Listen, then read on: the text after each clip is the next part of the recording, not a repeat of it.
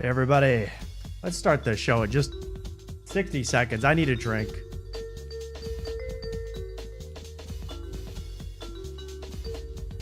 Need to pour on my promethazine real quick, and we'll be right on with the show. Thank you.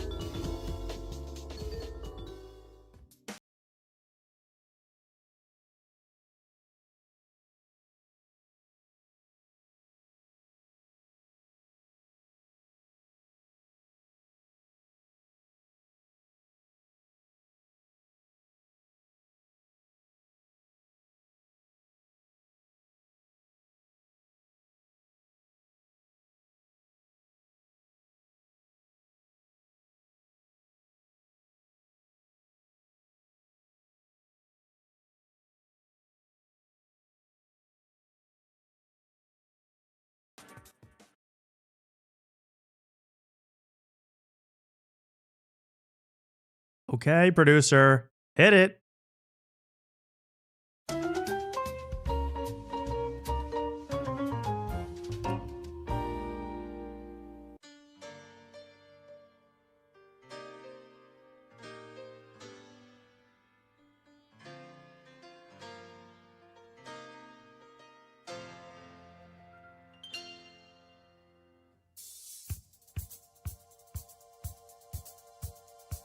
Someone just told me a secret.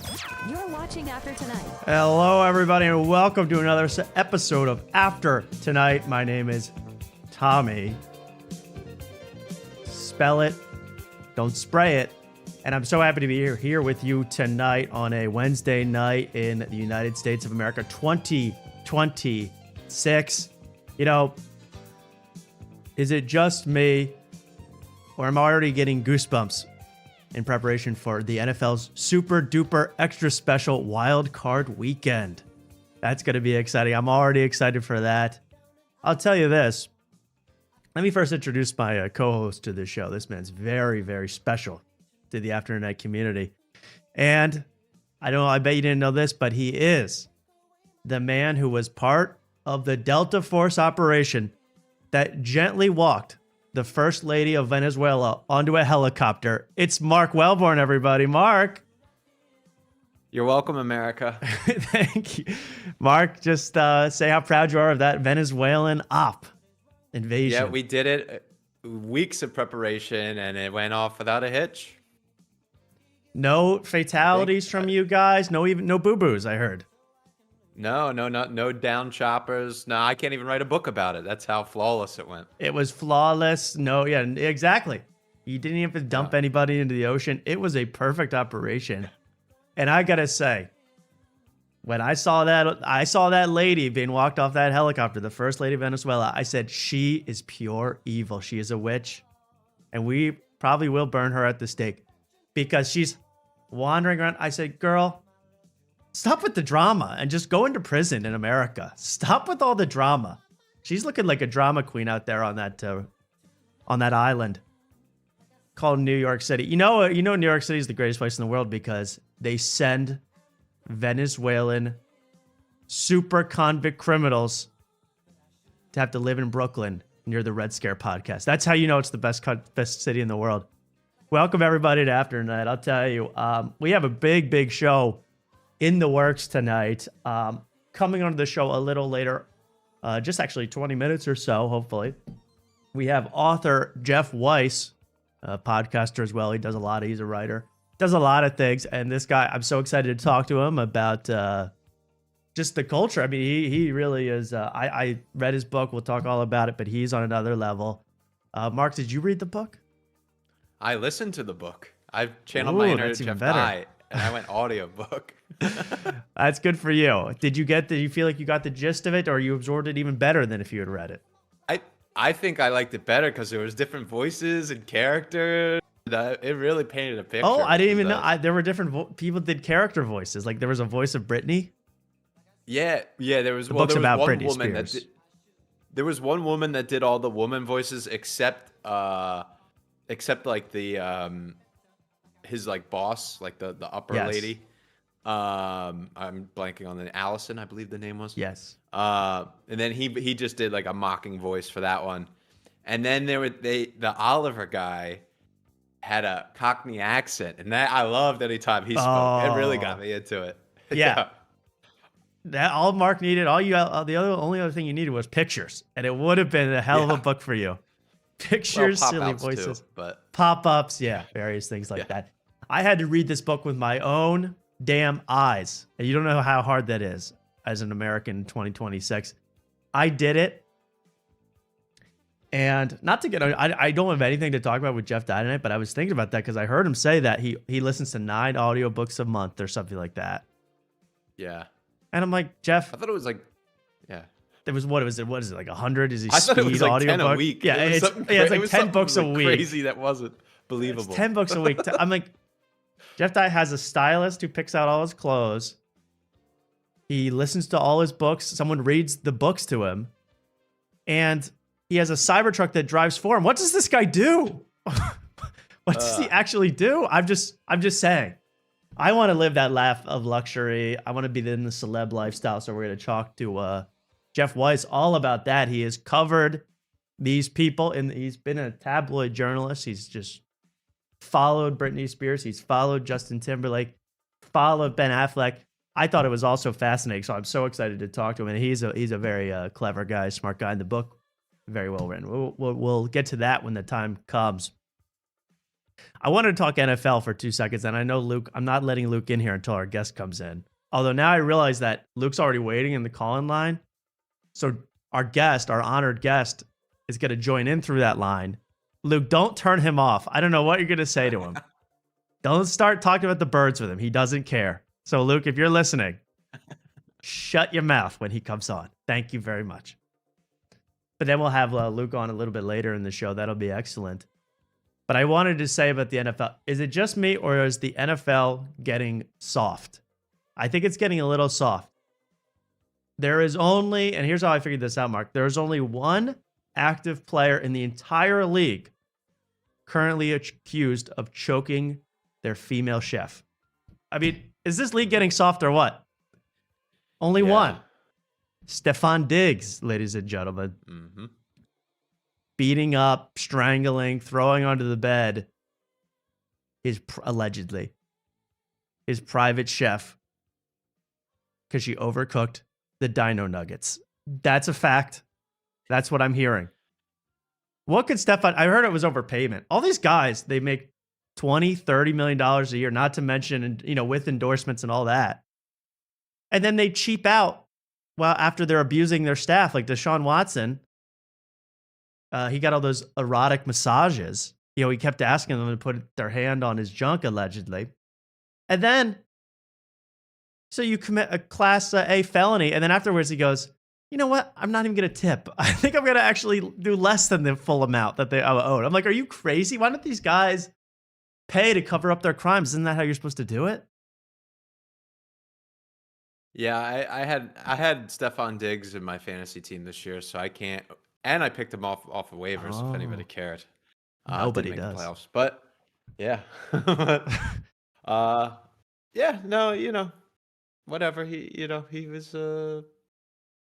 He got a little handsy Helpful with the my chef. What are you gonna do? Honestly, Yeah, I've come home and the wife has overcooked the pot roast. We've all thought about it. We've all thought about cutting their bill and throwing them around. No, we haven't actually thought about that. That's a horrible thing to do. But all these guys seem to get into this business where if you just paid for your crimes up front, you get away with it. Like if he had beaten up his private chef half to death, whatever happened, then he goes, you know what? Take the weekend off. Go to Disney World on me. I think everything would be fine. But instead, he's like also not responding to you owe me $3,000 text. And that's where the problems really come in. Yeah, well, I see. I know he dates Cardi B, and I wanted to hear Cardi Oh B's. my God. And Cardi B backed her boy, so I was like, oh, yep, he's innocent on all accounts. If Cardi All B says he's accounts. innocent, Yeah. he's innocent. If Cardi B, the ex-stripper who used to roofie her clients, if she thinks you're innocent, she's a stand-up lass, I'll tell you that. So, yeah. Cardi B and like I gotta ask Jeff Weiss, the guest, because he knows so much about music. These evolutions with these rappers going on right now. Cardi B is kind of, I don't know where she's going, but I know that Nicki Minaj has totally turned into a conservative influencer. Nicki Minaj is now on TP doing interviews with Erica Kirk. It's absolutely wild. So I want to know what's happening. Yeah, my mom first. If Nicki Minaj has reached my mom, she's gone right wing. But she first went right wing when she talked about her like cousin's testicles because of the vaccine. That was her first. Yeah, she dipped her cousin's testicles into the water, into the Nicki Minaj pool. Into the water. Yeah. She said that. She said my cousin, he got the jab, and like the Grinch, his testicles grew to 3 times their size that day. Right? Yeah. That was unbelievable. And I was praying that would happen to me. Wasn't everybody else? Be like, please, just swell them for a day. I need something to show off. Well, anyway, I'm worried about super duper extra special NFL wildcard weekend, and of course, you're wearing your Birds shirt today. Oh yeah, we're gonna get probably bounced by the Niners, but hey, go Coop! I got money on the Niners, so it's a win-win for me. Smart. I always like that move. Smart move. I think they'll win. Yep. I think they'll win. And the Niners? I think the Eagles will win. I think the Eagles will win by 5 points. Lock it in, everybody. And that's the last I'll talk about it tonight. 5. I don't know the spread, but 5. What else? Wow, it was kind of funny. Like last week on Friday night, we were doing the show. I was having a great time. The Afternoon Awards, which I accidentally just showed. I'm like, let me get rid of this. I love that music. But we were doing the Afternoon Night Awards, and after it, we were doing the after party, and we were making fun of Donald Trump and his whole talking about his wife's panties, and I was saying he's out of it, he's done. Look at the old guy; he can barely say the word draws, as in Melania's draws. I thought he could barely talk. While we were making fun of him, they were bombing, infiltrating, and exfiltrating the president of Venezuela. I'm just shocked that went off without a hitch, seemingly. I'm shocked. I thought it was Bay of Pigs. I thought it was going to be horrible. It all turned out seemingly okay, whether you like it or not. And I'll say that I totally believe that the president of Venezuela, agreed beforehand to get taken out.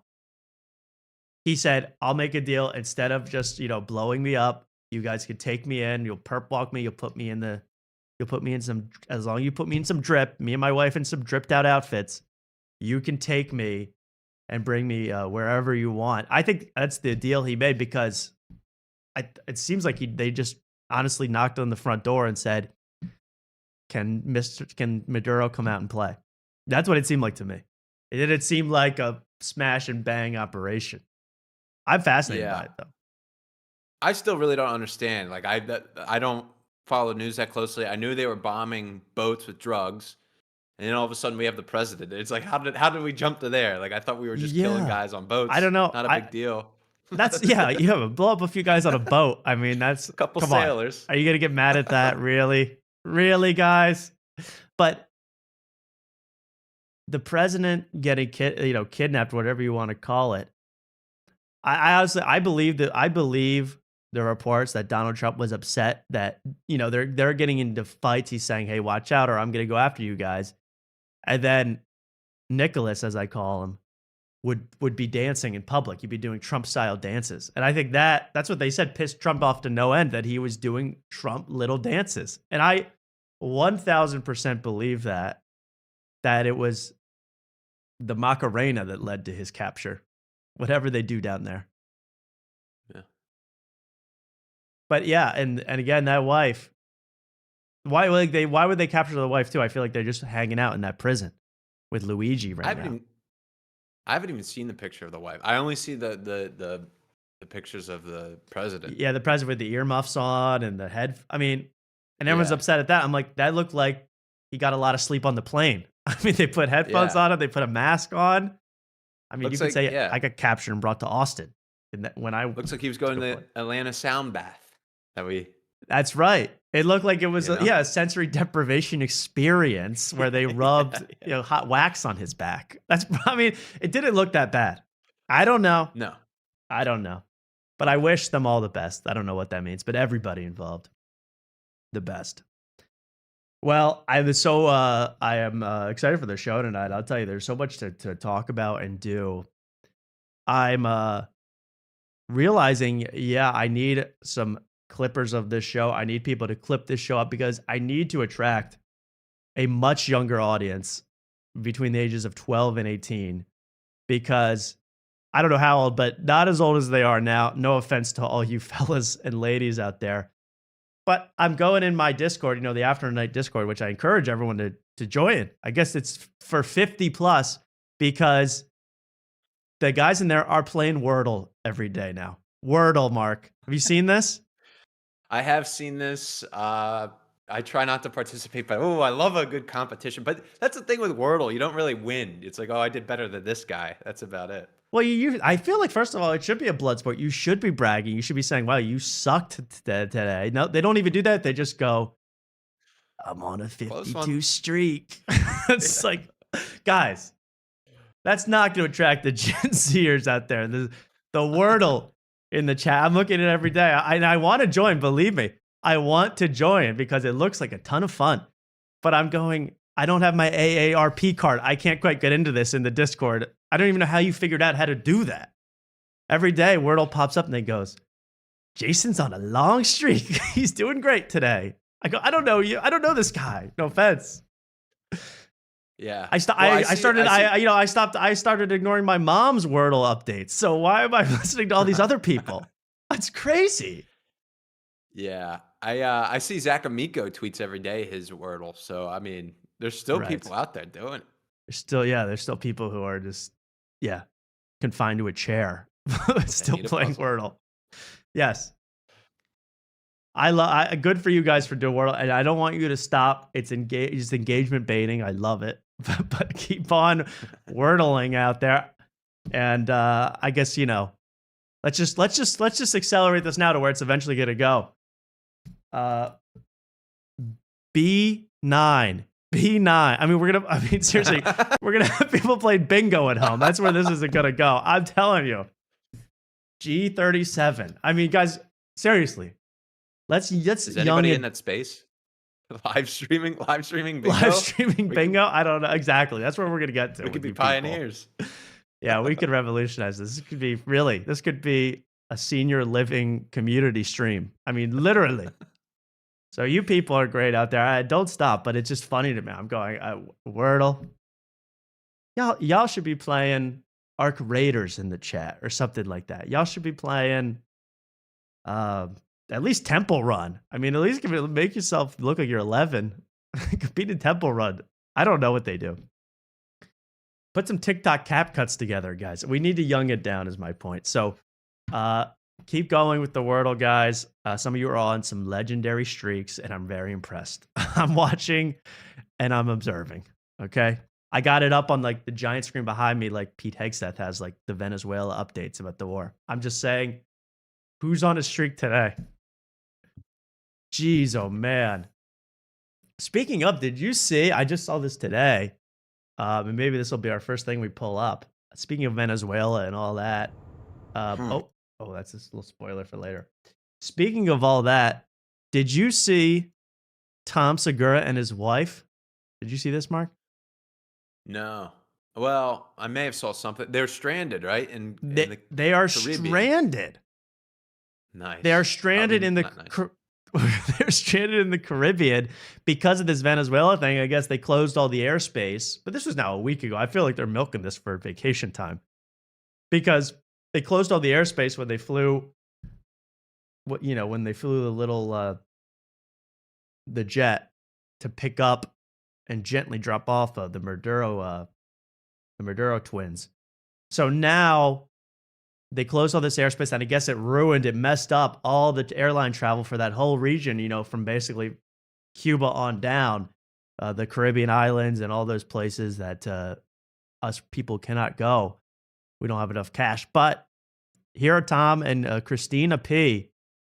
giving us an update about how they are currently stranded. Now, again, this happened. Hi, Mommy. How many weeks ago? This happened almost a week ago now. Are you telling me you guys couldn't personally charter one of Joe Rogan's mega yachts to get you back to Austin? Like, yeah, I just don't know how they could. I don't know. I guess they are stuck. Let's watch it. This is pretty exciting. Oh, this is all messed up. Share the Discord. Oh, I will not sharing either. Mom Yeah, there's a told me. couple other celebrities that are stranded there too, I thought, in the Caribbean. I don't know who. Yeah, I know Leo. Leo just got out. Leo DiCaprio was stuck there for a while, but now he's back. There are some other people. These are probably the most relevant to you, Mark. These are Austin natives missing in action. Yes. Mr. Trump, My neighbors. Mr. Trump, bring them home. That pastry shop is going to collapse without these two. Let's watch. What's up, Jeans? We are stuck. We're stuck in the Caribbean. Remember? And yeah, how long has Mommies been going on? Is that like is this decade 3 now of Mommies and Jeans? I don't know. Get it. What's That's like what Mommies they and call Jeans? it. I'm glad you don't know about any of this. This is their catchphrase. Like, hey, Mommies. Like, that's what they call their fans. Oh. But like yeah. since the year 2008. Oh, okay. It's like, hey, All hey, right. Coney 2012ers out there, what's up? It's an old thing. I don't know. They're still doing it, but here they are. How we went in and we captured Maduro Yeah. in Venezuela, and he's being brought to justice in New York. They've shut down a lot of airspace, so we've spent days here. I know, but yeah, we can't get home. We've been stuck for extra days. Airspace. And Tom Segura has gone full, like, again, I've been saying this for now a while. He's no longer has any interest in being a comedian. He's now like producer, like he's worried, he's pastry shop owner. He's not even a podcaster anymore. He's now solely focused on the dailies. He's really worried about his show and his programs and his atmosphere around him of celebrity. And this is eating up into the time they can make videos where someone, you know, shits their pants. It's eating into that time. Yeah. So I hope they I get watched home. the special. Oh, the Sorry. new special. How was that? Yeah. Oh, I turned it off after like 45 minutes. Yeah, he's just not my cup of tea when it comes to comedy. I don't know. But is it like this is almost cliche to say, but it felt to me like more of a TED talk, more of a exhibition of himself, or like were there hilarious bits. Yeah, it's like the first bit I remember it was like him going to Italy, and then there was another one that was like I can't really relate to, and then it was him shitting his pants. Oh, you don't And say. then that's about the time I turned it off. I was getting sleepy listening to all that. Yeah. But yeah, it's yeah, I don't know, man. It's just like he has like he does the same like cadence of his jokes where he's like and that's crazy. And, Right. You know. Right. And it's just like that that just doesn't work on me. I don't know. You're going to have to try harder there, Tom. Yeah, he is so nonchalant with it. I agree. It's like, yeah, that's a good idea. And that's the extent of it. And you're like, okay. But yeah, Mark. he's like, and I felt a rumble in my tummy, and it wasn't a good one, and then laugh. Woo! Like, yeah. I know where this is going. Yeah. Yeah. I think we got to leave. Honestly, we have to leave defecating in your drawers in the first half of the 2020s. I think it's over now. Yeah. I think that's done. Wow. Well, what? Yeah, no, I'm just saying, well, like, we could have cut it off a long time ago. Like, I think Oh, absolutely. But I I mean, it think hasn't- I've been talking about it for years now, Mark. Years, literally. But Yeah. there needs to be a cutoff date. You know, it's like we're not wearing bell bottoms anymore. Actually, they are wearing bell bottoms now. But Like when when they did that big like cable switch back in the day, I remember they're like, there's gonna be no more cable anymore. yes, And you have to get a provider. Yeah, right. like that. We literally, you have to get a provider. You have to get an internet service. We got to do that saying, you can't even talk about that. Honestly, we need the FCC to get involved. You know, enough canceling my heroes like Jimmy Kimmel and Stephen Colbert. It's time to get to this defecation on the internet. It's terrible. And I didn't know he was still doing that. I mean, I just made that up. I didn't know that was part of his act. Here's the rest of it. Becomes open and then closed. It's fun. I'll tell you the fun part is that you go to the airport and they go, you're going to leave now. And then they go, just kidding. You're not. Every day, it's just a mystery. So they're stuck in paradise. But we're still doing our thing and stuff like that, Yeah. and trying not to get a DUI. From And the writing to the rhyming to the boxing. anyway, We're doing it all. we're doing all. Happy New Year. Happy New Year. We love you, and we will see you next week. So it's just a good time to get, drink daiquiris and see you later. Yeah. See you at the pastry Have shop. a good vacation. Yeah, have fun, Enjoy the guys. extra It's week. like, please give an update. Give some sort of update that you're chartering some kind of steamer that you're going to get to us as soon as possible to show me a video of a schizophrenic guy on TikTok. I need to see that sort of stuff now. I don't know what you guys do, but I'm so bad thoughts. And Joke World, by the way, this title of the show is about Joke World. We'll get to him a little later, obviously. But Joke World, one of his best shows of the year was Bad Thoughts with Tom Segura. Mhm. By the way, the first, and I said this before, I watched literally the first sketch of Bad Thoughts, the Tom Segura Netflix show. It was literally almost after the sniping part. There's a sniper and he shoots someone accidentally. After that, it is almost a shot-for-shot ripoff of the MacGruber movie. Everything happening, the escalation, all straight out of MacGruber. I didn't see anyone call that out. And apparently other stuff was ripped off too, but I cannot believe that this is what we're being fed in 2026, Mark. Yeah. The whole whatever that show was where they had the Sopranos kid on it, AJ, but I forget That's his name. canceled.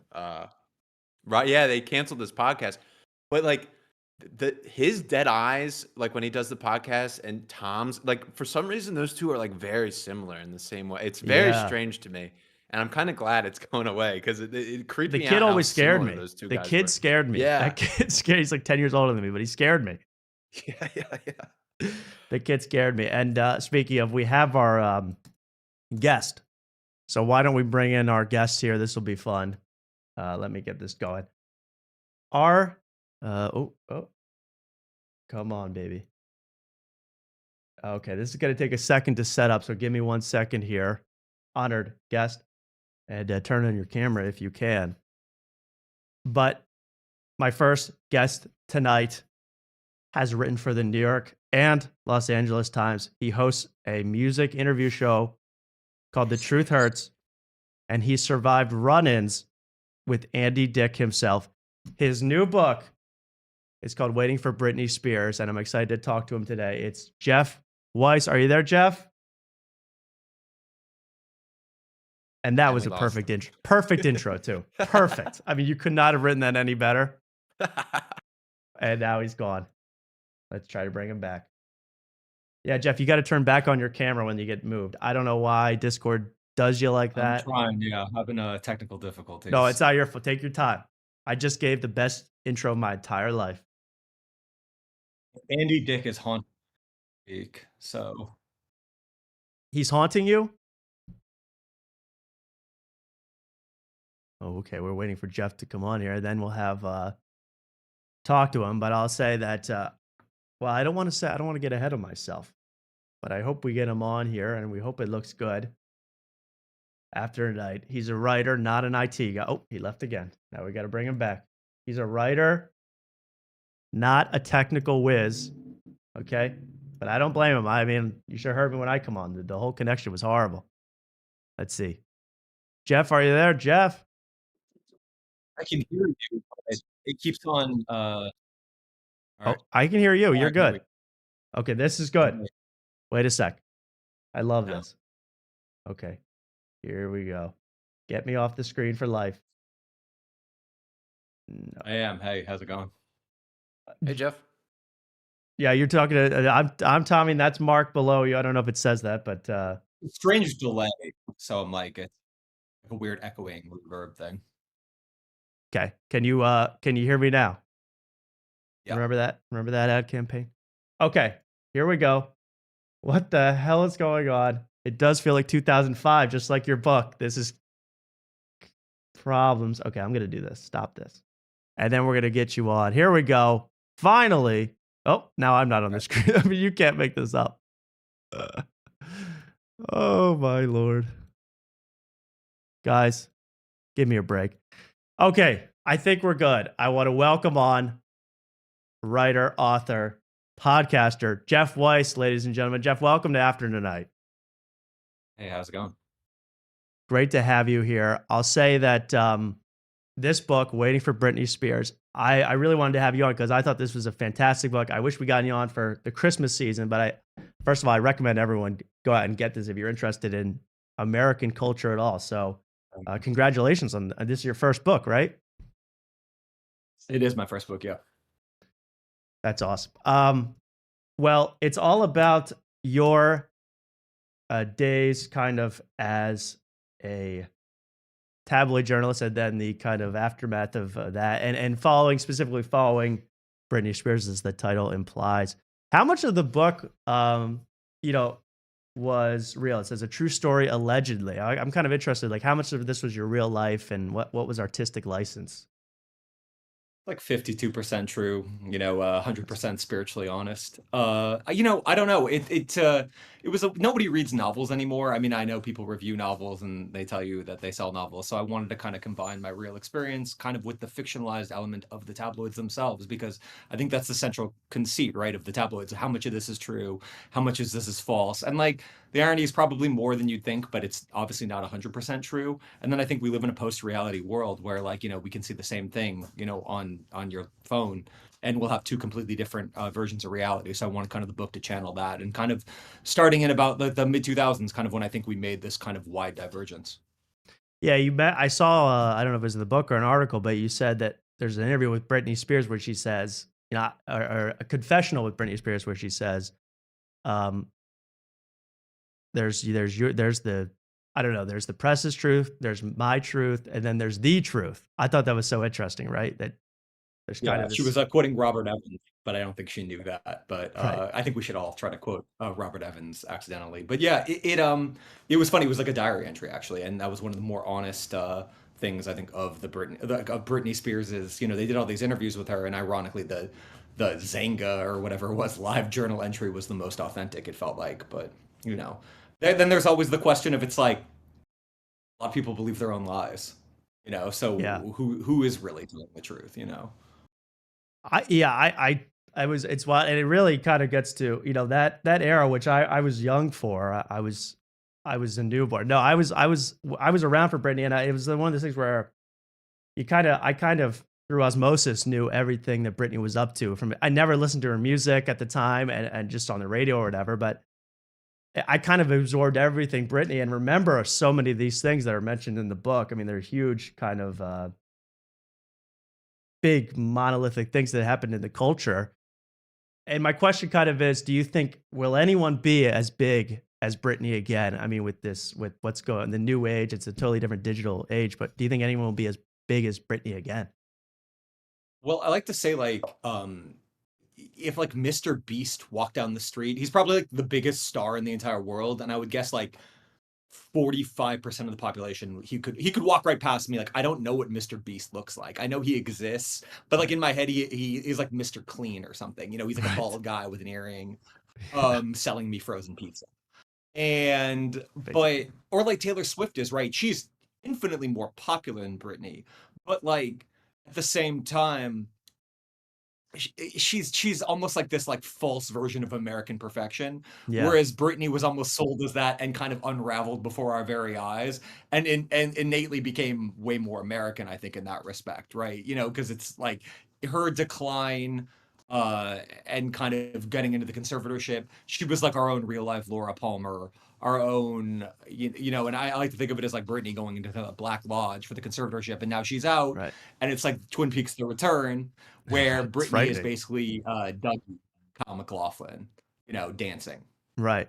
Yeah, because when it comes to like comparing her to, I was thinking about that, like who could be as big as her, and yeah, Taylor Swift, I guess, is more popular, but there was such an interesting thing, and in the book, and just from interviews and watching, I was watching old Howard Stern clips talking about her in the interview with Fred Durst that Howard Stern does, where they're talking about, you know, he's talking to us stuff that you could never get away with now about like what positions did you have Britney in? I mean, it's outrageous. Well, ironically, you kind of could, right? Because like there is that element of, you know, like the air quote manosphere where you probably could. You just wouldn't get Britney Spears as your guest, or you wouldn't get Right. Fred Durst as your guest, but you might get like Michael Porter Jr. Oh yeah, MPJ. Or He'll talk something, about you it. know, He loves pornography. yeah, I think or like Zion. the Rams, Yeah, you know, like they're doing that's the true. dance, so you never know. But there was such this weird, like today it seems weird, I guess, obsession with Britney Spears, her virginity, her sexuality. Like Taylor Swift, as much as she tries to, you know, make songs about Travis Kelce's wood, no one cares about her sexuality, you know, whatsoever. But Britney, it was like, even though she promoted, but it was this obsession with virginity and sex, and I thought that was so different than how it is today. And the photos getting out of the car and so many things that you can't imagine today. Yeah, I mean, it was really creepy. Just that whole era, you know. I mean, how many like they were just like like grown men like poised outside of nightclubs, like waiting for upskirt shots. Yeah, And so, like, you know, when of course, like, it's funny, you know, you asked the initial question of like, you know, is it true or false? And I like to kind of leave it open to interpretation. But then I was like, obviously, I wasn't doing that kind of stuff. So I wanted to kind of, I almost like envisioned writing a novel. But like, I mean, I saw enough of it. Like, I don't know. I think it's interesting with writers. People are really obsessed with how much happened, right? But with rappers, we assume that there's like almost like a creative license, which is ironic because, you know, and maybe like there's like some kind of racial component of I don't know what, you know what I mean? But rappers, like, you don't go through rap lyrics and be like, oh, did you commit this crime? Well, actually they do. It's there's a whole podcast element of it, but most people, like serious journalists, don't do that. yeah. But you know, with writing, it was just a grim time to watch these people kind of torture. And ironically, you know, that was kind of the decline of journalism, the start of the decline of journalism, because those were like the only jobs that were available. You know, like that's kind of what starts it. You know, I was a young kid out of school, desperate to kind of be a real writer, and then you find yourself like, oh, shambling after Britney Spears at the VMAs in Las Vegas. And those jobs, as you said, back like the beginning of it, the big paparazzi jobs, they did pay a lot of money, right? Like today, I don't even know what is the mindset of someone who just has a phone and just, you know, stalks Ariana Grande. Like what it was crazy back then though, with payments and the incentive to follow celebrities around. Well, I mean, now it's like these like weird TMZ kind of cyclopses, you know, with the camera attached to their head. Like at the beginning, when I started doing it, it was almost like they were like almost like gentlemen's rogues. You know, they were not people that you would like invite to a dinner party, but they kind of adhered to like a certain moral code. And you know, I think the decline of the paparazzi into, you know, what we now know is like the TMZification of culture kind of mirrored this own kind of trend in American life. You talked a lot about different celebrities in the book besides Britney Spears. I wanted to touch on a few because I thought your descriptions of them were so funny and interesting. I wondered if you had met these people or if you got that vibe from them. Especially, I thought in the beginning of the book, you talk about Justin Timberlake. I love this part. And you see it. I wrote this down. You said a total poser, lacking originality, imagination, and the capacity to surprise, the type to flatter your friend's divorced mom, but start air humping about how bad he wanted to bone them as soon as their backs were turned. Now first of all, that's amazing writing. I love that.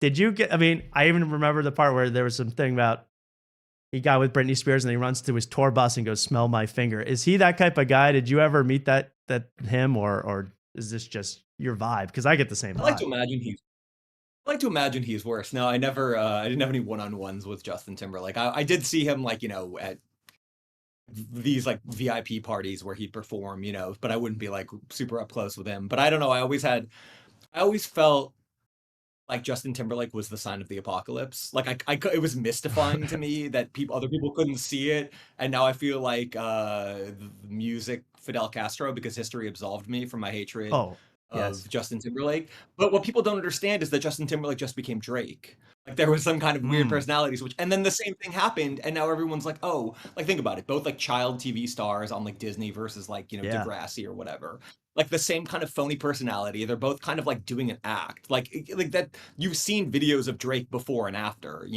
it's like more fake than his abs, Right. and it just is this whole weird.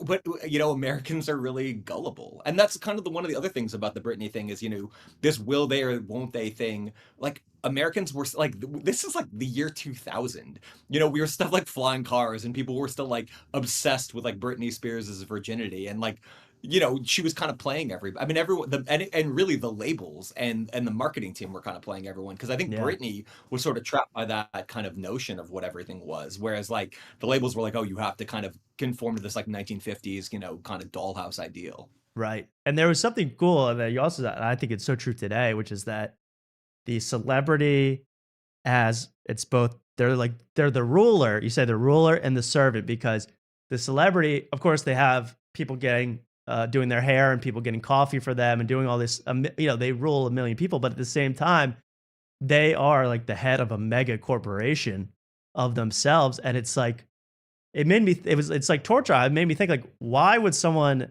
the more I read this book, I'm like, why would someone ever want to be famous or really famous? I mean, do you have an answer to that question? I mean, it seems like hell. Well, I think it is, but I think that's the devil's deal of American life. It's like, why are you doing this? Because like eventually you want to get, because how else would you live? Right? Because, and I realized like pretty early on when I first started being a writer, right? Like fame, like Tom Wolfe wrote a lot about status, and I think that's like very interesting. Like a lot of his books are super interesting. It's about status, class, clout. It's just a different word for it, right? And like this is in the 60s and 70s, right? But now we're like in the 2020s, like clout or fame or notoriety or whatever you want to, infamy. It's all one and the same, right? Yeah. And like we're all like competing for eyeballs and clicks. And like that's my point of this book is like this is when it started. Like, and I feel like it's a distinctly millennial book in that way, because like I always like joke I'm gonna write a book one day called The World's Oldest Millennial. But I think that's the shared experience of like the millennials versus Gen X, because to be a millennial or a Gen Z or whatever, after, is being kind of trapped in this kind of new world that we now inhabit, right? Which is you're forced to kind of degrade yourself. Yeah. You're forced to kind of be this like, desperate monkey dancing around and doing these like videos where like, looking straight to the camera and I'm going to tell you how it is. And like, Yeah. it's demoralizing. And I think Britney was sort of in her own way kind of was like, she was like this bridge, right? Like she didn't have to, she was like a product of the old world, but like imprisoned by the new one. Right. And by the way, Mark's Instagram handle is Desperate Monkey. So we're perfect. That's absolutely perfect. That's good. Yeah. Desperate Monkey 24. 24. Yes. Yeah. Yeah. I think that's so, what, I got to say one thing about that, because it's true. Like infamy and celebrity, it's all the same now. Like you can get as famous, like with the hit song as you can, Oh yeah. being a Cinnabon employee and calling someone the N-word. Like you can be as famous. Totally. No, and like fame is agnostic. And like, don't get me wrong, I'm not trying to take a holier than thou attitude. Like I have to like relentlessly sell soap for this. In the offhand chance it's like, oh, someone might read. Because like ultimately it's like no one wants to read. All they want to do is like consume like 30-second clips on their phone. And like maybe they'll read the audiobook if you're lucky. I don't know. It's a weird world. But like we're kind of trapped in this mindset where like we pretend that people read. Because I know that, I mean, some people do, but I mean, I don't know, like people barely even go to the movies now. Yeah, exactly. Mark, do you want to admit how you consumed this book? Yeah, I consumed via audiobook. That was the real paparazzi. Yeah, it was not I mean, I was not shocked by your voice. I know what your voice sounds like, and no, it's yeah. No, not as bad as Red Scare, but it's just easy because like I have Spotify. I'm paying the $10, and there it is, there. I know. Well, that's like that's again like I don't even understand why if I was a publisher, why would you put it for free on Spotify? Like, doesn't even make any sense. Like, Right. I Yeah. would. Why would anyone buy a book? Yeah. Like, but I don't know. I don't. I like but it was I listened to Arnold Schwarzenegger's audiobook because it's good because like Arnold, it's like Arnold yelling at you. So that That's was kind good. of comforting. I I would like recommend that. that one. It's like you're at the gym and just Arnold's like, do more. And you're like, ugh. Okay. That's a nice, at least that's motivational. I'll tell you, Yeah. one guy who I really need to know if you ran into him, and I assume you did because you're an LA guy, is Andy Dick. I've had my own run-ins with Andy Dick in the past, so I'm wondering what happened with you and Andy Dick. What have your been experiences like with that guy?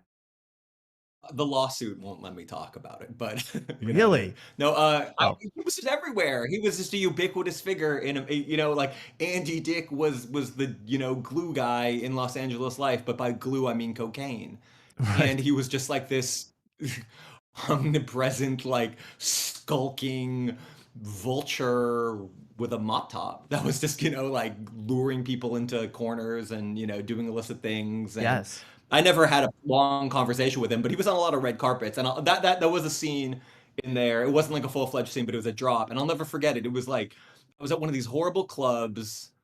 I don't know, maybe it's like '05 or something, and it's like Hugh Hefner, like the lizard corpse of Hugh Hefner, is like shuffling on with like his inflatable women that he's exploiting mercilessly, and there's a guy protesting something he's protesting KFC, and it's for Andy Dick show where he's like basically trying to be Donald Trump.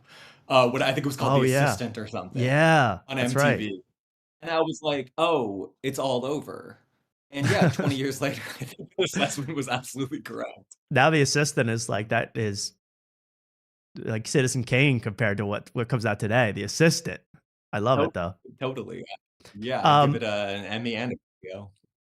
here's this other thing. We're not going to get, I guess, necessarily political, but there's like a one guy that keeps popping up once in a while in your book, just to kind of comment on what's going on in Britney's life or in celebrity life in general. And he keeps showing up over and over again. And that's the current president of the United States, Donald Trump. He's in the book.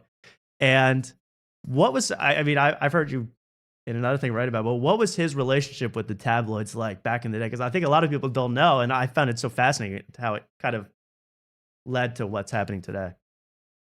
Yeah, I think the tabloids were completely laundering his reputation. Very famously, the catch and kill story, of Stormy Daniels, and I think Karen McDougal was her name, the other, Playboy playmate that Trump slept with. Basically, Right. the owner of these tabloids at the time was a man named David Pecker, which is just like an incredible Pynchon Perfect. name, like two on Yes. the nose. Like, how is your name, David Pecker? And or maybe he chose that name, but basically he was in charge of Star Magazine, which would kind of have every week these very flowery, glossy, Donald Trump's family, and here's the perfect American family, and they'd have these spreads, and it was the height of The Apprentice, and yeah, and he would be this kind of floating ambient figure in American life, and obviously there was a moment where he couldn't say anything negative about Kevin Federline because he'd heard a rumor that Kevin Federline had said that he was his hero, but he would then kind of slander Britney. I think it was her Matt Lauer appearance, and he was like, "Oh, she looked horrible," and Yeah. it just again, but this is going back to what I'm saying. It's like fame is the ultimate currency in American life, which is tragic, right? Because it's like now everything, and I think like that's kind of the point of the book is you're like watching this like slow car crash unfold, right? And like you also have the literal element of it with I'm almost like there are paparazzis chasing her, so there almost is a deathly car crash at every time, and Yeah. somehow we escape it. And now I think we've crashed. But Trump, we elected an influencer president. We elected a Twitter president, and now he was the first influencer in a way because, obviously Paris Hilton is kind of a central figure in the book, if nothing else, floating around the center of Britney Spears' son. And you know, Donald Trump was the first. Like, why is a real estate developer famous? Like, you can't Yeah. name two famous. I mean, maybe you can name a second famous real estate developer, but you can't count three. And he's this famous, tabloid fixture who kind of becomes on the tabloids, and it's sort of kind of again like one of the central themes of the book. It's like, look what we do. It's completely valueless and amoral, and we build these people up and try to destroy them. But I think he was such a sociopath that you actually couldn't destroy him. Yeah, and he's stayed in the I mean, he's stayed in the headlines for now, 25 years. It's pretty amazing. You know, um, I know Mark and I were talking about this. And I looked this up, like I was watching earlier today, the Kevin Federline, Britney Spears interview on Ellen. And at the end, she gives them like a Rolls Royce baby carriage with a portable DVD player in it. I mean, it's perfect. But Kevin Federline, you're like looking at Kevin Federline it's just 2026, and you're going, I can't believe people dress like that and that you took a guy seriously, or even someone would marry a guy that dressed like that. And I think we were talking about, Mark, what did you notice about the this is kind of, maybe this is a silly question, Mark, but what did you think about the fashion back then? Is that your question, Mark? Yeah, my question is, there was a part in the book where you were just trying to fit in and you threw on a jacket to fit in with the fashion of the time. There had to be some crazy outfits, and there still are, but I feel like back then you look and you kind of get shocked by it. So what was like the craziest thing you saw somebody pull off, like when you're at the club or out, Yeah. wherever? I mean, let's go with Kevin Federline. He was like, you can never trust. Well, like, there's two things. You shouldn't really trust a white guy with dreadlocks, but I've met like one or two in my day that you're like, all right, I'll give you a pass. But a white guy with do-rags, like dreadlocks are a hairstyle. There is no reason for a white dude to be wearing do-rags. And like, somehow we let Kevin Federline just traipse across the golf course of our existence in do-rags, and like everyone was like, yeah, it's fine. Like, I mean, like on some level, like maybe he did deserve the censure that he received. So I mean, I would have to say, like, what was like K-Fed. the guy was wearing like he was dressed like he was a member of the Hot Boys. And Yeah. somehow it was seen accepted. Also, like the Von Dutch and the Affliction, the fedoras were awful. I mean, the hat wear was also really bad. Again, like Justin Timberlake, I knew he was one of the worst people ever for the hats that he would wear. Right. Why? There's like, what do you think? You're Humphrey Bogart? Like, you know what I mean? Yeah. Like, you're not doing it. And it just.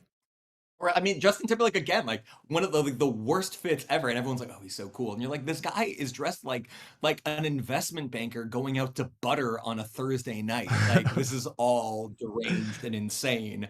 And somehow I'm supposed to be like, "No, actually, Justin Timberlake's really cool."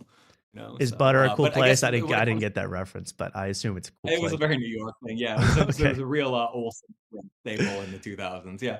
But it's just, at the end of the day, it's like I would like to think that you should always question the reality of the current moment, because people used to think fedoras were cool, like in the Right. 2000s. You know what I mean? So it's like, what is the modern fedora? And I'm always thinking that to myself, what is the modern fedora?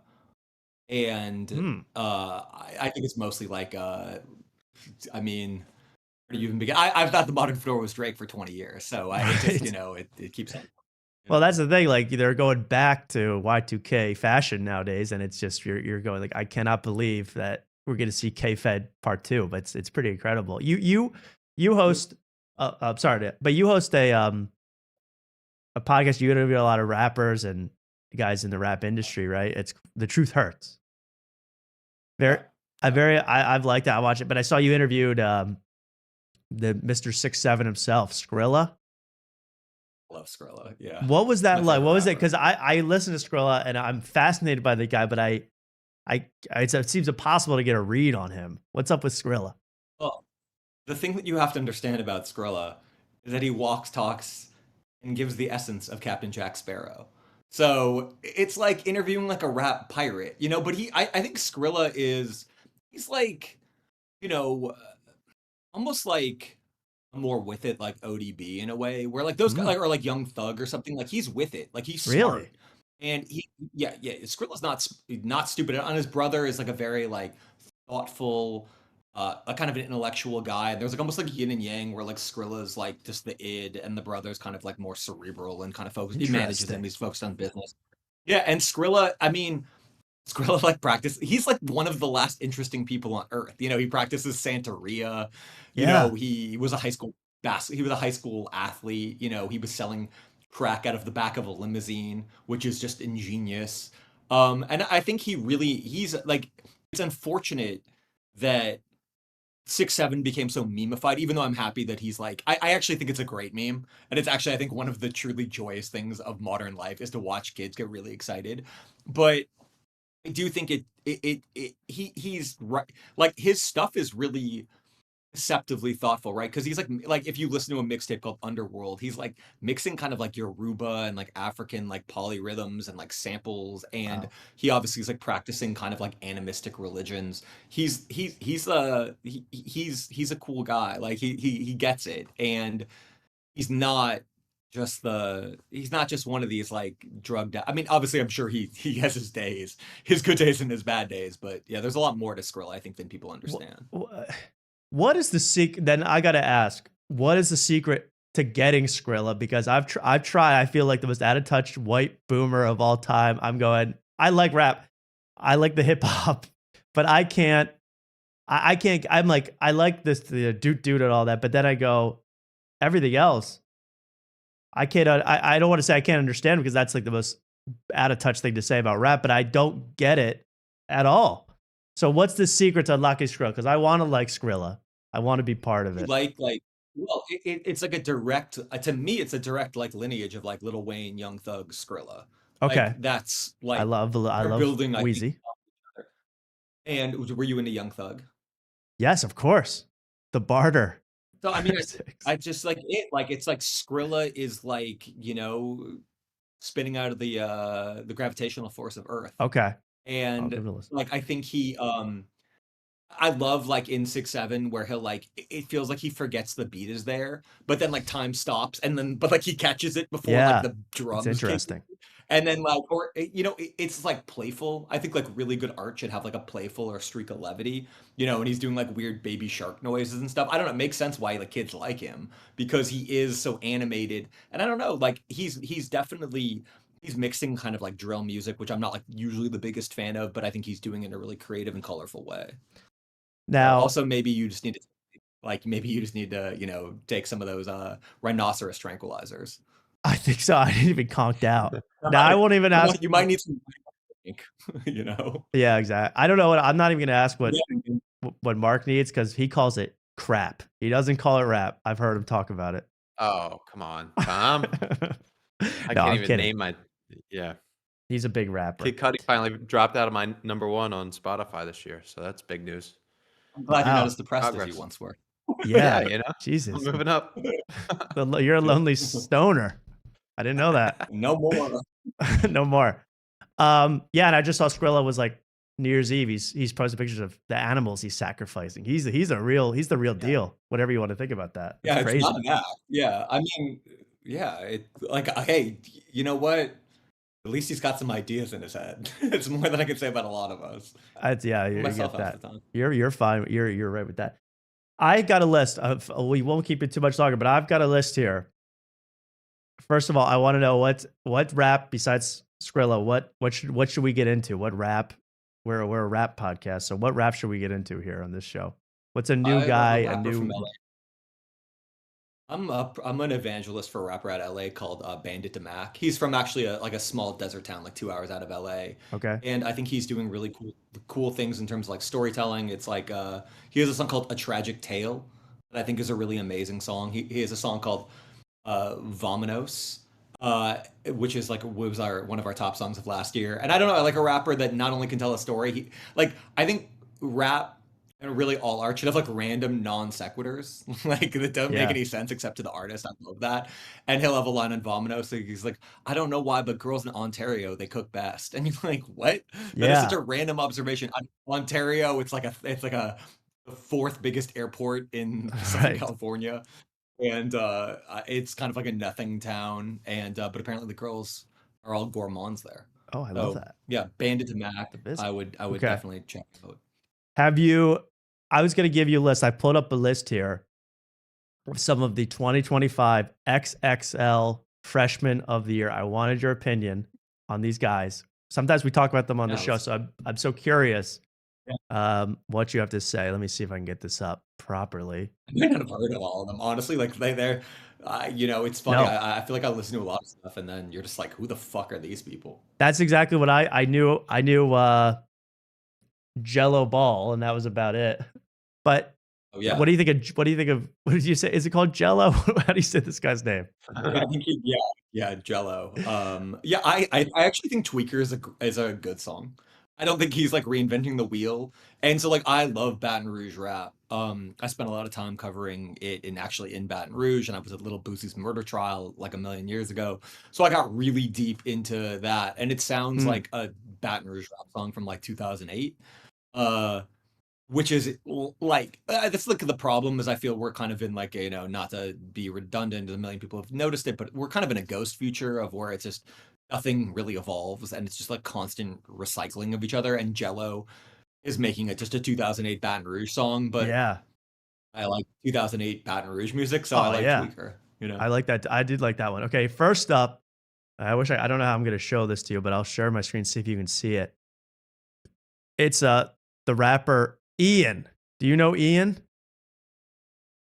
Yeah, I mean, I think you should be prosecuted for war crimes, but for that freestyle, but For also just in general, like, yeah, just why am I supposed to like,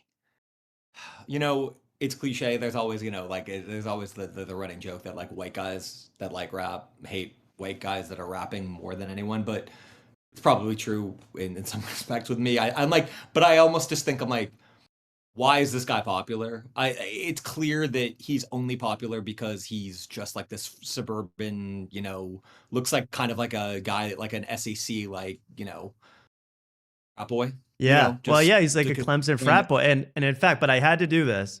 I had to pull this up because it relates to your book, and I want to play my favorite part from Ian's freestyle.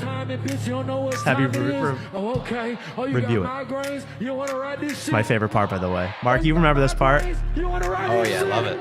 Okay. Really yelling at the woman there. Oh shit, it's getting hot in here. Taking her fire. Yeah. Damn, I'm feeling like 50 Cent. Bitch, I'm in the club. Yeah. Damn, I'm on my Britney shit. There we go. There we go. I just thought that related so well to your book. It's not his Britney shit. I didn't see it. Oh, you couldn't see it? Didn't.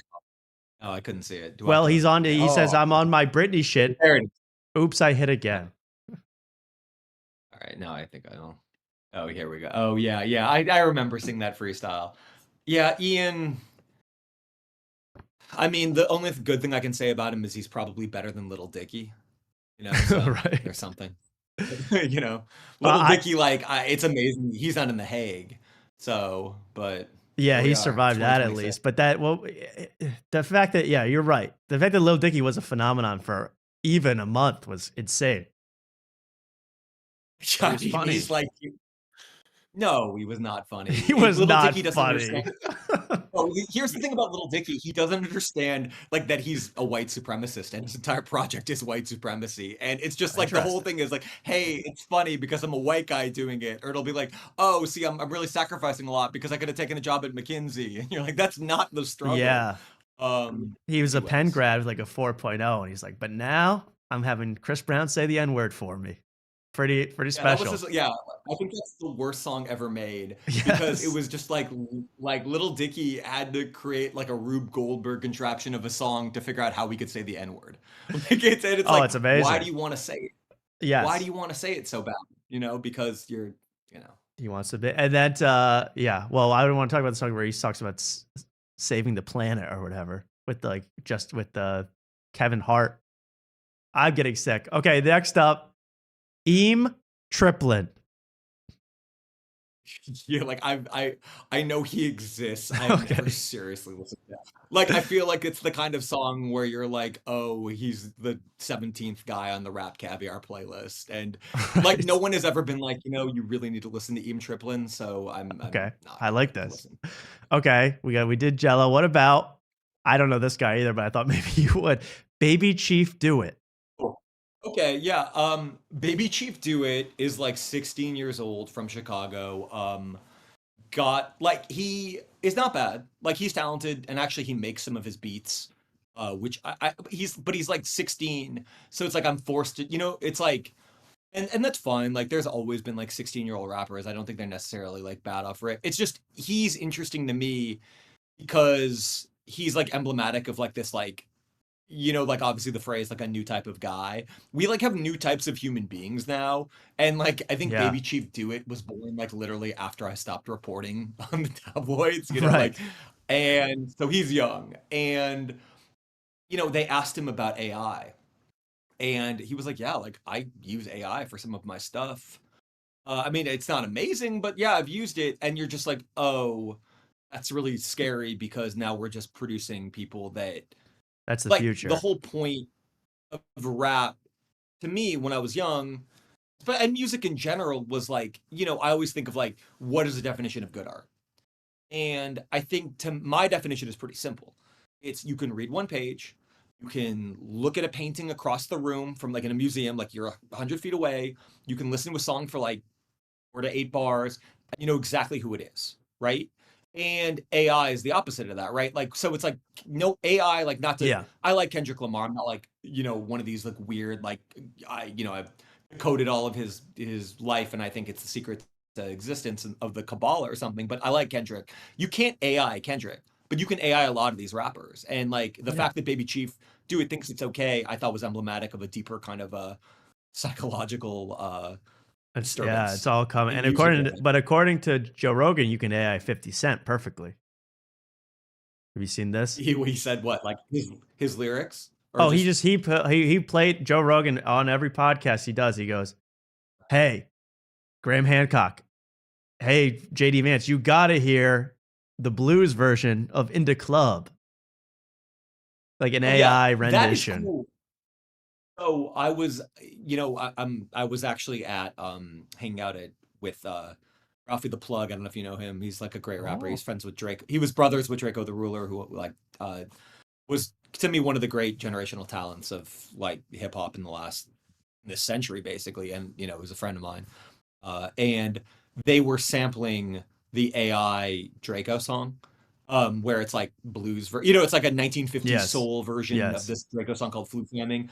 And what the producer that was there was chopping it up and sampling it for a new song. And I think that's cool for AI. Like if you want to use AI as like a basis to then tweak and do something with, like that's not really different than a sample in some respect. But if you're just using AI straightforward, interesting. Then, again, we should be putting the hay with Little Dicky. When I saw Joe Rogan doing it while smoking cigars with Jeff Dye, I didn't say that's cool, but maybe, I don't know. Maybe I'm wrong. I don't know. It's not good. It's not good. Yeah, it's like, it's just what it want is out of art. Yeah. Yeah. I think most people, go on. No. I was going to say, I wanted you to review a couple more rappers before we go, because this guy, I love this guy. Laser Dim 700. Yeah, I think Laser Dim is pretty good, actually. I think he's very much in the Atlanta tradition of like a young thug. And like, it's a little like kind of chaotic and like, he sounds like his name, right? Which is a compliment, right? Like, I think rappers should sound like their name. Like the Old Dirty Bastard. Best name ever. Because you sound like an old dirty bastard. Laser Dim 700 sounds like the last level of a video game that's like set in Zone 6 or something. And he's cool. Like he's doing interesting things. He's not my favorite, but also I'm probably not his like target demo. And I actually think like the cool thing about Laser Dim is like it's like one of those things where you're like, oh, I'm getting old because like this does like, but I'm not like connected to this anyway. But like I'm grateful that I can be like, oh yeah, this is interesting, this is cool. Like he's talented. So he does look like a mini boss, I'll give you that. And I think finally this guy now, you got to have something to say about this guy. 1900 Rugrat. One of my favorites. My friends actually had a game like on the website POW Mag that I run. Like my friends they have a column called The Wrap Up. And they were like, "What do you think?" Like they were like, "We're betting to see whether I liked her." And I'm kind of value neutral on 1900 Rugrat. I think there's a couple good songs. I think like again, the problem with the white rapper, like, would we care about 1900 Rugrat if he's not white? Probably not.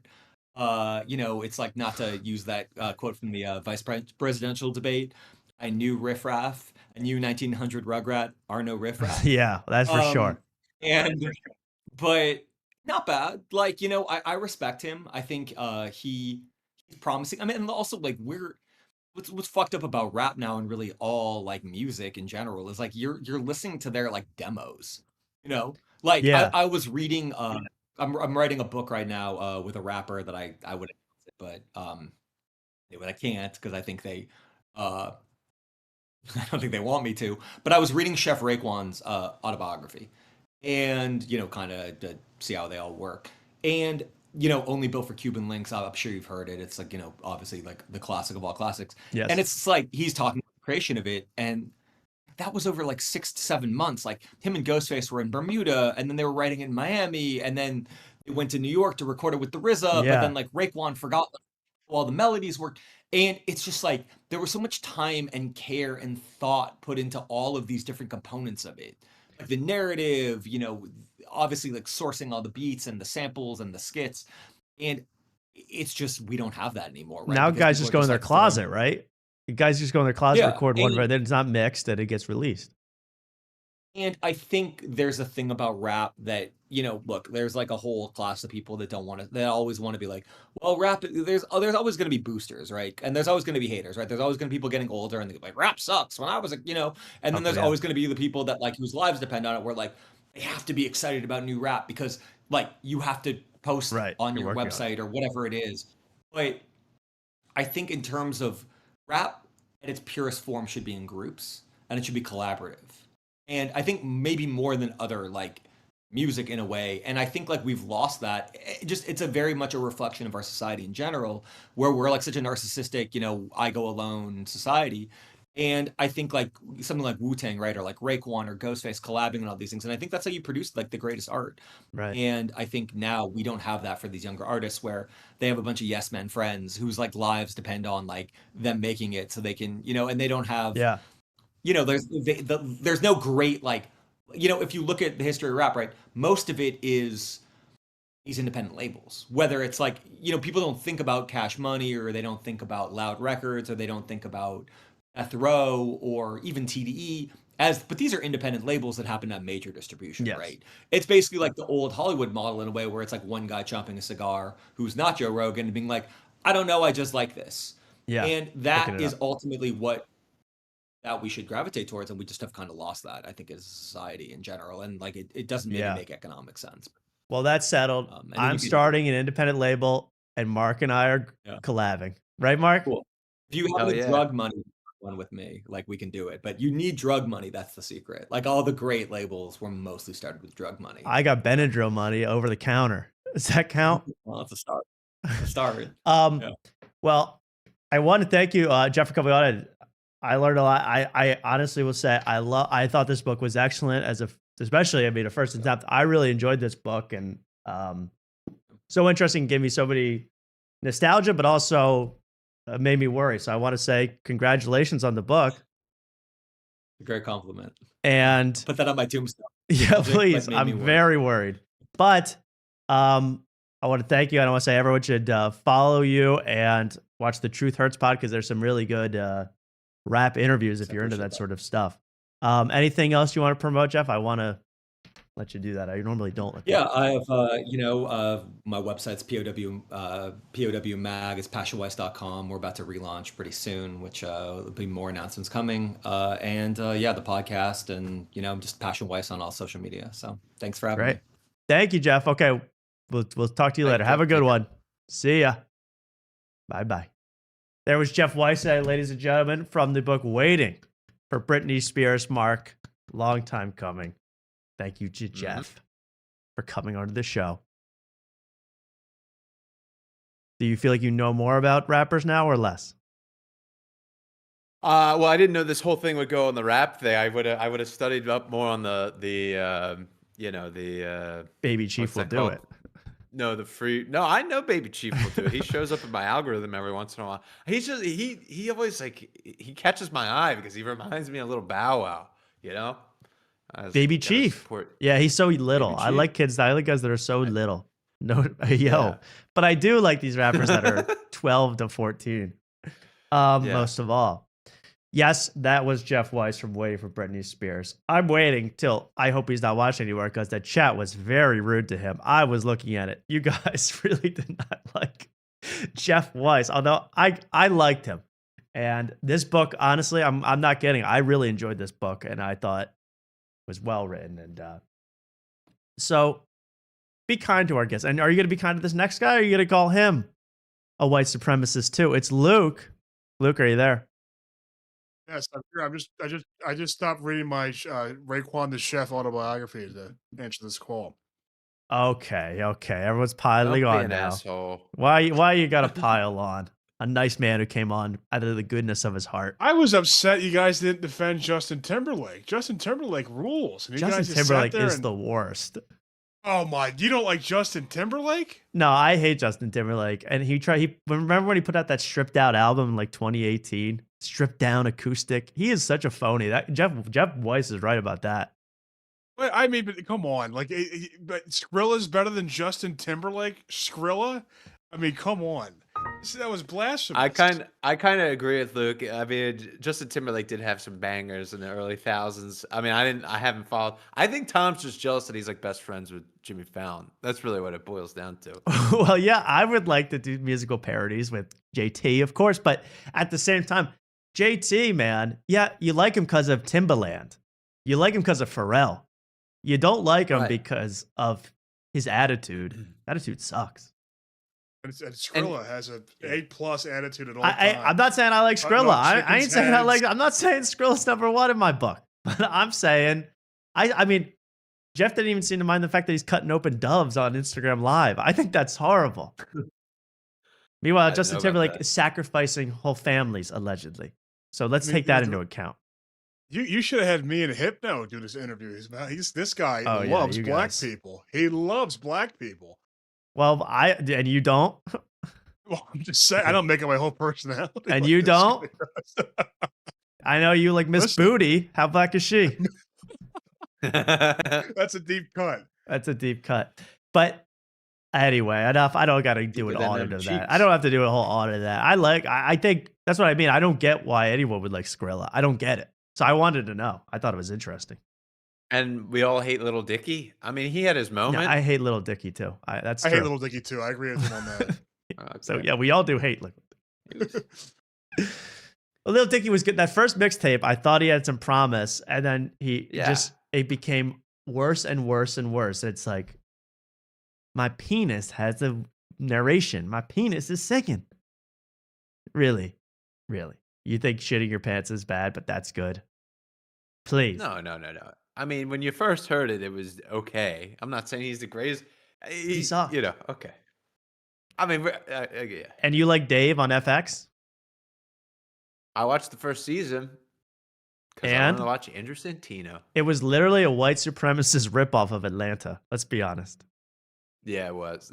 I remember that being the biggest complaint. But anyway, Lil Dicky is horrible. And we don't need to get into any more music talk, but I will look up Banda de Mac. I don't even know who that. I don't know what he said. Yeah. Banda de Mac. Banda de Mac. The best Philly open micer to ever hit the scene. Banda de Mac. Well, Dave is terrible. But thank you to Jeff Weiss. And again, no one's gonna read this book because he's right. No, you all don't read. You play Wordle, and y'all can barely spell, but you don't read. Get the book and read it. I liked it a lot. The pre-show was hating on everything I like, man. You hate Wordle, you hate Arc Raiders, you hate Justin Timberlake. I can't take this. Oh yeah, I do see when I go on Discord, it's going, Luke was playing Wordle 1 hour ago. I go, thanks for the update, Discord.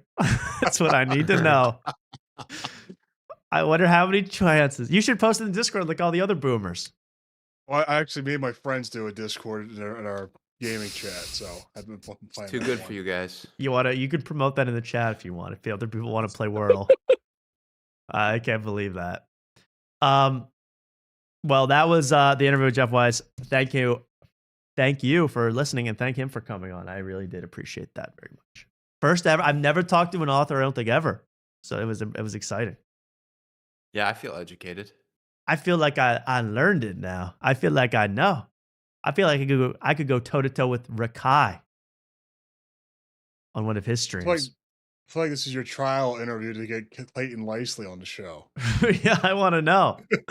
I'm trying to get the big dogs. So that was a lot of fun. Let's get to the rest of the show. I want to get to it real quick. Here's another person that the chat seems iffy on, but she means the world to me. It's Ken. Ken, are you there? Ken Dog, are you there? Oh, she's muted. Just like Jeff Weiss. Spit a bar, Ken. Ken, spit 4 to 8 bars now. Ken, are you there? I'm here. Ken DeMac, how are you doing? Can you hear me? Yeah, it's nice to hear from you. Hi. I can't believe I made it into the chat, Mark. Yeah, Mark. Yeah, what the hell is that? Well, you're the one that dissed her earlier. 2 weeks ago. No, it's okay. It was, I believe Mark had the best intentions. Okay, now some people are saying when the pop. He knew I wasn't gonna add anything. No, I know he that's what he. I know that's what he felt, and that's okay. We had a discussion, and it's all good now. But Ken, welcome to the show. I don't know Thank you. what's up with you, but did you see the interview and how good was it? I saw the last part. I'm not gonna lie, I was working and then I got home and then I tuned in and Okay. this guy seems very like I kind of understand the He's excuse go me? ahead. No. Finish your thought. No, very intelligent, like very thoughtful. No, actually, I think it's why like people have such short attention spans. They don't really want to hear like commentary or like critique of Thank you. current of society. I completely agree. people Mark are was today, literally which- falling asleep, and I was like, Mark. I was literally gonna message Mark and say, "You look bored." Like, I'm just All kidding. right, well, okay. We're gonna talk about unprofessional. At one point, I look at the screen and it's me, Laser Dim 5 or 700, and Jeff, and then me, and then there's no Tom. So it's now I'm the face of the show, having to smile and make eye contact with the camera the whole time. Isn't that what you've been asking for?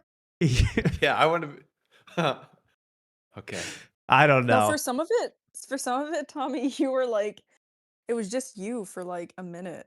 Well, yeah, I had to get you don't understand what goes on behind the scenes. I got You're right. people, You know what? producers You're in right. my ear, red bands talking to me. It's a big show. You're right. I don't understand. Let me ask you a question, Ken. Hi, Luke. Hi. Do you like Justin Timberlake? She does. You know what? I heard you guys arguing, and I was like, okay, so musically and creatively, I actually do like Justin Timberlake.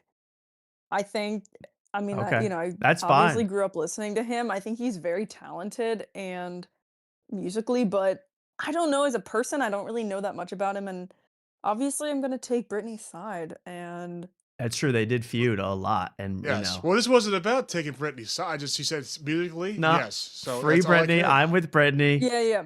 Oh no, musically, yeah. I kind of like. I feel he's low key a genius. I'm sorry. Now Ken, the chat, they came on, they liked you, and now they're saying, why is Ken God. insulting our intelligence and attention span? I'm sorry. Oh no. No. I'm sorry, everybody. She just got off of work. Give her a break. Sorry, I'm tired. I got yelled at by an old man today. Yeah, exactly. And now we're getting you're getting yelled at by a bunch of old men in the chat. So it's just getting worse and worse. You're piling on her now, guys. Terrible. No, last time someone said, "Is Ken trans?" and I was like, "Wow." See, they're just trying to get to me. Sorry. They're trying to get to me. It's not going to like- work. Sorry, I have a powerful voice. Yeah, sorry, she's got a powerful voice that could break rocks or whatever the hell. Break rocks. I don't know, but they're trying to get to me and you Um, with that. It's not going to no, work. We're rock solid. No. I see, like, if you're tuning in to this show and you're like, "Oh, I just want to see." It is different for you, but I appreciate it. Like this type of interview. Thank you. See, now that's a supportive wife and mother of 5. Thank you so much, Ken. I appreciate that. I'm going to ask Mark now because I want the chat to win back over the whole world, the whole viewership. Mark, you did have a run-in with somebody famous last night. Okay, your own paparazzi style run-in. What happened? I liked Mark's post at 7 a.m. or something. We all liked Maybe it. 3. I liked it 4 at 4. a.m. I liked it at 2. Actually. Oh, okay. So, Mark, what happened last night? Because I know we were talking about you going to the Ben Avery show. We said you got to say hi. You got to tell him I said hi. Yeah. Just tell us. Go. In a moderate fashion. Take us through it. Okay. So I told you that I had a date, right? I got to that Yeah, you brought a point. date to this thing. I brought a date, Woo! and we drove. We got the doors. The Wow. doors were. Oh, I heard that one. Okay. The doors were at 6:30. The show started at 7. I ended up getting downtown with her around like a little after 6:30. I was like, I don't want to go in the club. Everybody knows you don't go into the comedy club first thing. You don't want to sit in the front. You don't want No. to sit there for too long. So she's like, oh, I need to get cat food. Like, can we do that Cat before the show? food. She's a Yeah, cat. she has a She's cat. a cat kitten, person. actually. Oh, She actually okay, has a well, kitten. I don't know how I feel about cats, to be honest. Well, they grow up. Tell her they grow up and get scary. But continue. Yeah. Anyways, so we went and bought the kitten food, brought it back to the car. So now I'm thinking, okay, I kind of did her a favor. Now Yeah. she can do me a favor. And I asked her to put something in the purse, which I will reveal later. It was a Wow. strange ask, but she did it. She put it in her purse. Okay. What And kind of weapon? so then anyways, we walk in to the club. We get there like right at 7. So there's not many like tables left. There's only like one table for 2 left. And I was like, oh, you Wow. snag that.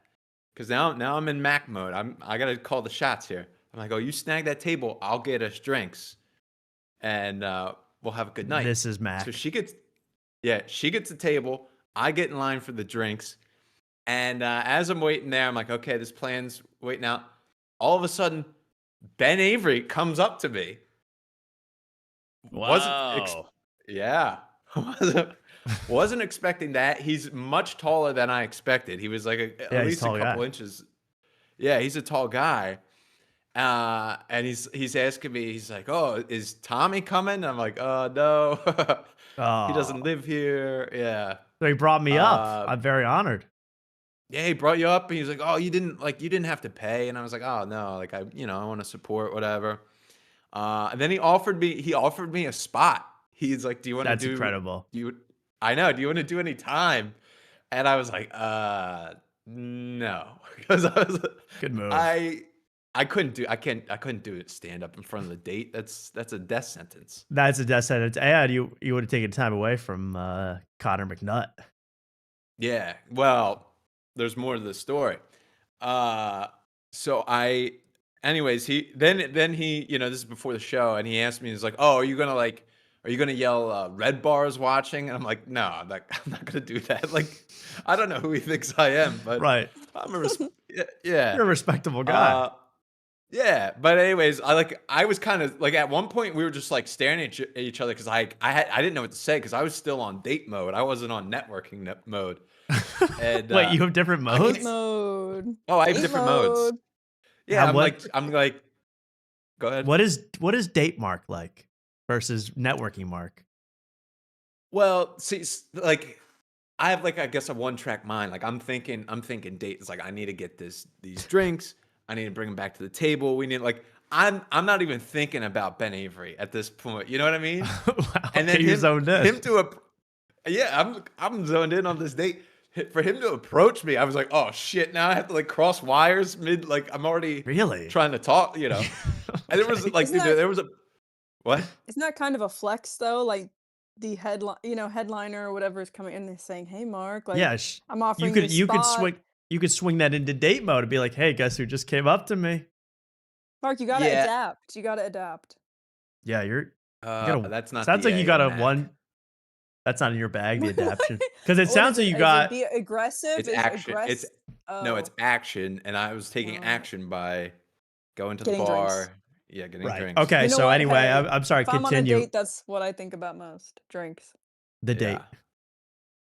Yeah. Date Uh, mode. Avery. Okay, so you're in total for date Avery. mode, and he comes over, and then you're in stunned silence with each other. Yeah, at one point, because I just like didn't know what to say. Like I was gonna say that Tom says hi. I didn't say any of that. Like I didn't like Oh, thank him for thank coming you. on the God show. damn it! Oh, hold on, Tom. No, There's more to continue, the continue, story. continue. Everybody hold Let him their finish. horses. Let him finish. Nobody's gotten on stage yet. Let him finish. So anyways, it was like kind of the red bar. He asked me the red bar thing, and then that was kind of the end of that conversation. I get the drinks, I sit down, and I'm sitting there, and I'm talking to my date, and I'm like, yeah, he offered me a spot to do stand up, and she's like, oh, you should have done it. And I was like, nah, it's for you that I'm not doing it, because if I went up there and I like embarrassed myself, like It's over. It just wouldn't be good. It would have been not good for me and not good for you. It would have been a bad experience all around. Right. And then I was thinking, I was like, then I have to explain to Ben Avery that my name is Big Stinky when you bring me up on the stage. Yes. I don't know if Ben knows that, so I would have to explain that whole thing to him when he's just trying to like give me a spot real quick. And then he might it's like say, 5 minutes. you know what? Forget it. Yeah, Wait, he's wait. gonna get exactly. He's Mark, giving me. Mark, is this your full-time persona on the stage? Is Big Stinky? Because I wasn't aware that it was like a full-time. Is thing. it? Oh, I mean, You have it's to like commit. it's I don't. It's hard because here's what I'll say, Ken.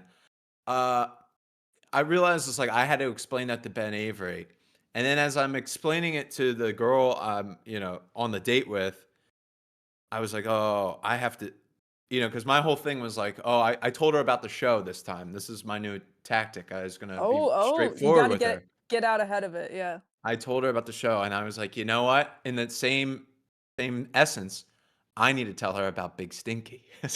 Smart. So I turned to her, and I'm like, I was like, yeah, I also want you to know, like, when I do stand up, I do it by a different name. And she's like, oh, what's the name? I go, it's Big Stinky. And she laughs. She laughs. Oh, And she that's goes, good. why? And I go, well, because you laughed. And she's like, no, I laughed because Oh. I'm embarrassed. And I'm like, embarrassed? Now, What? mind you, English isn't her first language. I'm like, what do you mean embarrassed? And she writes it down. She literally writes into her phone, embarrassed. I'm like, oh, shit. Where did you find this woman? Don't worry about it. Don't. Now I need to know what's her ethnicity. What's her Is she a ethnicity, mail order Mark? bride? Because I can speak Russian with her. Yeah, is she Russian? What is she? No, you need to know. Do you know any French? Sacre Je bleu! parle petit I don't know what that means. I Mon don't know any guys. Dios mío, she's French? Yeah. Holy crap! So she is. She's got a little pussycat. That's pretty exciting. Oh, come on, Tom. Don't say things like No, that. what the? You said she had a kitten. Tommy, this is Oh, a yeah, show yeah. for Good children. lord. Okay. Sorry. Good lord. All right, let dog. Mark continue. Dirty dog. Now that we know she's. What happened next? Okay. So, anyway, I came clean. I told her about Big Stinky. She didn't. I kind of fumbled on how. Like, she's like, "Why do you even do it?" I'm like, I honestly don't know. I didn't tell her about Sauce in the City, and they had names, so that's why I made my name. And anyways, Can I interject Go ahead. real quick? Yeah. I'm the consummate incel here, but I understand I have no experience with women. I don't know if it's a good thing to bring up Sauce in the City on a date. I don't know if that's the best. That thing was in the world. one-time game show that Mark was on with Brenda Brown, Sauced Mhm. and the City, which was a nightmare. We have it on the archive somewhere, but that didn't turn her off. Big Stinky didn't turn her off. I think for the French, like Big Stinky is the height of humor. Just that name, they love Yeah, like the I'm like- Smurfs and shit. Like I'm the American Pepe Le Pew, man. exactly, they love that crap. Yeah, they love Wait, I they eat wanna- your shit up. Grown I want to stinky. hear how this date ended and if she truly accepted Right, Well, Big you Stinky. So and we- Big Stinky. let Get him into it. finish this damn story. He's in the middle of it. It's getting exciting now. I Uh, can feel the excitement building. Anyways, the show's about to start. I tell her about the Big Stinky, and our seats are facing forward, but all the comics stand in the back, and the show hasn't started yet. And who do I see walk towards the back where the bathroom is? Who? Sean Gardini.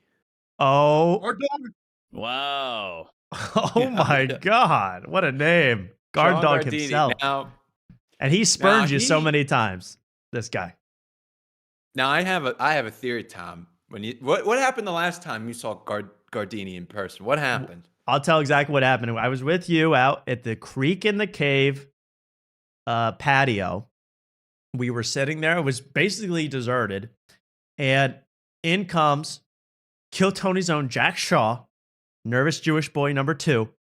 And alongside him, Sean Gardini. And now you've met Sean Gardini many times. I used to know him back in the Philly days, the Philly dog days. And then he sat down, just kind of facing us, but was very like the worst body language you could ever see. So unapproachable, I would say unfriendly, to be honest. And that was the extent of it. I said, I'm not even walking up to him to say, hey, I'm walking away. This is a negative aura situation, Mark. That's what happened. So you would say he's a bad omen. That's exactly what it was. It was a bad omen for the night. Exactly. Now, I didn't know that at the time. I was just like, oh, Sean Gardini. But after it was what unraveled, I'll get to. Oh, now I'm excited. I'm Okay. nervous. Okay. Okay. So, anyways, the show goes on. The first guy goes on. The second guy goes on. Then Guard Dog comes up. You know, he mumbles for a couple minutes. And then, you know, guess who he brings up?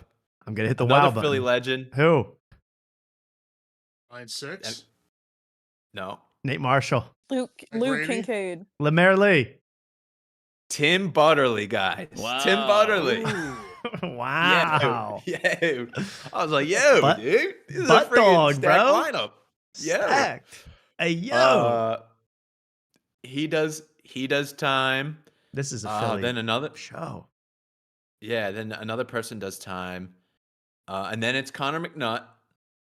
Yes. And then Benny. Yeah, there you go. That got the biggest laugh of all the comics tonight. Not. Okay, continue. Then Ben Avery comes on, and he goes up there, and the first thing he says is like, yeah, I was just outside. David Lucas is out there begging for change. And like, That's good. huge pop from the crowd. He's like, Right. yeah, that's what Elephant Graveyard will do to you. And I'm laughing, and then I realized, like, I was like, oh, my date is No gonna clue. have no fucking clue. What's She's going French. on. She's not her English, is not her first Yeah. language, and we're talking about Elephant Graveyard. Wow. That's pretty funny. It is Yeah. Elephant Graveyard. Oh, that was the other thing Ben told me when I first saw him. He's like, I don't even do stand up, and I was like, great, I hate stand up. Yeah, this is perfect. Yeah. So like, I knew he was just gonna go up there and potentially riff the whole time. But anyways, my date goes to the bathroom like as soon as he gets up there, and you know, he's going on, and then I see like 'cause there's like a door that goes to the bathroom, so I could see her walking back in, and Ben just stops what he's saying, and then he like saw her walk in, and he's like, we're talking about AIDS. Somebody tell her we're talking about AIDS. So she's getting shouted Really? at about AIDS, Wow. and she walks back to her seat. Jeez. I'm like, oh boy. And do you know if Yeah, she's anyway. like, you don't even know if she's going to be into this or not? Did you know it was going to be so raunchy? I mean, I kind of had a clue, but at the same time, I was like, I don't know what to expect either. But I love told her that. that. I was like, I don't know what to expect. So, I love that. you know, This sounds yeah. amazing. Then like since we're sitting in the back, I could see everybody getting the light from people, and I knew he was like wrapping up, and he starts talking about our good friend Jeff Dye Whoa. on stage. That actually was a real And- whoa.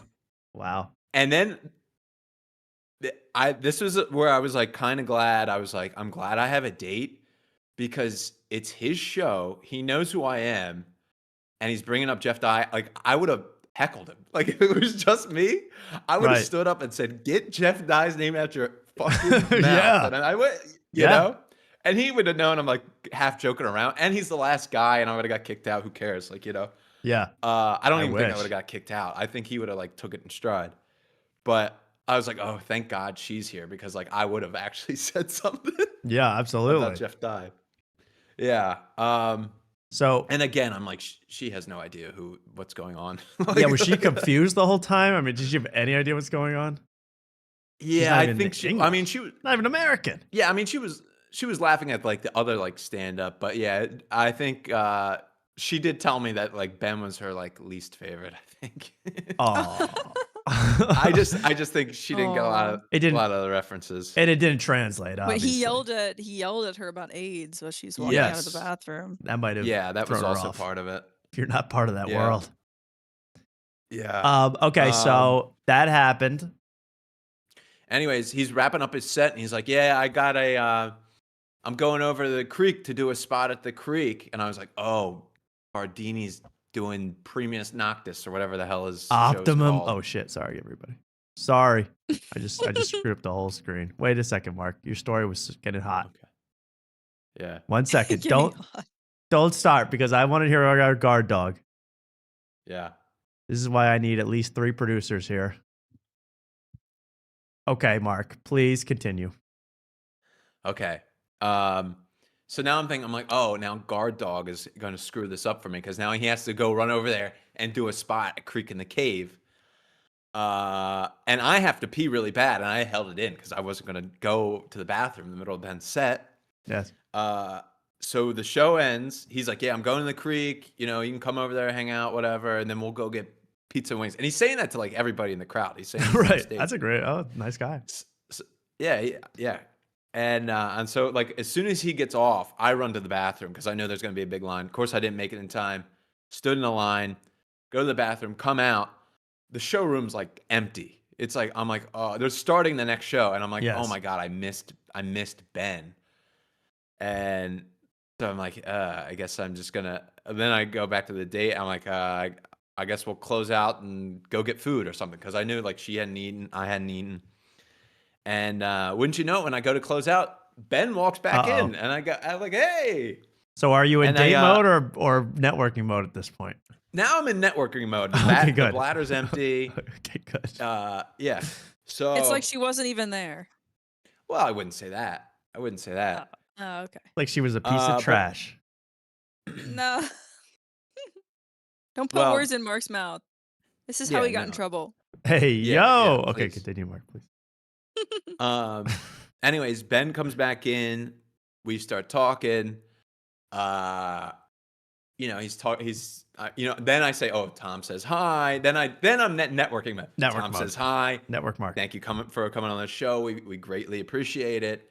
And I'm like, okay, I knew he doesn't have any merch. Like I knew he wasn't gonna have any merch since this is like a one-off show. Like you know, Jeff Dye has merch. So I asked for the thing that, you know, if somebody doesn't have merch, you have to be a crazy weirdo and bring your own merch.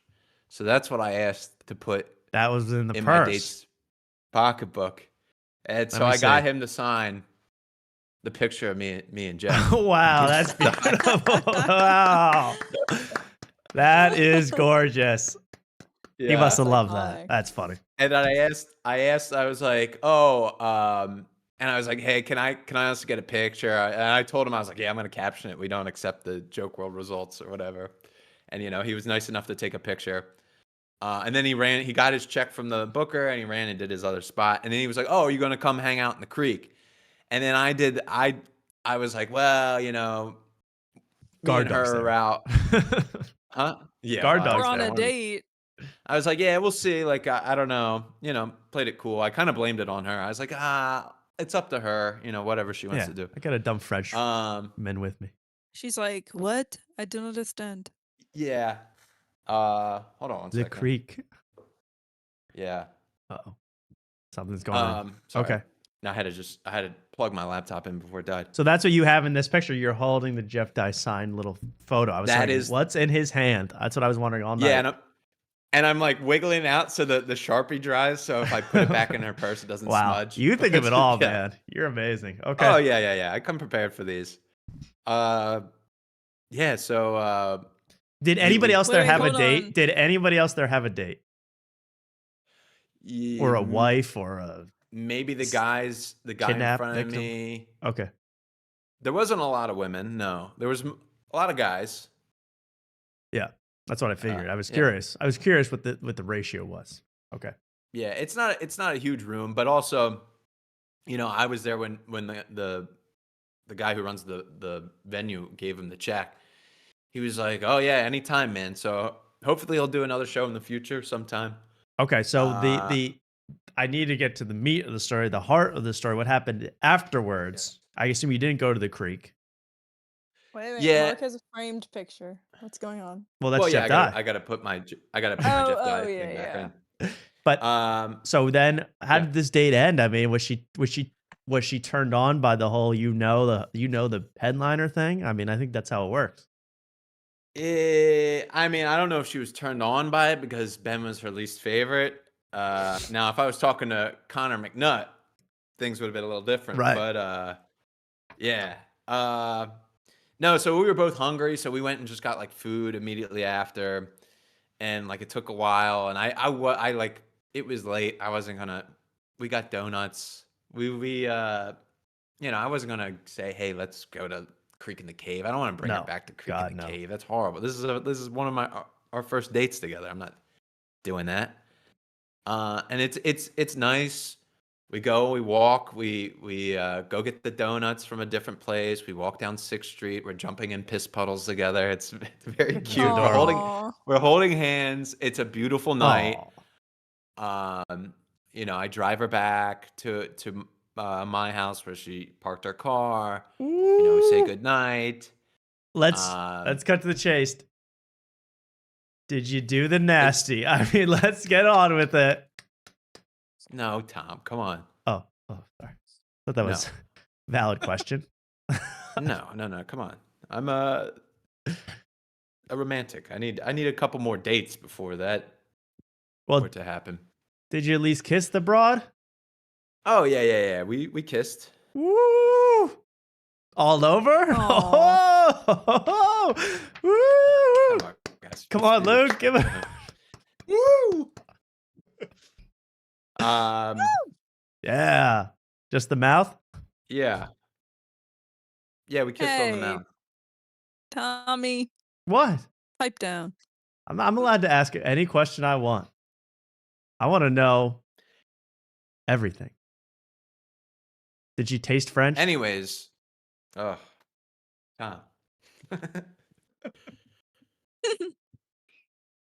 Anyways, what?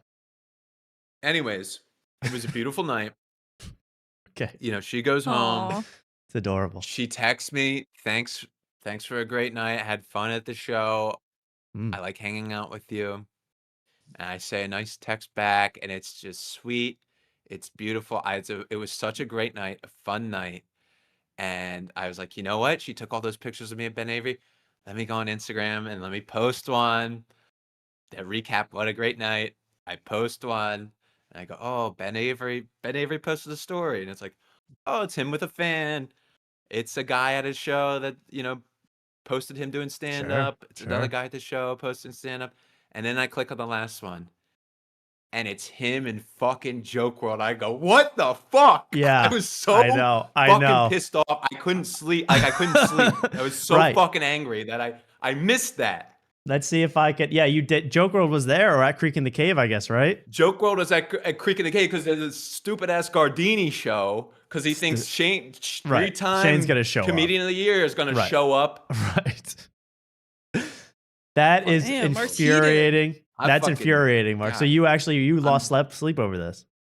I was like up for a couple, I was up for a while because I was like really pissed off. I don't blame you, man. That pisses me off too. I mean, were you just mad because you wanted to meet the guard? I mean, you wanted to meet the JokeWRLD, or you wanted to give him a piece of your mind, or what?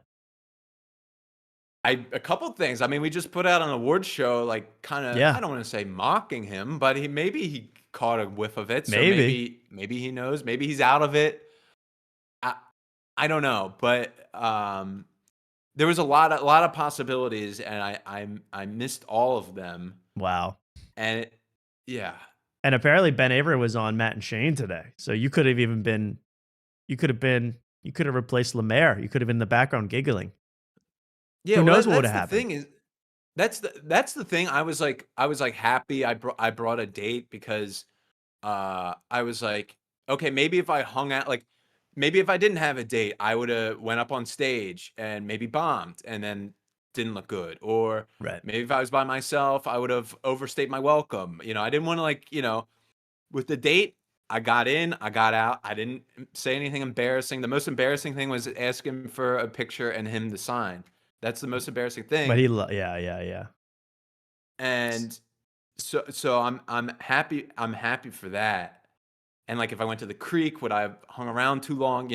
I missed all that, but I also missed Joke World, which was That is infuriating. The whole time I was Austin, I Yeah. said, if I see Joke World, first of all, it's on site. yeah. And second of all, can I have an autograph, please? And can I be put on the list of guest spots now? Yes. Yeah. So I want to hear, Jeff Weiss was on After Tonight. Everybody loved it. Things like that. Yeah. You could have made that happen if you were there.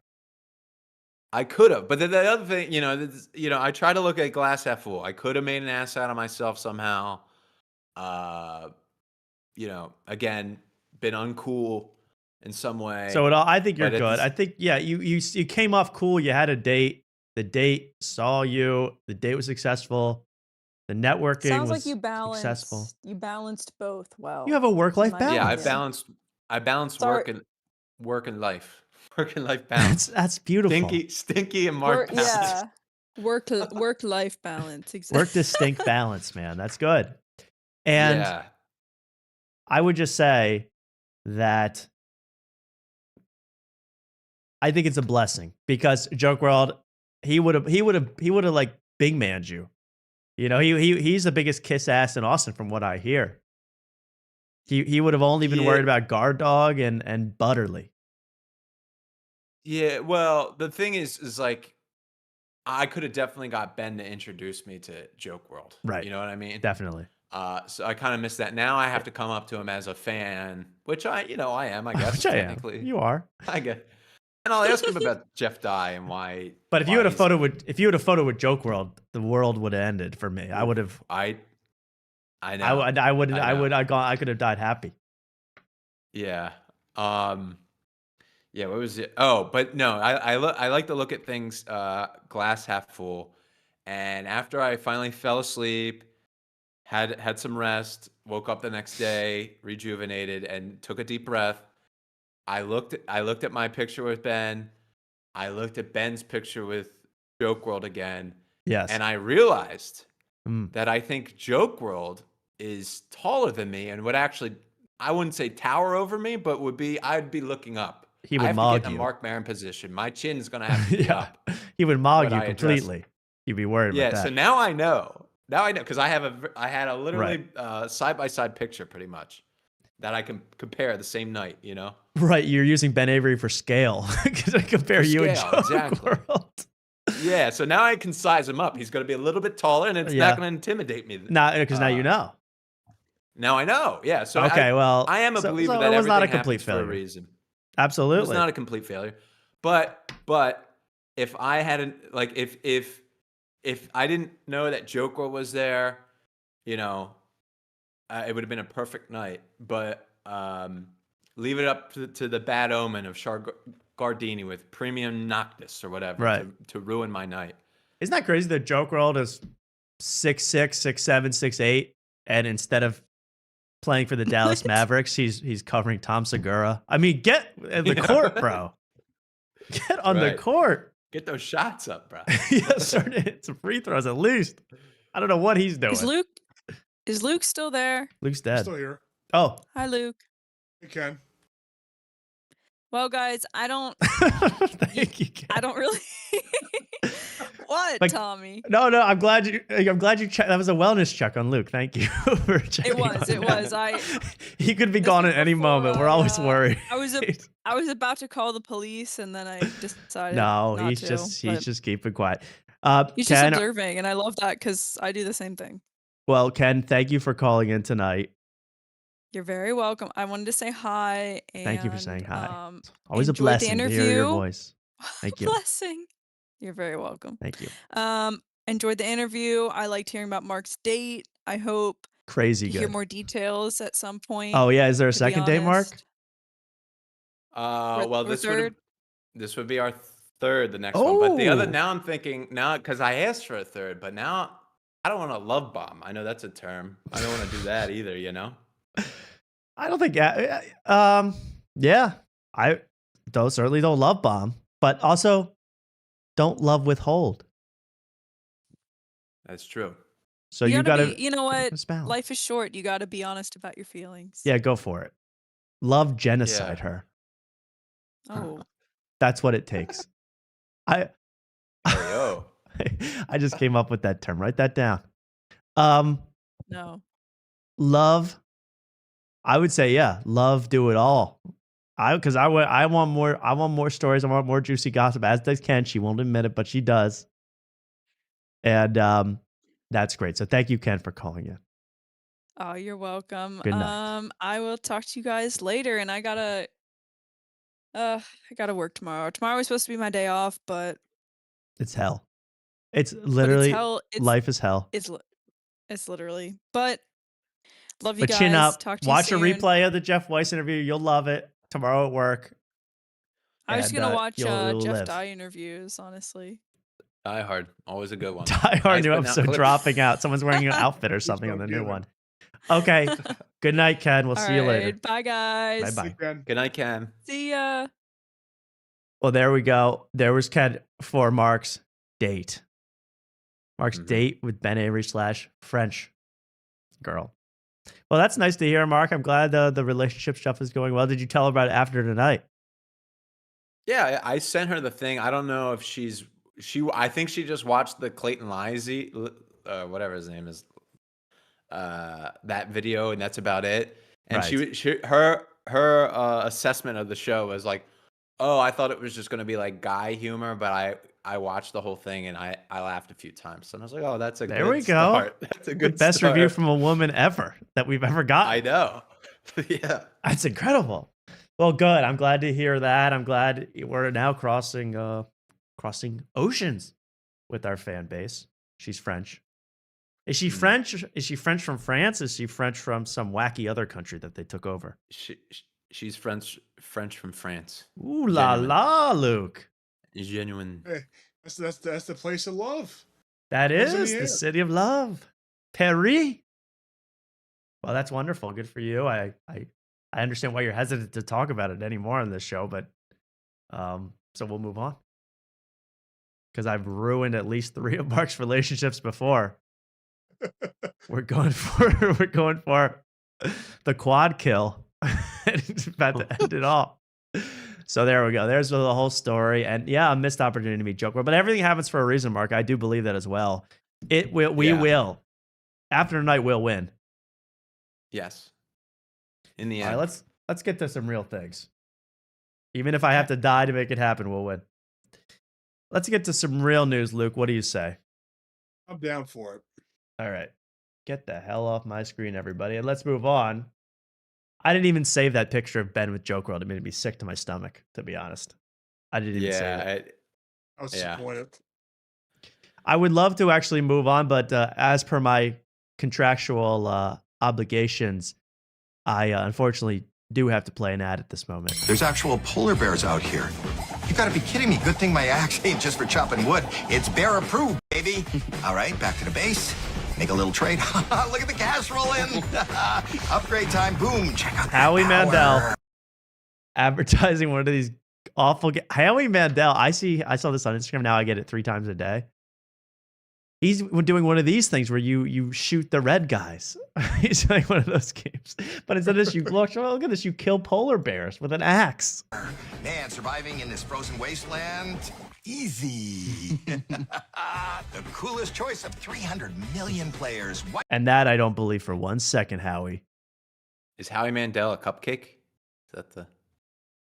Yeah, I guess. And he's saying the entire. You got some cream on your head, bro. Hey yo. Wow. Hey yo. Hey yo. But at the same time, you don't have 300 million players on Whiteout Survival. Don't lie to me like that. I'm not stupid. The entire Wait, population of the United States is playing Whiteout Survival. Wait, do you also have the Joke World sound drop of "Oh wow"? No, I should have. I haven't gotten that yet. No, I should That's get the every delicate. every single entertainer's fake wow. I need loaded, locked and loaded, because that's a delicate wow. It goes, oh wow. Oh wow. I don't want to scare you, but wow. Yes. As for my contractual obligations, I have 2 more Howie Mandel ads to play. I hope you don't mind. These are ones I found. And every time I've never seen, I go through Howie Mandel episodes and I look for the ads. I've never seen him do the same ad for the same company twice. Where is he finding these companies? And here's a good example. That was kind of a crappy mobile game ad. But here's one. We'll just get ready. Why? Howie Mandel here. How many of you out there come home after a long day and your feet feel like they've run a marathon? You probably just sigh, blame it on getting older, and maybe soak them in a bucket of lukewarm water, right? Ankle Stone is the world's first orthopedic platform engineered to stretch, strengthen, and restore your feet and ankles. It is a durable, portable... So he's doing Ankle Stone. Rejuvenate your ankle ads. I mean, this is the thing where after her day of work, and I think half the damn you seniors in the chat need this. You play Wordle, you get a little fatigued. You get to rub it on the stone.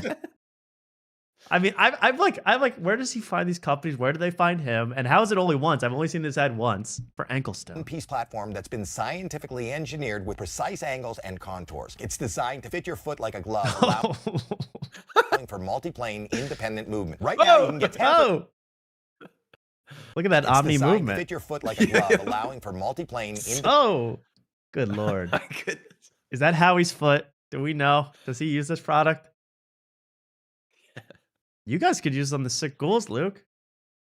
Yeah, well, for someone who's a germaphobe, he sure got his hand on all these ads. He loves the ads. He loves it. Yeah, he loves touching the ankle stone, and I do too.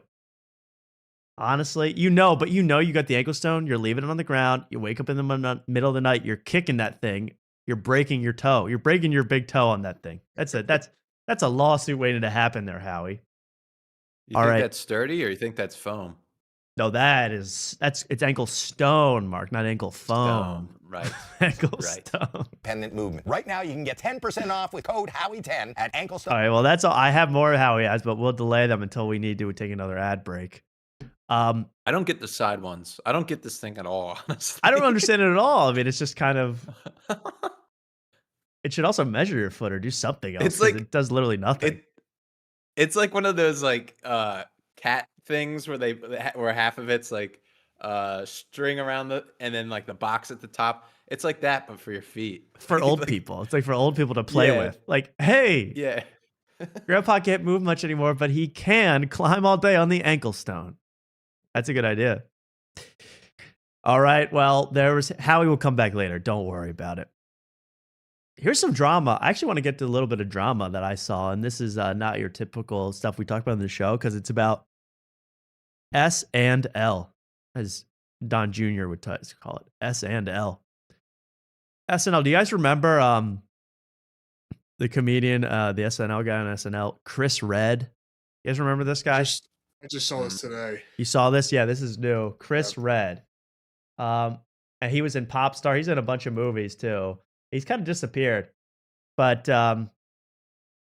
there's Chris Redd, if you don't remember him. Yeah, he was kind of funny. I thought he was always kind of funny. I didn't know much about him. Well, he released a confessional Instagram reel today. You know, he's still a comedian in New York. So I wonder how this is going over. If I could find this. Yeah. Listen to this. He reveals a lot during this little confessional. I thought this was so crazy. And it gets into who I think probably is the strangest guy on the cast of SNL and has been for 20 years now, 22 years. Kenan Thompson. What's going on, y'all? I'm not really one for resolutions or nothing like that, but I do have resolutions. One that I'm going to be leading with a lot more vulnerability and openness in my work. Never want your favorite comedian to say, honestly, I'm going to get vulnerable this year. Please don't. Please don't. Have a shell around you. Don't be honest at all. That's what I want out of my comedians personally. But he's getting vulnerable. In my life, whether it's here on the internet, all my platforms and shit. or if it's on that stage, you know. And in order to do that, I gotta really do that. So I wanted to address something that's kind of this, I guess, been around for a long time, about 4 or 5 years now. And but Get on with it. I've never addressed it. Okay. I know a lot of people talk about me dating Kenan Thompson's ex-wife. Okay, so if you didn't know, this is where I found this out. I didn't know that Kenan Thompson, I don't know what happened. Divorced his wife. Chris Redd almost immediately after started dating her publicly. Okay, this happens in the NBA a lot, in the NFL, but not in comedy. This is shocking to me. And Kenan Thompson, who I didn't know he was a freaky odd like this.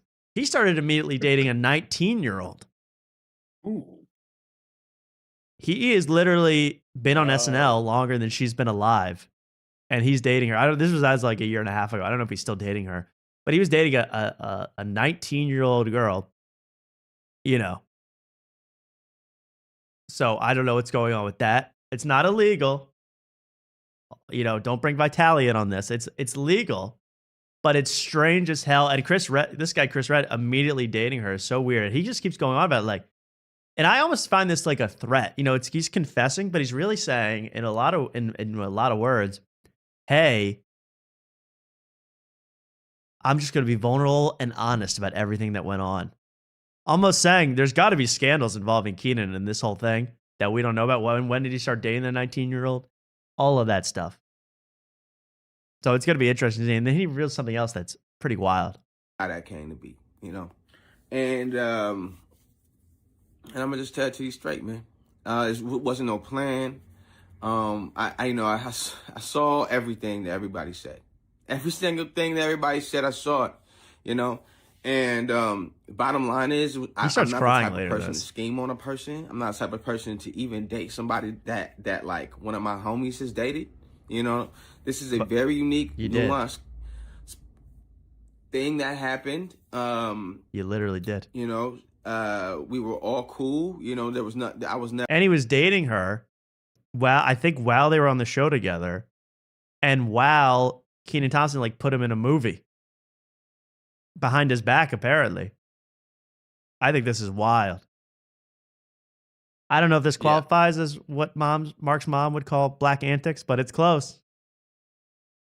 Well, I saw a bunch of headlines for this, and I knew if it was about Chris Redd, like a B-list like comedian of B-list, like of the comedians, it has to be a wild story. But I didn't click on it, so I saw a bunch of headlines. He says something else wild coming up that not even related to the Kenan stuff, and then we'll show. Never like hit, you know, it was never nothing crazy until it got crazy, you know. Bottom line is, I you know, while I was at the show, I had some pill issues, you know, I had some pill problems. Nothing too crazy, but crazy for my black ass. We've all been there. And my black ass has gotten wrapped up in pills a lot, and I'm still here. I was even selling some to the people, so some of my castmates. I'm not gonna snitch on y'all. Whoa. This is where I think he's getting ready to spill it all if anyone comes at him. He's going, I used to have a pill problem, and I would sell pills to the SNL cast members. Which I'm sure has happened since 1975 or whatever, but it's still, guys can get in trouble. Like, what's that? Jim Belushi. I just said since Belushi, yeah. Since Belushi, Chevy Chase, who I've fallen in love with Chevy Chase since that documentary came out. I've fallen in love. Where the woman, you know, the director, he had a documentary made about himself, and the director, it's a woman, and she goes, so I want to get to the bottom of who really is Chevy Chase. And he goes, I don't think you're going to be able to do that. And she goes, why? And he goes, because you're kind of a dumb bitch. And it's like, what a way to start. What a way to start your interview. He basically said that. He said, you're too stupid to figure me out. You're too dumb. I go, that's a guy. He really has had nothing to lose for like 50 years straight, and he still gets work. It's pretty unbelievable. But good for Chevy and good for Chris Redd for spilling the beans. I want to have Chris Redd on the show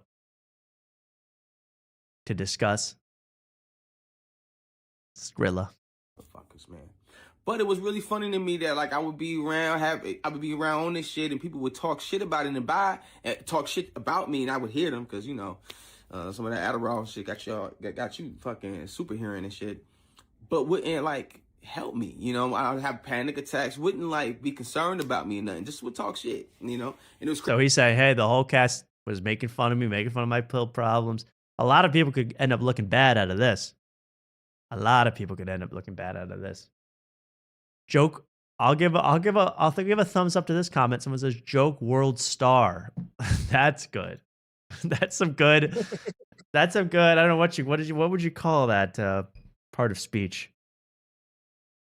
Good symbiosis. I don't know what that is, but that's good. Portmanteau. And here's a video. I forgot about this, but I think it's all related to the pills and Kenan and all this. Chris Redd getting punched out in front of a comedy club in New York City. And I think this is all related. I forgot about this ever happening. I don't know if I ever remember this story. But check a look at this. It's pretty grainy footage. But that's Chris Redd, the hooded black figure, walking. I acknowledge my privilege. Hey, yo. I'm just saying he's wearing all black. Luke, you forgive me, right? I forgive you. He's wearing a hat and he's wearing a black hoodie and he's just walking. But you got to look closely because all you're going to see is him suddenly drop to the ground. That's Chris Redd. Former SNL cast member Chris Redd walking down McDougal Street, heading to a gig at the Comedy Cellar Wednesday night when he's suddenly punched in the nose and collapses on the sidewalk.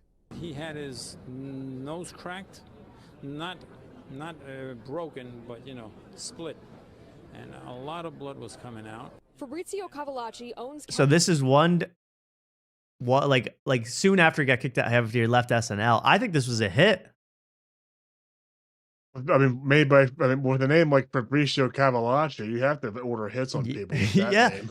I could be Fabrizio. It could be Kenanizio. I think Kenan put out a damn hit on this guy, mob style. Just say, hey, punch this guy in the face because it was two guys and they just ran away. Got off scot-free. I think. And I heard, now this is, I just read the comments. I looked up the story. Someone alleged that the guy that punched him was wearing brass knuckles. Ooh. Now that's a hit. And that's a crazy thing to do.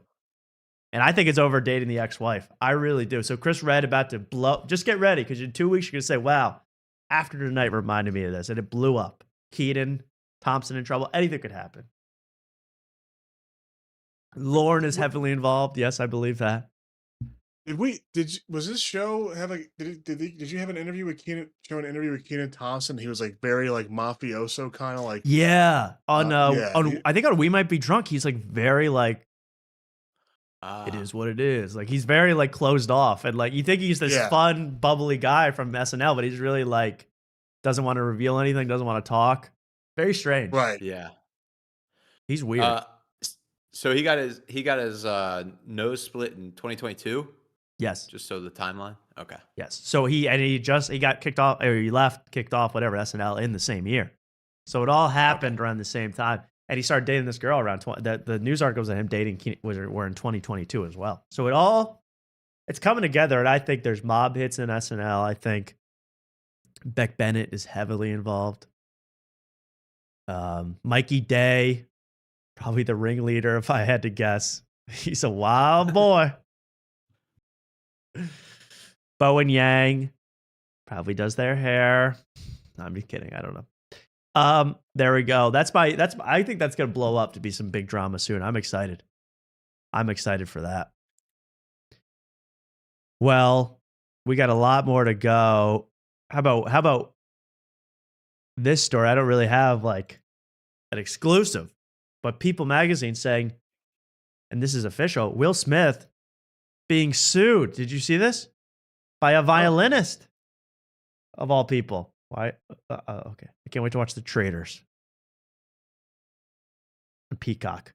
Will Smith sued by violinist Brian King Joseph for sexual harassment. Oh no. The actor musician is facing a lawsuit alleging wrongful termination and retaliation. So I didn't know Brian was a girl's name. Oh, wait a second. It was a man? Oh no! Oh. Oh, Wow. wow. A musician is suing Will Smith and his company for sexual harassment, alleging wrongful. Oh my good lord! Professional violinist Brian King Joseph filed a complaint against the Bad Boy star 57. The complaint was that Will Smith, when he was 56, was deliberately grooming and priming Mr. Joseph for further sexual exploitation. Bad Boys. It alleged a traumatic series of events in which Joseph claimed that he discovered that someone had entered his Las Vegas hotel room with no sign of forced entry. Evidence, it was Kenan Thompson. Evidence of a sexual threat of violence, allegedly including a handwritten note reading, "Brian, I'll be back.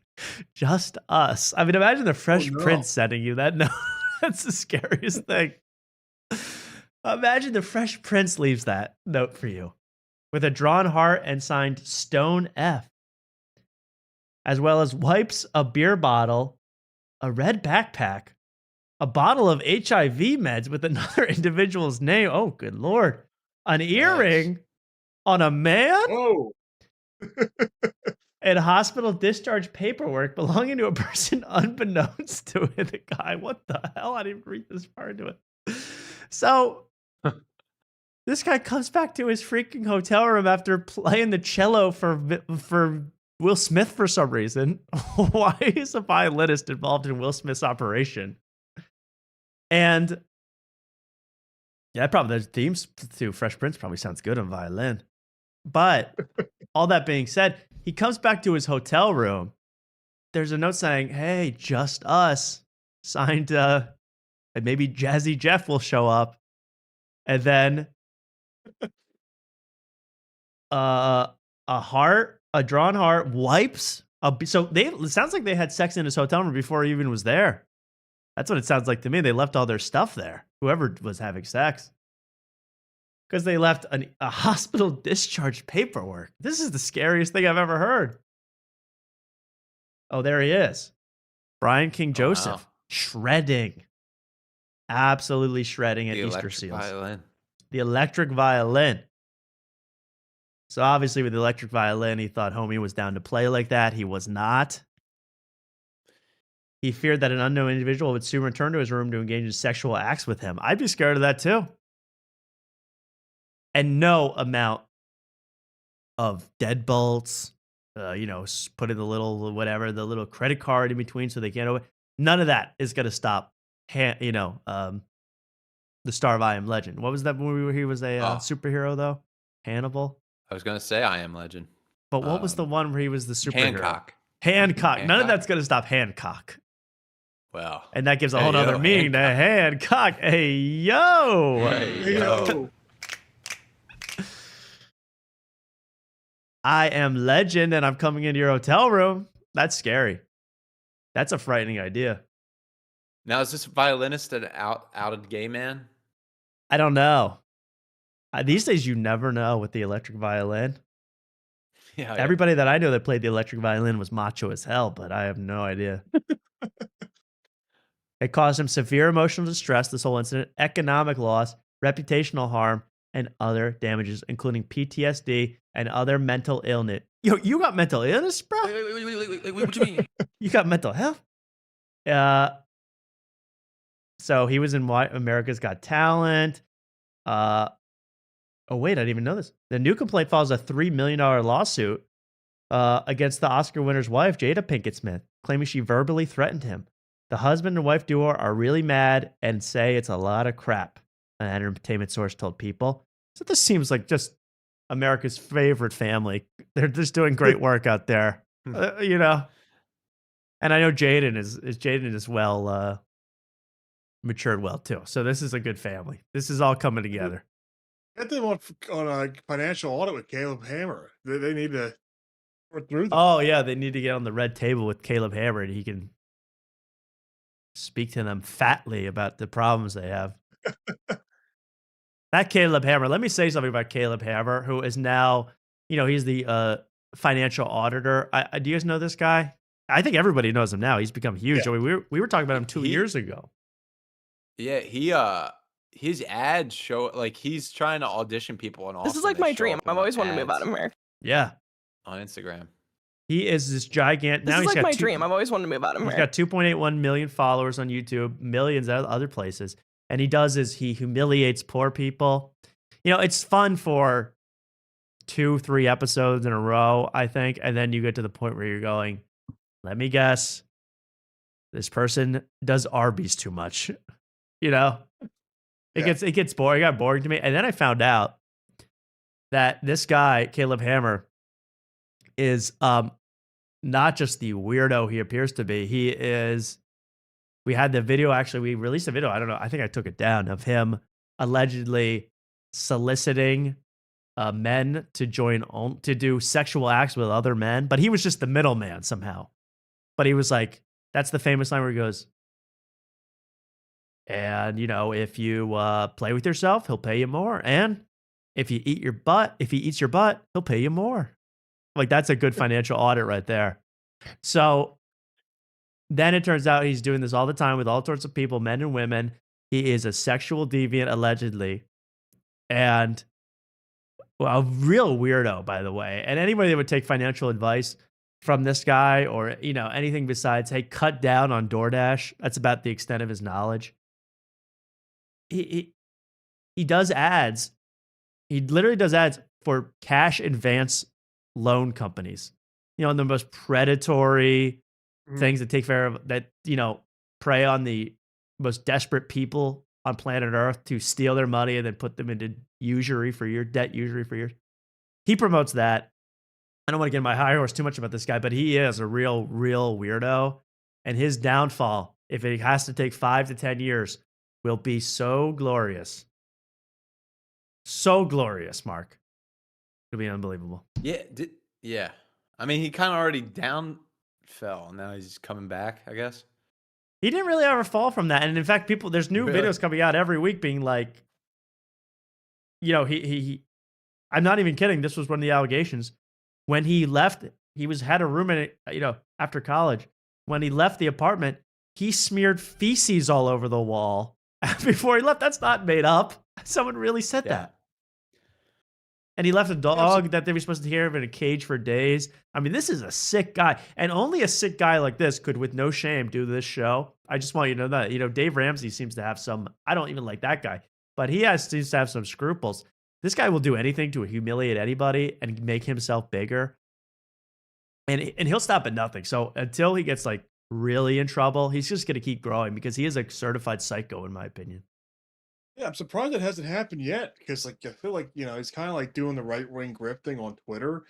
Like, I'm surprised, like, no one's like blowing up the what are these cancellation leftists stuff. doing? What are these woke mobs doing? Aren't they supposed to be taking down guys like this? I don't want to have to do it. But it's just this nonsense, and it's all like, you're poor and you're making bad financial decisions. Yeah, okay. And the rest is all, now he just live streams, and he is a certified creep. Certified lover boy, certified auditor. Yep. Because but I'm so excited. Like, people that like him, I just want you to know, 3 years from now, you'll have to pretend you never even knew who he was. I'm just telling you that. It'll be that bad. He is that much of a creepy, perverted weirdo, allegedly. I mean, Hammer is a. I always get these. I can't think of the word. It's a tool. What is that called? Hammer is a. Pseudonym? Is that the? What do you mean? It's a pseudonym. It's not his real last name. Pseudonym. What you're saying? No, that's. I'm saying it's a homophone. I'm saying hammer. People say hammer also as a penis. So. Oh, I see. Yeah, I agree. I think, you know, when you have a guy's name like, I forget who Jeff Weiss mentioned, but Andy Dick, Anthony Weiner. When you have last names like this, you're almost destined to become a total creep weirdo. Like, it's like weird. Yeah. It's weird, but it's true. There are some names that are just destined. Like Big Stinky, I don't see. I'm a little worried about the name Big Stinky growing up. Well, what do you mean? Well, I mean, what that name is good. That name is going to apply to who you really are, just like Anthony Weiner. You know, it's like just destined to affect you. Yeah, well, You're going to be caught with this underarm stains or something. Yeah. Well, I have a colonoscopy coming up, so I think it's already. I think it's already. Boiled. You know, you've already self-achieved. You already achieved that. When is that colonoscopy, by the way? It's January 21st. I'll have I think it's on a Wednesday, so I'll be fresh. He'll off be it. loopy as hell. Oh, he'll be loopy. I cannot. That'll be a fun Luke, you show. have to tune into the post colonoscopy app. I'll be there at bells and whistles. I had to pick up my mom. She got that done, or I shouldn't even say that. It's embarrassing. But she's, you know, it was a routine screening like anybody would have who's older. Mark is just a wild case. You know, everybody should get one. It shouldn't be a stigma. It should be cool, as Tommy Pope taught me. I had to pick someone up in my family. Let's call her mom. And they were out of it for like 12 straight hours, like totally loopy, totally out of it. Oh, wow. It probably was like 6 hours. It was probably like 4 hours, and they took like a 6-hour nap. So we'll see what happens to Mark on that day. I can't wait. Okay. I mean, I hope it all goes well, but I can't wait. Yeah, that's great. And the other thing, it's at like 1 PM. So yeah, I'll like. Oh, you'll it'll be so fresh. out of it. I can't wait. I cannot wait for that one. All right. Well, there we go. There's Will Smith and Caleb Hammer getting some shots in there too. I had to say that. We have. Let's do a little bit of Tony Hinchcliffe. Why don't we? Haven't talked about Tony in like a long time, and I guess we could. I guess I want to say there was Kill Tony with Shane Gillis on Monday night. That was huge, and Joe Rogan. That was absolutely huge. We could talk Diedrich Flynn. I'm getting kind of sick of that guy. Even talking about him. We barely even talked about him. We talked about it once, and it was when he sang, I came up on a Monday just to get Tony. My pocket's looking fat. Oh. David Lucas. David Lucas. Going back to Jeff, because I'm seeing it. I'm thinking of Tony red face. I'm seeing myself in the camera. I'm a little red faced. I've got red faced ever since Jeff didn't watch the video of Ian, and I was like nodding my head and shit. And like now I just realized he was just watching me do this. Oh, that's hilarious. I don't know how he wasn't synced up, but that's even funnier. Yeah, well, he just didn't hit watch stream. He didn't. Oh, see the video. I see. I didn't know how that worked. He was just that's even looking funnier. at He us was just react watching to Mark it. going. Yeah. That's Big pretty ass awesome. smile on my face. Oh, that's adorable. I'm sure that was caught on camera. I'm glad. Oh yeah. Well, I guess I could talk Diedrich Flynn and all that because it is becoming a real problem for the Kill Tony universe.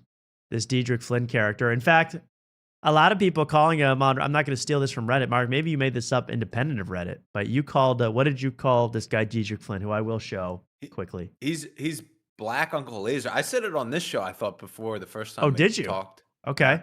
And then I saw three separate posts after this last episode that people are saying he's the Black Uncle Laser. He's the Black Uncle Laser. And what does that mean? Define that for us. Like for me, it's like he does these long-winded stories where it's not a lot of punchline, and it's like he goes to like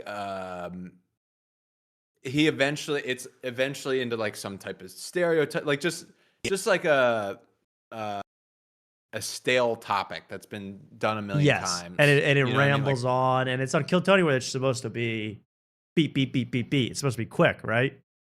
Yeah. Yeah. I mean, he's getting laughs here and there throughout, but he's not a fucking killer. Not joke after joke after joke. No. Punchline. But according to Tony, but that's the thing. I think Tony has assumed that thing. He's done that wrestling thing of, here he comes. The future of comedy. All my hopes are hinging on this one individual. If he fails, it's over. And then Diedrich Flynn, and then you just got to come out to that and then to prove to you that he is the Black Uncle Laser, as people are saying, as Mark coined the term. I want to show the two of them together on a podcast. What do you say? Whoa, I didn't know this existed. Now, this is I'm not kidding, and I'm not exaggerating. This is a clip from the podcast, Uncle Laser's podcast. This is no joke. 15 minutes of Diedrich Flynn patting himself on the back for getting on Kill Tony and doing so well. Not an exaggeration. 15 straight minutes. The guy loves himself. That's not anything we don't know. But let's watch a little bit of this just to get a vibe of what we're talking about. There's Uncle Laser and Diedrich. This podcast is only 15 minutes? This is a clip. This, I guess. I don't know. I couldn't find the whole thing. Sorry. But they say we got to go at the end, so I assume it's a clip. And here we go. Uncle Laser hanging out with some graffiti that just says Mom. Very confused. Mom. Or is that actually wow upside down? Wow. It's gonna trip you out. It's gonna blow you. It's gonna. When I was talking to my brother, subtitles? Come on. I mean, it just starts off with. When I like to be on the road versus when I'm in Atlanta. And until I took him on the road with me, went to like grade, like he couldn't see. I was like, you don't know how they treat me when I'm, because he's used to being in Atlanta where it's like, I'm If on a there. cockroach could talk, it'd sound just like this. You said this cockroach voice. Interesting. You don't know what it's like to be in Atlanta. Now, he's just going to compare himself. This is what I remember now why I saved the end of this. He's going to compare himself in a I mean, I told you this guy, like the whole vibe on him on among the fans of Kill Tony is this guy is arrogant. This guy only thinks he's so great. He won't shut up about how he's so great. Makes everyone else uncomfortable because all he talks about is how great he is. Let's watch what he's comparing himself to. You're going to like this. Michael, you know what I mean? So it's like, I'm doing great, but they're also like, these people are famous too. So like, they don't really understand what it's like to be in a town you never heard of. And I'm selling 100 tickets and doing it. And I was talking to my brother. He was like, I was like, yeah, man, Superman gotta leave. You know what I'm saying? Superman had to leave, you know, Krypton to be Superman. If not, Mr. Superman, everybody, Diedrich Flynn.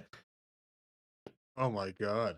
I'm so glad he lives in Austin to save us from the carnage here. Oh yeah, the Man of Steel protecting you from I don't even know from what, but he's swooping in to save comedy. Trans people are about to get taken down a notch. Yeah. Watch out, long-winded stories. It's Diedrich Flynn. he just live in Kal-El. So like when I'm on the road, I feel like I'm Superman. And so my decision to come here was my brother, he was like, yeah, but Superman knew when he needed to get the fuck out of Smallville and go to Metropolis. Facts. And that's what made me come to Austin, Texas. Wow, that Superman's got to leave Smallville and go to Metropolis. So Austin officially Metropolis for Diedrich Flynn. I guess you kind of work at the Daily Mail, the Daily Planet, I mean. You kind of work at the Daily Planet. You're like Jimmy Olsen. Yeah. You kind of look like Jimmy Olsen. It's a bird. It's a plane. It's Diedrich Flynn. It's Diedrich Flynn drinking on stage. It's David Lucas. It's David Lucas. Look out. It's a scary situation, but it's true. They are our Avengers, our Justice League, our Rift League, and they're about to say, I cannot believe you would honestly say, what inspired me is when my brother compared me to Superman. And I said, I'm moving to Austin. That's ridiculous.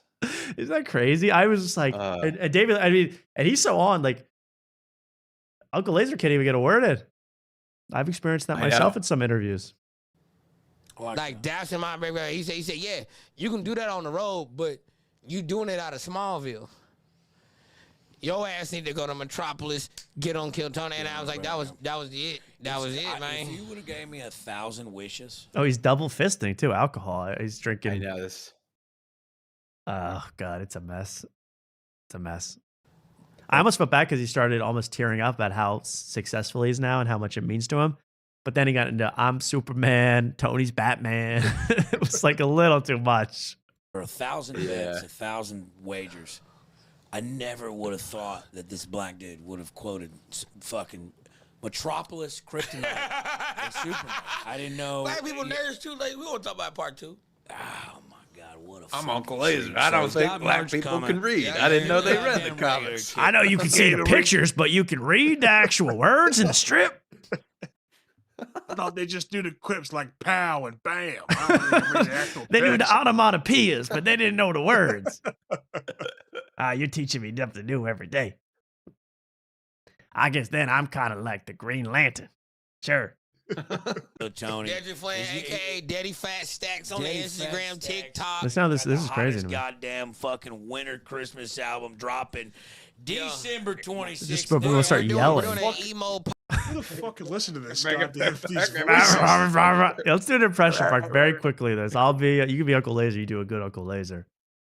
All right. Well, I got it here. I got what's his face? How you doing? Yeah, man. It's been a big year for me. We're going you gotta talk at the same time. Yeah, Really. we're gonna go on the road. Man, you've been killing it. I've been killing it. It's been a real good year for me. I love doing It's just gonna get bigger and bigger as we continue on to this show. Yeah, man. You kind of like. I guess you kind of like Robin, but I'm more like Supergirl. Yeah, I don't man. know how to read comic books. I don't know. I got a dog. I need a cow. Yeah. I like SpongeBob, even though he was kind of queer for me. The Joke World podcast of the year goes to Uncle Laser. The Uncle Laser Dedrick Flynn episode. Pop punk Christmas album. Emo pop punk. Oh, we got to scream. Damn it. I didn't feel like screaming. Well, let me see that. Rudolph the Red-Nosed Reindeer. Oh my God. Yeah, man. I've been singing for about 10 years now at hardcore bands. I've been doing it. Oh, Jesus. This is horrible. This is the worst podcast ever. Ban alcohol in Austin, Texas. Yeah, please make it a Joe Rogan. Make it a dry town. I'm sick of this. Yeah. Holy crap! That was unbelievable. I forgot how crazy that got at the end. Those guys, man. Yikes! Two Energizer bunnies just running into each other with yelling. All right, well, there was, but then he went on the show. I don't even need to show. I mean, you saw the best highlights of Dedrick Flynn this week. Otherwise, it was, well, I'll show you because he always like, I can't believe now. It's been enough weeks, Mark, where right, they could have seen the Reddit comments about, or the YouTube comments about, Dedrick Flynn.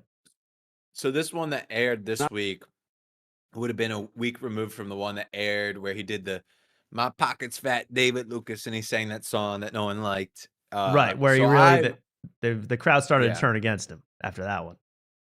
At least online for sure. Right.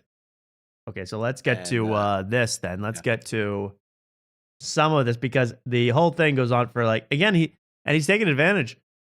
I can't believe Cody's letting him do 3 minutes on stage when it's supposed to be 1 minute. I know. It's like excruciating, and then you never get to a point. And Joe Rogan only has so many, hours of lucidity in him. He's got to, prepare to talk to Machine Gun Kelly or Graham Hancock for 8 hours. He's got to get ready. So, or who did he just interview? Someone interesting, actually. He just had someone good on. Shoot. Someone wacky. Oh, he had Kurt Metzger. That must have been wild. Then like a regular, So here he is, Dedrick Flynn. You've seen him yell. And look, this just goes on for so long. I'm skipping by 10 seconds. So long. And then they point out that he's wearing gold grills all the time now on Kill Tony stage because he thinks that's what the audience wants to see. His $200 grills. They make fun of him for not being able to talk. But I wanted to get to the part where, Joe Rogan's telling him, get some real grills. Out with the S's, in with the gold teeth, still making it work, plowing through it. The screaming is what gets to me. Camoed up tonight. Look at that. Oh yeah, I got that shit on, Tony. Did I say it right? That shit on. Hell yeah. Got that shit on. You know what I'm talking about. And you know what it is? It's one of these things where, like, you have David Lucas on. He can take a joke about himself. He can roll with it. To give David Lucas some credit, Uncle Laser can even roll with a joke about himself being made fun of. This guy, like, gets so like defensive. And that's really where it falls apart for me. He can't take a joke, and he'd be like, yeah, I'm pretty great. And if you don't think so, like, you're not making my money. It's crazy. Yeah.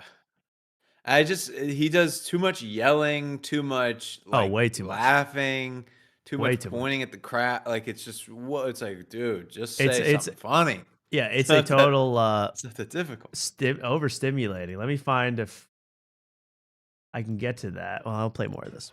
No, you don't. Yo, you still disguising that forehead. That shit is big as hell. Yeah, that shit swooped over, but it's still a goddamn plasma screen TV, bro.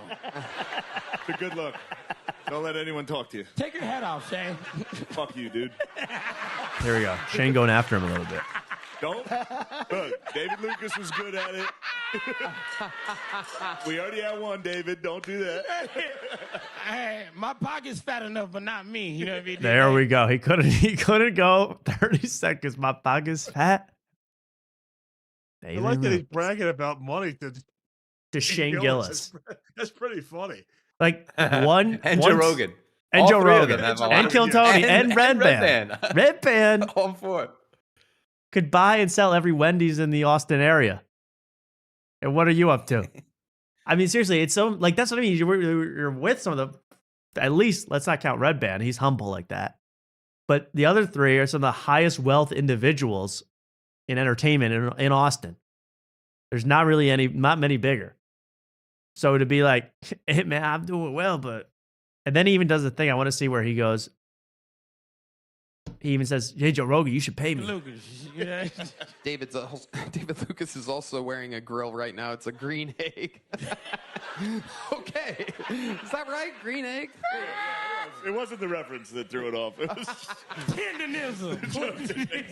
I still don't get that joke. Green egg? No, yeah, no, it's Smoker? He's talking about Green Egg the Grill, right? Oh, I don't know that. Assuming. Yeah, I'm not a grill master. It just bombs because it doesn't make sense, and then just Shane calls him out on it. But since Shane's my best fucking friend, he like does this big laugh. Like, I get right. It sucked. Yeah. Yeah.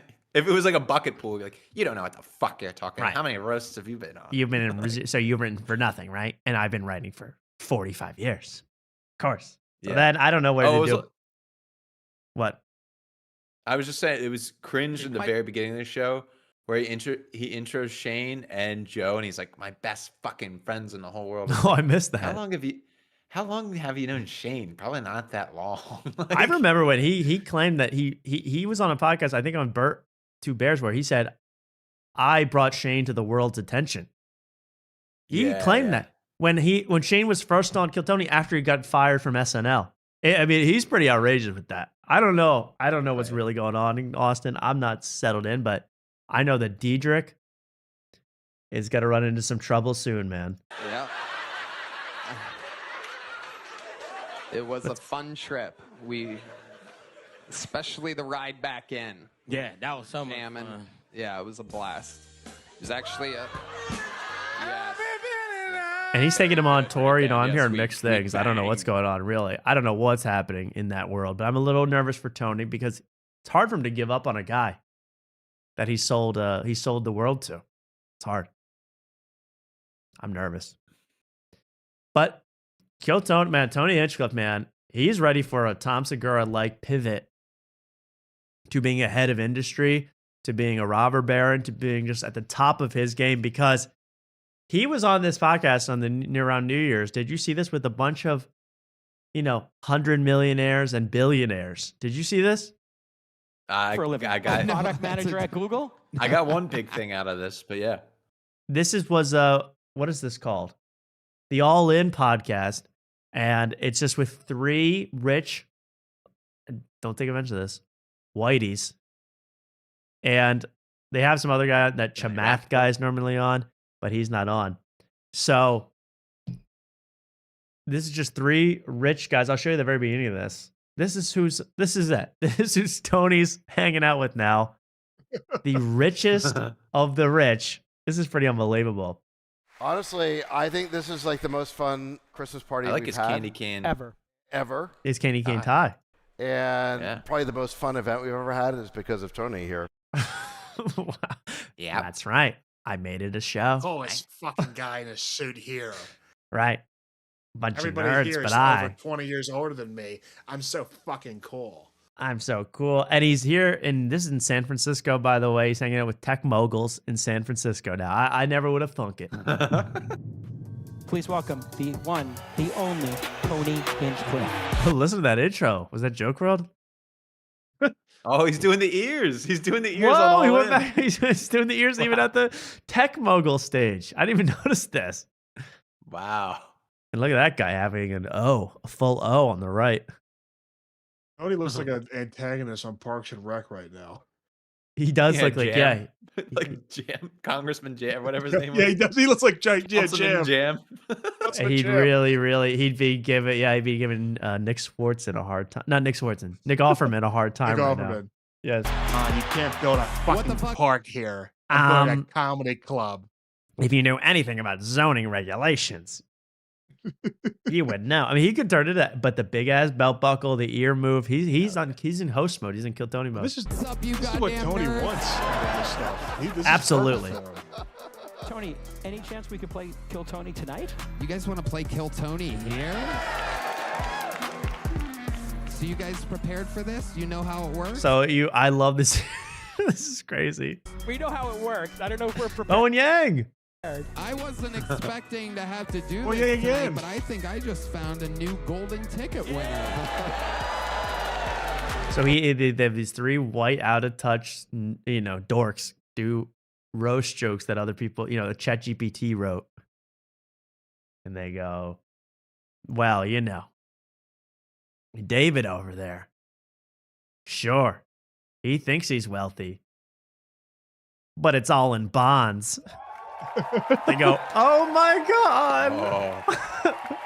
And you go, "Oh, we're not rich enough to understand." Ladies and gentlemen, please give it up for your. I want to hear the host. Who are the hosts?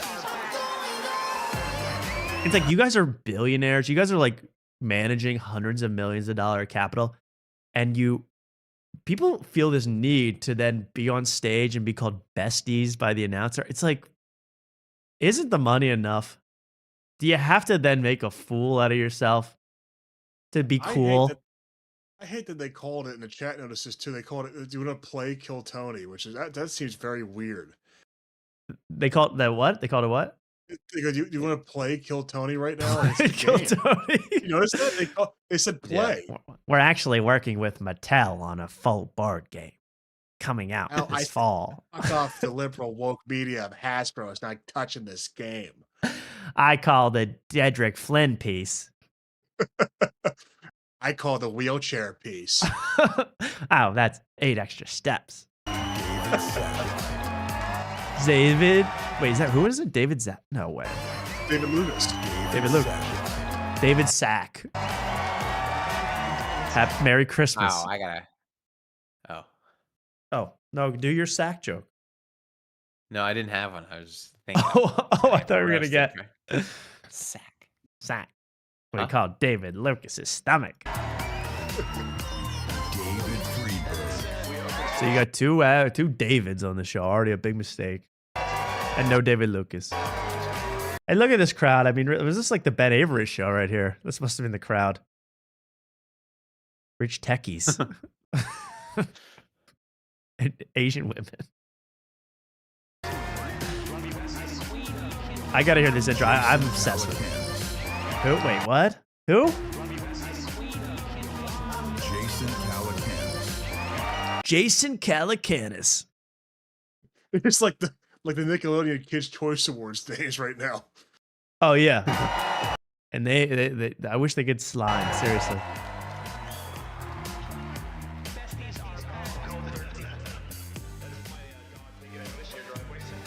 And then they do stand up, they go, "Hey, David may rape the earth of its resources. I just make sweet love to it." Woo! Well, welcome everybody to the second annual All-In Holiday party. Oh, he's smoking a cigar. Smoking a cigar. I mean, really. Looks like the wrong way, but it probably is. And this is real. This is an event for Jeff Dye. Let's be honest. This is not an event for Tony. Oh my God, Jeff Dye would thrive right here.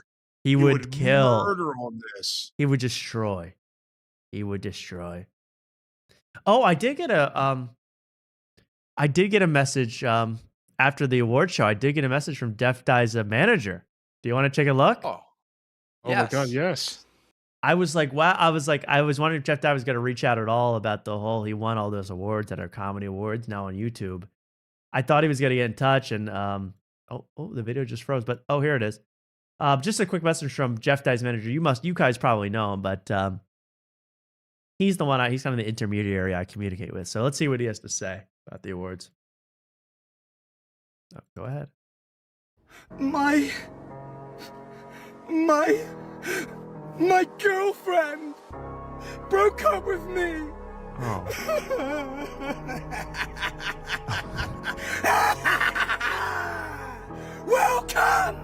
Welcome to the motherfucking single life. It's time to get ready to mingle. Let's fucking go. Let's go, baby. Okay, well, thank you. Is Chris Redd selling hemp pills? What's going on? he's on another level this year in 2026. Welcome to the single life, everybody. If you're single out there, just remember, you're in good company.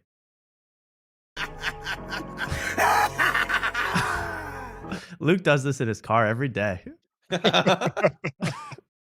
Welcome to hell. I probably do it at least 3 times a month.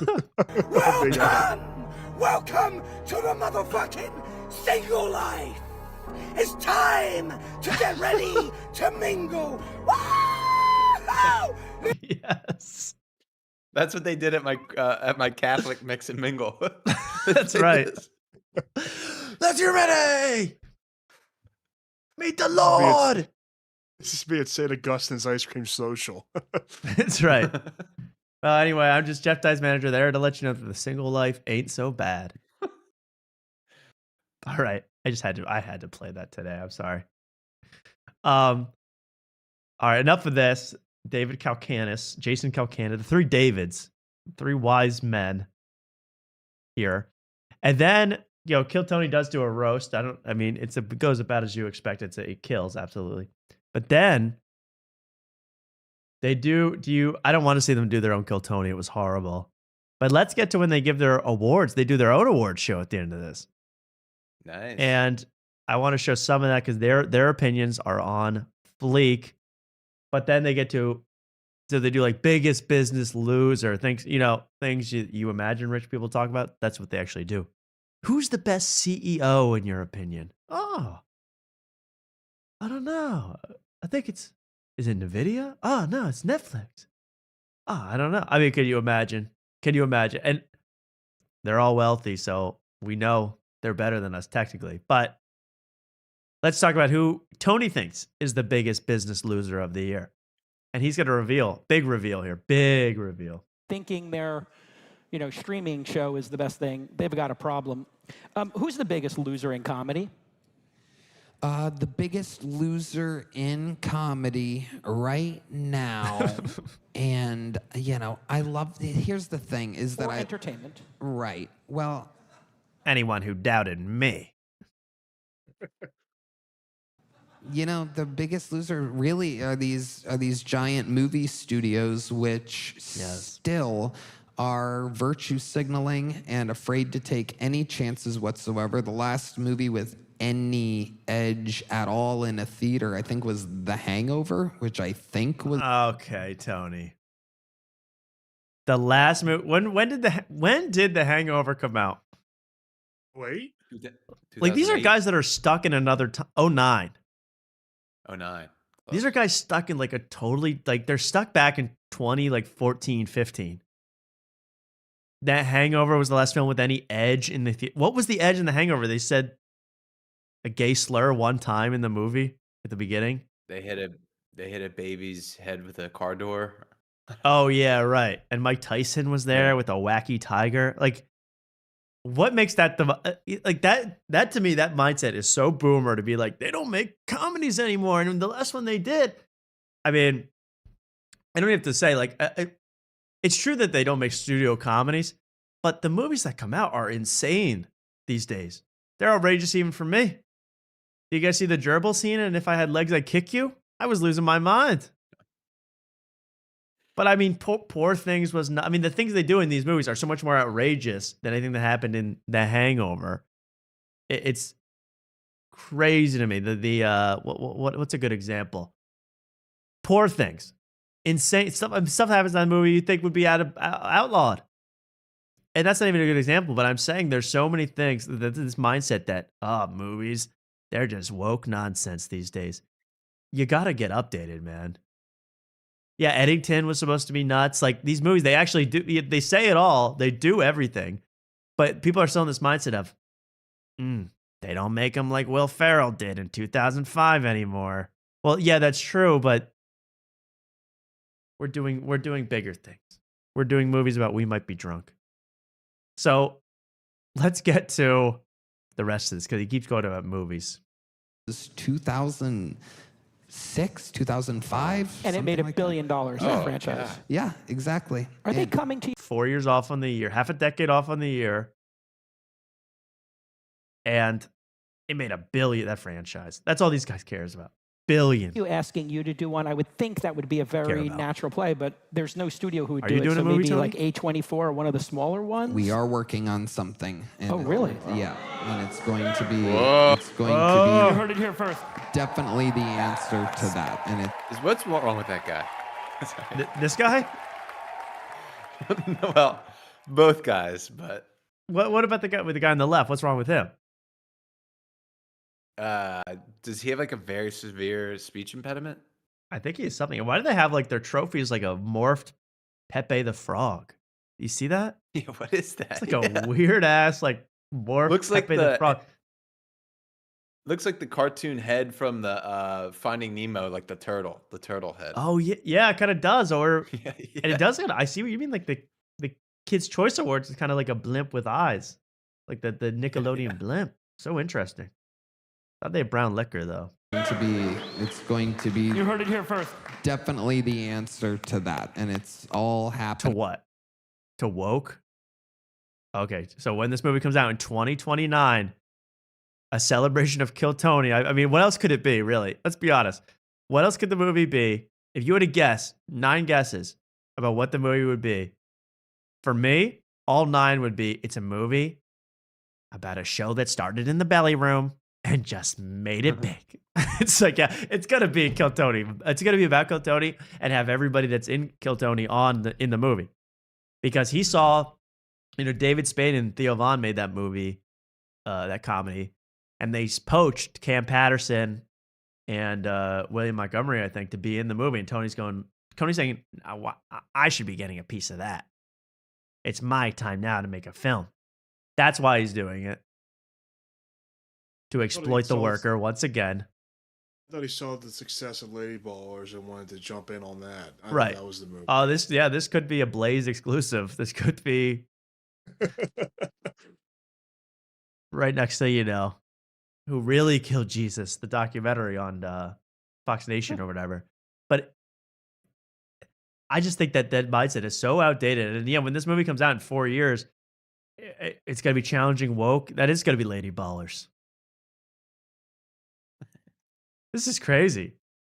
I love that he's making a movie. I hope the movie has $100 million budget. I hope it's bigger than the Ping Pong movie. Has anyone seen this yet? The Ping Pong movie? Marty Supreme? No, my sister saw it in theaters, and I was like, why the hell do you want to watch that? It looks horrible. She wanted to watch it. I'm on the fence. Like, I like the director, and I think Timmy can be good. I like that some of the weird casting they put in it. They put in Marianne from the Howard Stern show. But they had some good casting, some interesting people. But at the same time, I'm like, if I want to watch 2.5 hours of ping pong, I'll go to a white boy frat house basement with Jasleen Singh. Like, why do I have to go to a movie theater to see that? I don't know. It looks amazing. I would like it to be really good. I would like it to be really good, but because it seems like it's like exactly like Uncut Gems, but with Timmy Chalamet, and I loved Uncut Gems, so I hope. I haven't seen a movie they've made since either of them have made since Uncut Gems.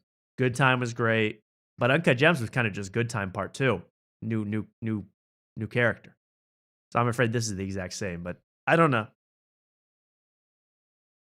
And I have a love-hate relationship with Gwyneth Paltrow. Love-hate. So I don't know what to do. So maybe someone can see it. What, Luke? What, Mark? Said love her candles. I love her candles. I love the smell of her nether regions, but I can't stand. She just seems so phony to me. Like, I actually like her because she seems like, I don't know. She comes on the screen and it's like she's so like isolated from everybody else. She has no chemistry with anybody, but she's still a good actress. Like, I've never seen her be like, oh, she's in love with that person. I believe it. She's kind of just like Gwyneth Paltrow weirdo, but I like it. But I don't know. But at the same time, I don't like that Apple Paltrow, that Apple Martin, her daughter. Mm. She's a high school bully. That's confirmed, Mark. Look it up. And not a good spokesman for Gap. Let's be honest, Luke. I agree. I agree. Okay. I'm a big Coldplay fan. I agree. Someone said, well, instead of the Discord playing Wordle, the Discord should be playing Kill Tony. You guys should be playing your own version of Kill Tony in the Discord. I agree. Play the at-home version. That's good. Well, they let you do what you want. Yes. We went and got independent financing for it. My amazing team over at UTA. Wonderful. Wow. What? So you're working with the big streamers, the big corporations that will silence you, allegedly. But they're going to give you total creative freedom. Okay. This whole we build it from the ground up, but my amazing partners at UTA teamed up with the CIA. They trying to lock Tony Hinchcliffe up. They trying to make new slaves. So which one is it? So I'll never get that, but it's fine. That's his own story. It's his own story to tell. But I pray to God this movie comes out, whatever it is. Yeah. I cannot wait to watch that. I'm really excited to come out. What do you think? What do you think will be a better movie, Tony's or We Might Be Drunk? I think if We Might Be Drunk, if they're able to get the Rizzler, that's a win. If they're like they want the Rizzler in their movie. If they're able to get the Rizzler in 2030, they're gonna love it. What do you guys think?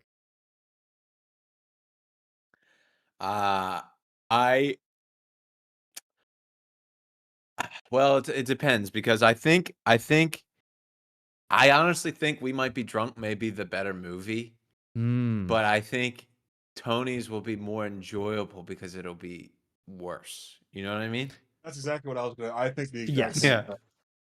Yeah. I think the We Might Be Drunk movie is so paint by numbers. Whenever I hear them describe it, it's like, there's this gag, and then we go to this gag, and then we transfer over to this gag, and then the movie just sort of ends. That's like the description of the movie so far that I've heard. We don't really want any character development or plot. We just kind of wanted jokes. So it's going to be like a Rodney Dangerfield movie, which are all, besides Caddyshack, are all forgettable. Just joke after joke after joke. And Rodney's Rodney. I mean, there's not many Rodneys. So that's my prediction. Kill Tony movie, though, that will be like, you might as well go to Chatterbait Male Solo because it's going to be a wank fest. I mean, it's going to be... It's going to be insane what you're about to see. The love pouring off the screen for himself. It's going to be crazy. Let's watch the end of this. I need to keep going on this show. I barely started on this show, but I need to get through this little movie segment. Very good, yeah. They haven't made really an edgy comedy since Kicking and Screaming with Will Ferrell. Or Balls of Fury. Daddy, Are We There Yet? With Ice Cube. Really, it's been what? 40 years? Anything that would be analogous or inspirational for you? Are there films that informed this one? Are you a We Might Be Drunk Thunder movie. fan? Are you like Easy course. Money, Rodney Dangerfield from back in the day? What comedians in films did you love? Listen.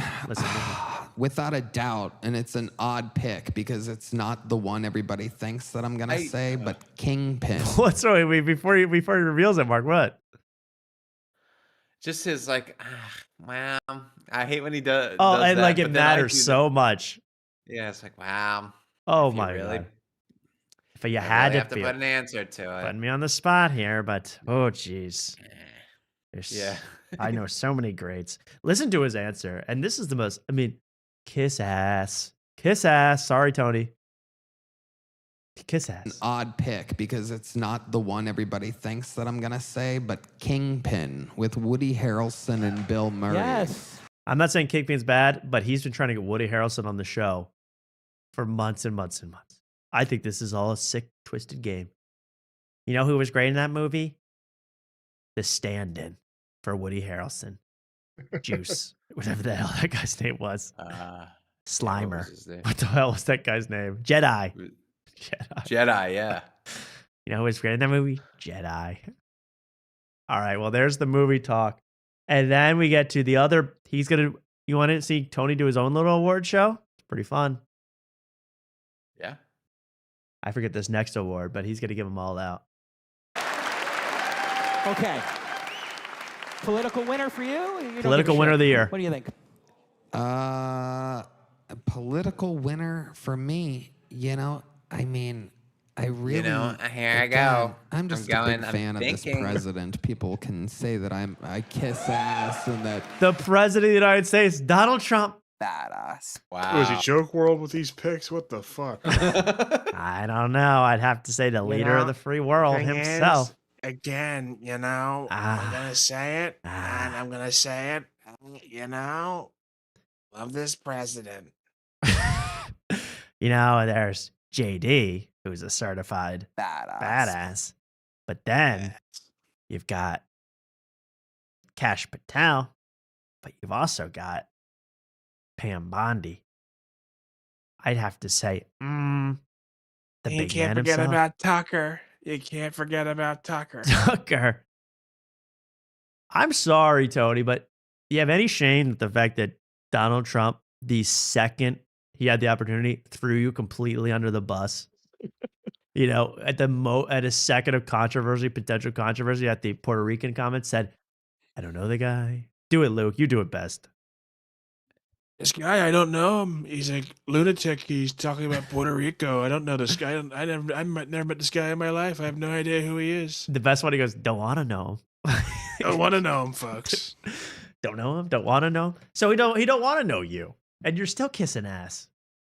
I can't. I mean, and you're insane. He had to do what he had to do to win that election, or else this country would be in really bad shape. So I don't blame him. He had to say that, but he loves me. I know he loves me, and believe me, behind the scenes, whole different story. You had to be there. I got a text from one of his people that he really liked my jokes. So Aaron liked it. Never liked it. Hated it. And the comedians. I don't want to like it. There's this Oh, here you go. This on his soapbox. thing that I've been hearing where people are like, comedians should be punching up, not punching down. You're supposed to make fun of the big thing. Well, if everybody is making fun of that one thing, then I think it's kind of funny to go the other way. Yeah. And to push it up. So I literally Hilarious. have in my stand-up set pro-Trump jokes, which nobody's fucking doing. Which one lands the most? Oh, Jesus Christ. Is this I know one guy. You seen Jeff die? I know one guy. Waiter, we got pro-Trump jokes out of Jeff Dye tonight. Yeah, what is that? And by the way, there's, Nick DiPaolo. There's so many comedians that have gone, Russell Brand, there's so many comedians that have gone full pro-Trump. Schneider. Rob Schneider. Yeah, people he's had on his show. Roseanne. People he's had on his show Yeah. who do nothing but pro-Trump material. Yeah. Not like me, though. I'm kind of... You expect me to go hard at the president. I actually say he's a great guy. Tyler Fisher. Oh, someone... Break. Take. I got to find this. Someone in the Discord, posted the funniest Facebook update I've ever seen in my life. Out of Austin, Texas, Mark. Did you see that? Yeah, I saw some, but I didn't understand the context behind it. Was it just some random person saying that? It was just random, but I thought it was so perfect. Wait.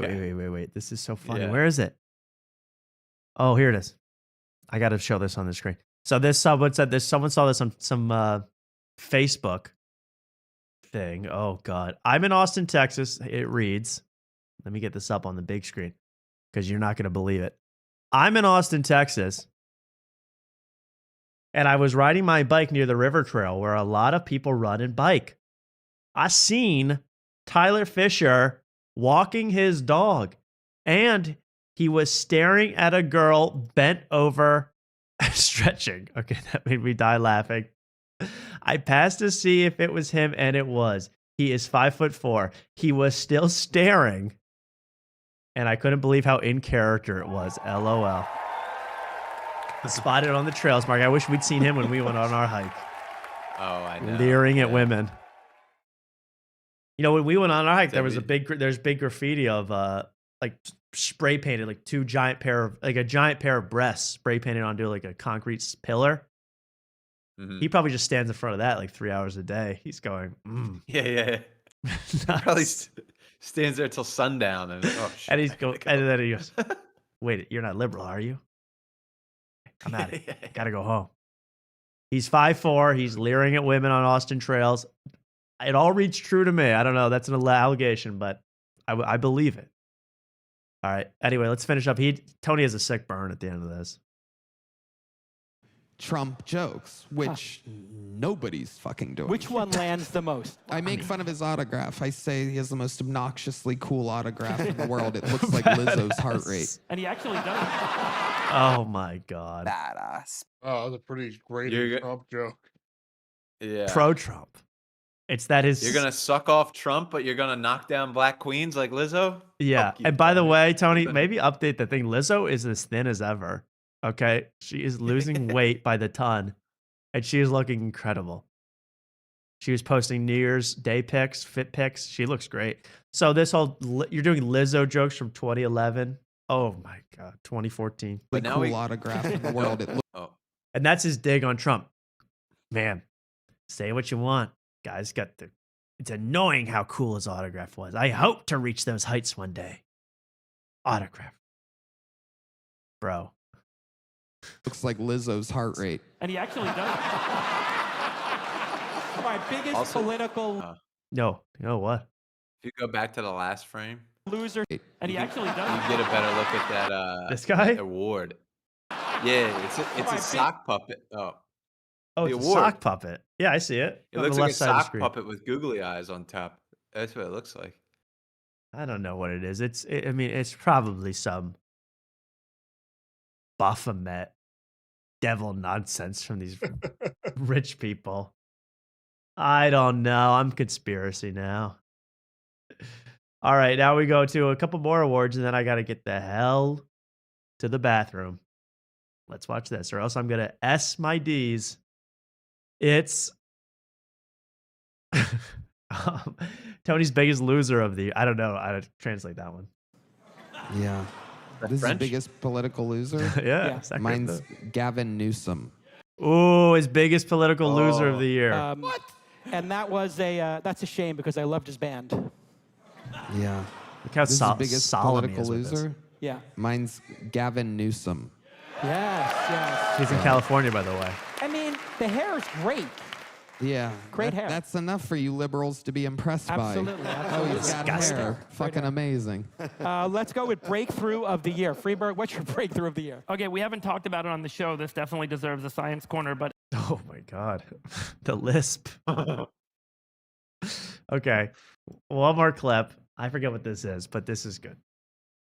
I mean, so in addition to Palantir being a monster over the last year. I went with NVIDIA. Palantir, absolutely killing it. Hit after hit.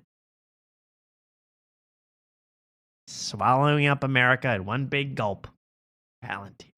Come to the state. Trump's favorite company, and Jensen Huang as well. Let me just say again, even though this isn't my territory, I want to give a Best shout CEO. out to a couple badass motherfuckers, Nick Khan and Paul Levesque over at the WWE. Have taken on this massive historic. One woo. Yeah, they all deserve it. Jesus. You don't like that? You're a wrestling guy. They're not. What do you think? He's shouting out his big CEO buddies at the WWE. Yeah, well, the company's so bad nowadays. It's just like the product's unwatchable. Right. So, and I don't think it's any coincidence that as soon as Kill Tony gets involved with WWE, he goes down the tubes. Motherfucking badass sons of bitches. Hey, you know who's involved with the WWE? Who? Oh, he's dating. I heard yeah, he's like, DeGene's dating Nikki Bella. I don't know who that is, but there's like a 20-year age gap. Yeah, she's way older, right? Oh yeah. Yeah. What is up with that? These guys could have any lady in the world, as the kids say, and they're like half the time. Like Zion Williamson goes with like a porn star 15 years older than him, or Jalen Green on the Rockets. He's dating like some woman literally 20 years older than him. He got her like face tattooed on her back, and she's dated like 18 other NBA players. Like what is that? No clue. What is that? Why do you like some guy that probably Hulk Hogan had? Some girl that Hulk Hogan had, Cooper. Yeah. I mean, it's gross. John Cena was with her. Oh, I don't know who that is either, but sounds gross. John Cena? Oh, John Cena. I think he's a Don Vito or something from BAM. Don Vito. Yeah, fucking Don Vito. Don Vito. Nikki Bella, yo. He's gonna hit him over the head with a hoagie. Here it comes, yo. He's gonna roofie Nikki Bella. Hey, yo, he's crazy, yo. Yeah. I really thought you said Don Vito, but okay. John Cena. Yeah, that's tough when someone's dated John Cena, then you're dating her. That's crazy. Wow. What a group. That's what I never understand these guys. Like there's probably people DMing them day and night. Just randoms asking to go out with them. Well, his like ex-girlfriend that was like his age from college was like very attractive, and then you're just going to like some kind of older WWE wrestler. hag. Yeah. How many times has she gotten hit in the back of the head with a chair? I mean, you want to go out with her? I mean, don't even talk about body count. She's been beaten half to death. I mean, the only way I can see it is if they date very briefly, and it's just like he's in between relationships. Yeah, I think it's while like a he's young, casual and thing. I'm sure. Yeah. I'm sure.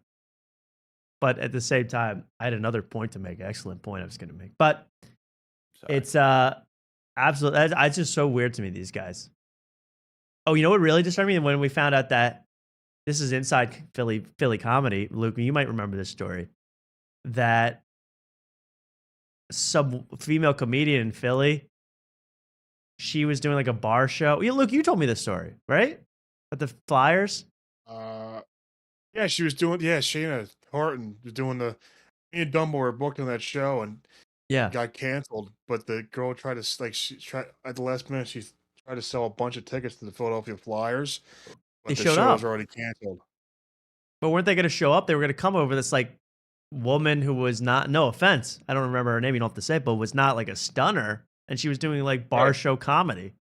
And they had the fly. I said, bet the under on the win total, because if that's what they think success is, I don't want to see that too. Rick Tockett's got to do 2-a-days, get him in shape, because that was weird. So I don't know what these athletes, like the athletes could literally get anyone, and they sometimes choose these strangest picks. These strangest picks. I mean, that's who you're competing with. It's like the guy can be talking to this girl, and it's like he's a 5 out of 10, I'd say. Yeah. 6. And it's like, oh, you're competing with, for a 6, you're competing with a professional athlete. I know. It's insane. This got to become a men's rights podcast. There's, what is it called? The Hoflation. Oh, men's going their own way. This is I'm going MGTOW on this one, because there is some hoflation in the pro sports world. and I won't have it. I want all my favorite athletes dating 10s. You know, like Tom Brady is now pretending to date some influencer. Mm-hmm. I love that for him. I want him fake dating everybody. He was chatting up with Sydney Sweeney before she was in a relationship. Yeah. Oh yeah. Yeah. And her, she went under inflation when she picked Scooter Braun, that disgusting little wormy guy. Yeah, That's and now they're in the crazy. green room with Mark Norman. It's like, wow, what Sydney happened? Sweeney, you You're should be supposed to hanging out with like President Trump, or I don't know. Yeah. That's not even. You should be hanging with people bigger than that. But you're hanging out with Mark Norman in the Adam Ray green room. Right. I mean, that's what Scooter Crazy. Braun's got you. Next, you're going to show up in the balcony of the Kill Tony show. I mean, you're going to really fall downhill fast. No one wants to see that out of you. Let's take a quick break. And my loser of the year, Tim Walz.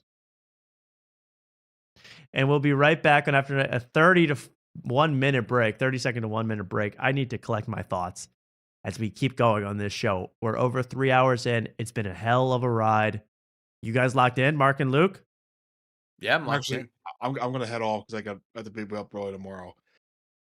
You got another Well, I'm show to locked do in, or Tom. what? Got another What's set? that? No, I gotta be up early. I'd be up at 7 tomorrow. All right. Well, that probably doesn't get you as much clout as this, but I'll let you No, go. it doesn't. Thank you so much, guys. No, Take care. thanks for calling in, Luke. See you, Luke. You're the best. Hey guys, All right. take care. See you so are He's you. out of here. Mark, see you down. Okay, we'll be right back on After Night, Mark. What do you say? I'll be here. That's all I needed to hear. And we'll be right back on the show. Little music to cut through your night like some knives through butter. We'll be right back.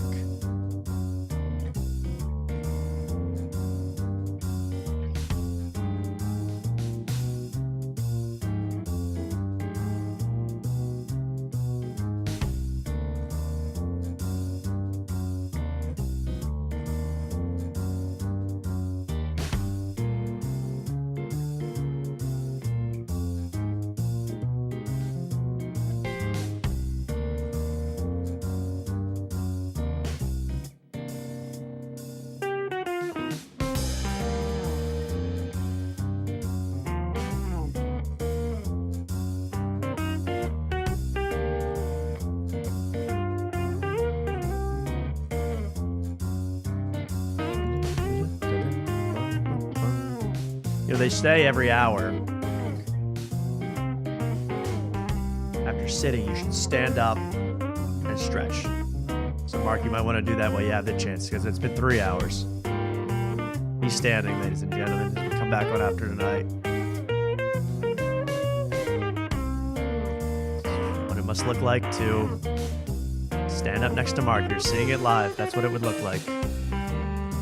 As we come back. Oh God, I don't even want to know what that's all about. He's going down, ladies and gentlemen. Jesus, this is getting. Oh my God, he's not wearing pants. I don't think. We're back on After Tonight. Mark, you were trying to flash the audience there. No, I realized that the curtain doesn't go. You'll see my white wall over the. Oh, I see. I was like, you I might can't cut have out that of go frame. up way too high. First off, I thought we were on a break. You didn't even like leave the desk. I did. I walked away. You just stood up. Oh, I walked away. That was quick. You should see me stand. I'm one of the fastest. I could stand like nobody's business. I can get up, sit down. It takes me no time at all, practically. But I'm saying, I read this, they say after an hour, this is something no one in their world does. But after an hour of sitting, you should get up, do 10 squats. Fix your back, fix your whole life. Now, nobody on earth does that, but you should. You should. Yeah. Well, I saw like after 20 minutes, you're supposed to stare like 20 feet away for 20 seconds. I never did that. Yeah, how are we going to do that after tonight? I don't know. If we all do it at the same time, though, including the chat, then it would be fine. Everyone just stare. Right. Stare off into the distance and think about what? Think about what? Sydney Sweeney or maybe someone else. at the People's Choice Awards 2026, which was just on New Year's Day or something like that. Did you watch the People's Choice Awards or the Critics' Choice Awards? I did not. Well, it was must-see TV because I'll tell you some of the winners in case you care. And this is going to determine who's going to win the awards and the Oscars, the Golden Globes, something that also no one cares about. But first of all, this is what shocked me. Seth Rogen won for Best Male Performance in a Comedy TV Show. Seth Rogen for The Studio. Did anyone else see this show? Am I the only one? I said he's literally playing, I said this already on the show. He's doing a bad Homer Simpson impression where at the end of every episode, he cries in the car alone. That's every episode. Yeah. He's bumping into crap. He's like calling people ugly by accident because he's such a klutz. And then he's like, why does no one like me? And you're supposed to feel bad at the end of the episode. It's like, this guy's a cartoon. So which one is it? Did you watch that show, Mark? No, I remember you complaining about it, but that was it. He was the worst part of the show. The show was like, I loved the locations in the show. It looked really good, and some of the other acting was good. Catherine Hahn, I think she was in it. She was really good. The rest, I mean, he was the worst part by far. And by the way, no Jordan Firstman for I Love LA, the gay man in I Love LA. He absolutely killed it. Remember when he was kind of mad and also doing gay stuff sometimes? I remember one of my favorite side characters from I Love LA. Then Timmy Chalamet won for the ping pong movie, as I say, and he's doing full humble now. 3 weeks ago he was doing, I'm doing top level shit. I don't know what's gonna happen this year, but I'm doing top level shit. I've been at this for 8 years. I've been playing ping pong 8 hours a day to practice in this movie since I was 2. He was doing that a month ago. Now he's like, man, everybody else is so great, and I'm just trying. So now he's going into winning award mode. That's what I call that. When you go full humble like that, he's ready to win. Yeah. And he probably will win. I got to see that movie now because I read on it is so off. And then I've heard both ways. Like I've heard it's like just a money grab, bad movie, and then I've heard it's good. So yeah, I don't know how it was a $90 million picture. I don't understand how a movie like that could be $90 million. I mean, I hear there's a lot of things being consumed around the set. That cost a lot of money. We're talking drugs that need to be consumed. That's what I hear. $90 million budget for a ping pong movie, though, is insane. And I hope they get away with it. I don't know. I want it to be good. And I don't mind a little cocaine use. I mean, it drove Uncut Gems. It drove Good Time, obviously. But we need to settle down. Cocaine is such a bad drug. It's so bad for creativity. I'll tell you that. People are going to lie to you and say they made some of the best movies in the 90s and the 80s with coke. 80% of the time, it's a disaster. You get horrible ideas. People are lazy on it, despite what you think. Or they're not lazy, but they have horrible ideas, and they think the ideas are good ideas. The Clash made London Calling. Probably the best album, one of the best albums of all time. They made London Calling in about 4 weeks of studio sessions, smoking weed the entire time. Their next, what was Sandinista or something, or not that one, but Combat Rock or something. They spent like 6 months doing coke every day. The album sucked. So it's not a creative juice flowing thing. It's like you get lucky if your idea was already good and you're on coke, because then you got some motion. But if you're coming up with ideas on coke, it's a disaster. Noted. So don't do drugs, kids, unless you already have a good idea, in which case probably a good idea to do something to get some motivation. But then they had the award for best talk show. We have to watch this, Mark. I was yeah. I didn't get a call, but I said maybe. I said, well, I don't know. I said maybe. So I had to watch this, and I'll take a look. And I don't know if I can show. I can't really show this in big picture, although it is on YouTube. So I'm going to show it on a little screen, but you can see it. Critics' Choice Awards. And who comes out but Sebastian Maniscalco and the guy that does an impression of Sebastian Maniscalco. Marcello. Ah.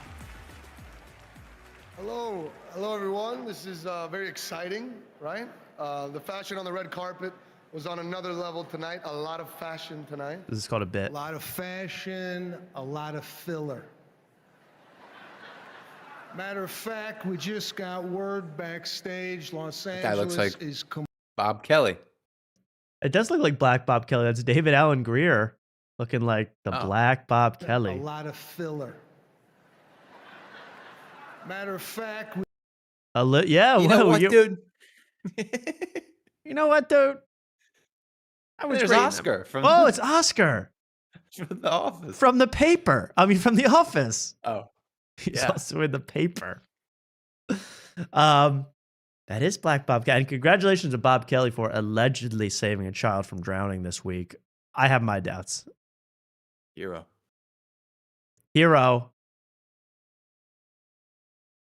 But at what cost? At what cost? Because now you're going to have to hear about it on the regs. You're going to want to puke. Yeah. At what cost? Over a couple cookies. That'll be all worth it. Yeah.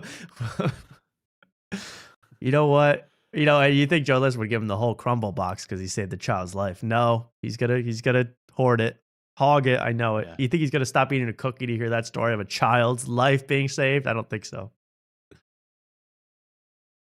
He goes, so then, dude, I freaking pulled the child up by his legs. His mouth was full. The lungs were full of water, but we were able to suck all the water out. It was incredible. Like, Joe's like, these are too thin. What? These cookies. I need a thicker cookie. That's what it's gonna be like on the regs. Book it. Yeah, that's Oscar from the paper. we just got word backstage. Los Angeles is completely out of filler. Filler. And I'm like, don't change your face. I like your face. You got a good face. Why would you do that? Oh my God, Ariana. Yeah. How is she getting like? She's become like a 7-year-old girl. Why does she look 7 years old? Yeah, it's not good what has gone on there. No, her That's my hot transformation. take. Yeah, I mean everyone knows that. That I'm sure she's sick with some horrible eating disorder. But at the same time, why do you look 6 years old? Yeah, it's strange. Weird. She actually is starting to look like her boyfriend who plays SpongeBob in SpongeBob the Musical. She's beginning to look like that weirdo Ethan Slater. What the hell are you watching, dude? Come on, man. You don't know about that? No. Today is going to... all the kids, by the way, all the young kids are into this meme. The SpongeBob Ethan Slater dancing meme. I saw it. My cousins were doing it the other week. They were singing the Ethan Slater part where he goes, today's going to be the best day ever. Anyway, he's dating her, and they're beginning to look like each other and not in a positive way. I'm scared.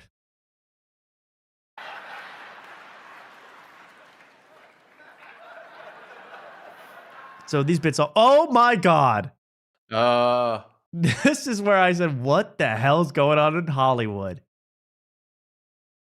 It's Sean Evans from Sean Evans' own Hot Ones. I'm going to go to bed, and I'll see you guys tomorrow. That is so sickening to me that he would get an invite. This is my number one enemy. I can't cap. He is my number one enemy.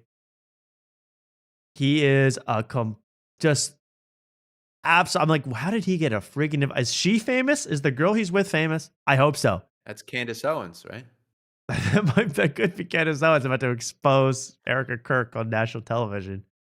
That's, of course, the far right's own William in the back, right behind, and in the bow tie. That's William. And who's that woman slouching back there? Sit up. I think she might have an issue, Mark, a physical issue. I didn't want to. Oh, yeah. shit. Yeah, Okay, I know. it's I didn't all want to do that because I thought she might be one of those people with, like, medically no neck. So I didn't want to. Yeah. Yeah. So let's be careful. We'll edit that one out. It's okay. Thank you. You know, Marcelo, it's a beautiful And look at him, just so eager. And why is he eager? Well, wait till you hear this. evening to be here with everybody. Great actors here tonight. Fantastic, all right? A few of you have won. Okay, and then they do another bit. Goes nowhere. That's okay. These bits never go anywhere.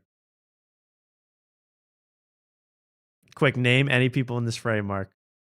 No, can't name a single one. Dude, that guy in the back left, he is literally like looks maxing to the extreme. Look at him. He's like got perfect. He's got like a. He doesn't look real. That guy in the left. What the hell's going on with that? The guy in the very, very back, you can barely see him. Yeah, that guy. Okay. He looks like the guy that I think his name was Ben Stein, and he did Ben Stein's money commercials. Win Ben Stein's money. Yeah, no, I wish that was Ben Stein. R.I.P. No, it's not. But oh, he's dead. I think he's dead. Damn. I'm over 2 on these. Yeah, really. Anybody Yikes. else? All right. Just someone I'm just trans gonna you can mute make my fun mic. of on the screen. No, but this guy looks like crafted out of stone, man. He's a hottie. I don't know who he is. That's Paul Mescal. I know that. On the left. I don't know what the hell's going on. I don't care about this. I don't care about this. Pretty good. What about you, Sebastian? You got one? He's just Indian, you say? What? Oh, they're doing more bets. I got to see the nominees. Ooh. Points if I want to do like a thing with who do we know? Because that's, is that like K Sterling or something? Oh, what's his I'm gonna name? go with Tony Rock. I have no idea. What the? I don't know. Who am I thinking of? Not Donald Sterling, the Clippers owner. Sterling Brown. Sterling K. Brown. Am I right? I think I'm right. I think that's Sterling K. Brown. Who's Tony Rock? Chris Rock's brother? Chris Rock's brother, yeah. Yeah. It does. Is that Spark Tabor? So as we watch these nominees, you got about 30 seconds to practice your face. Listen to these nominees for Here Best are Talk the Show. nominees for Best Talk Show. The Daily Show. Okay, I disagree. Woo. They've had 19 hosts this year. And people only remember Jon Stewart's segments. But okay. And that's Joke World favorite Joshua Johnson on the left. One of Joke World's favorites. Hot Ones. Oh, no. I'm leaving. Yikes. Hot Ones has been nominated for Best Talk Show. The show where he goes, Maya Rudolph, on May 18th, 2012, you posted on Instagram that ribs are so good. Do you stand by that statement? And these are 80,000 Scoville levels. It's the worst show in the universe. The guests are the only part that makes it watchable. If they're good guests. If they're not, has anyone ever seen an episode where the guest sucks? Nothing happens. And we all get the show at this point. You eat spicy wings and you go, ooh, that one wasn't that bad. Oh, but that one. That's the entire freaking show. Conan O'Brien made one good episode of it. One episode good of it. But he flipped out. The rest is nonsense. I cannot believe this is their way of, kind of saying, hey, we're with it. The internet too, right, guys? What's the coolest show online? I would have voted for the Matan show. This should be, that Matan should have been. If they wanted to get cool with it, nominate Matan. I'm not even saying us. We might be 2027, Mark, but if you can wait that long. Yeah, hopefully. Hopefully. But yeah, someone's right. You might need to start eating spicy wings every week, Mark, on this show, just to kind of get us on track. I'm not that opposed to it because I've kind of cut out the alcohol for this month. I don't like saying I'm doing dry January because that's right. Yeah, I can't stand that. Lame. But it's like health reason wise, I think I'd be better eating hot wings or at least one hot wing, super hot wing, than drinking. And the good part is, by the time you eat them, I get to my 8th question. They're freezing cold. So this is going to be a fun night. And by the way, what is this? What is this? This is your you're that thoughtful while doing the hot wing show, you gotta put your, you gotta go, And flashing his watch. Yeah, his little rock there. So Nick Swartzen, what was it like doing doing Grandma's Boy? Any pranks on the set? I mean, that's the extent of this guy. So I'm sick of it, but I can't believe he got nominated. Let's watch the rest. Jimmy Kimmel Live. Whoa. Late Night with Seth Meyers. Best show on TV. The Late Show with Stephen Colbert. Worst show on TV. Watch What Happens Live with Andy Cohen. Whoa. Yeah, he sometimes gets nominated. I'm very interested by that. Watch What Happens Live. Is that somebody in a Rastafarian cap in the front Yes. row? Yes. There is someone. I don't know who it is. I couldn't get a beat on them. I think Timmy Chalamet might have gone full black for this Critics' Choice Awards. We went from wearing Soulja Boy gear to wearing Rastafarian hats. Yeah. Mark should do hot ones the night of his colonoscopy. I agree. No, I can't do that. That would be disaster. But funny. Yeah. Then you would have so many Tom Segura type spits for your set. But you just watch out, Tom. That's just a mess in your pants. Who's gonna win? Who do you think's gonna win, Mark? I know who's gonna win. I'll let you guess. It's got to either be between Colbert or it better not be Hot Ones, but could be Hot Ones. They showed, he was the only one they showed, so yeah, it's gonna be Hot Ones. Wow, that's a ball.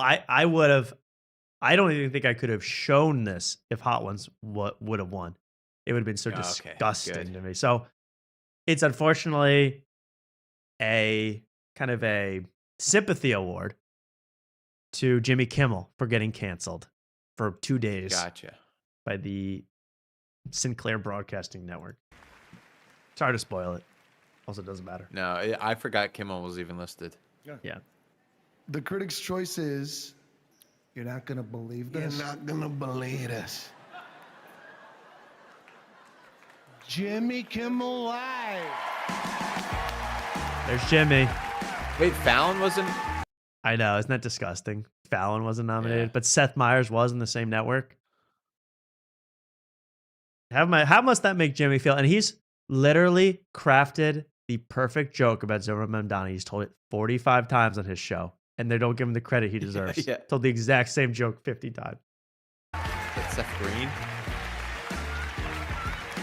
I didn't see Seth Green. I love Seth Green. Jimmy Kimmel Live is Jimmy Kimmel. There's his wife, Miss Labubu Buyer, the Labubu Purchaser of the Year.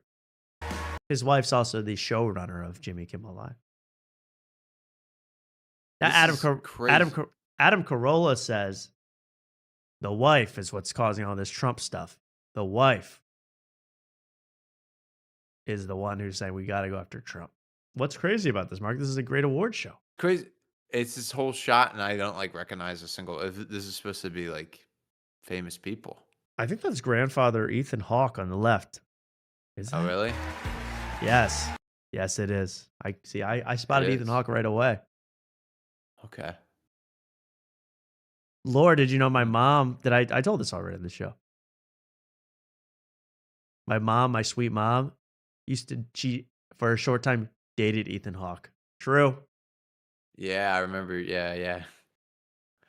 I could be Maya Hawke right now. Nepo baby extraordinaire. Instead, I got the biggest industry connection I have. I could tell Mark what to say when he meets Ben Avery and he doesn't do it. That's all. Hey, no, I did. Oh, you did eventually. Right, you did. I'm sorry. Yeah, when I was in networking mode, but I. Yeah, no, I'm sorry. When you were date mode, I understand. Date mode, I couldn't do it. I love Ethan Hawke, man. He could have been my father. Might actually be. We don't know. Cease and desist, though. We have that from here.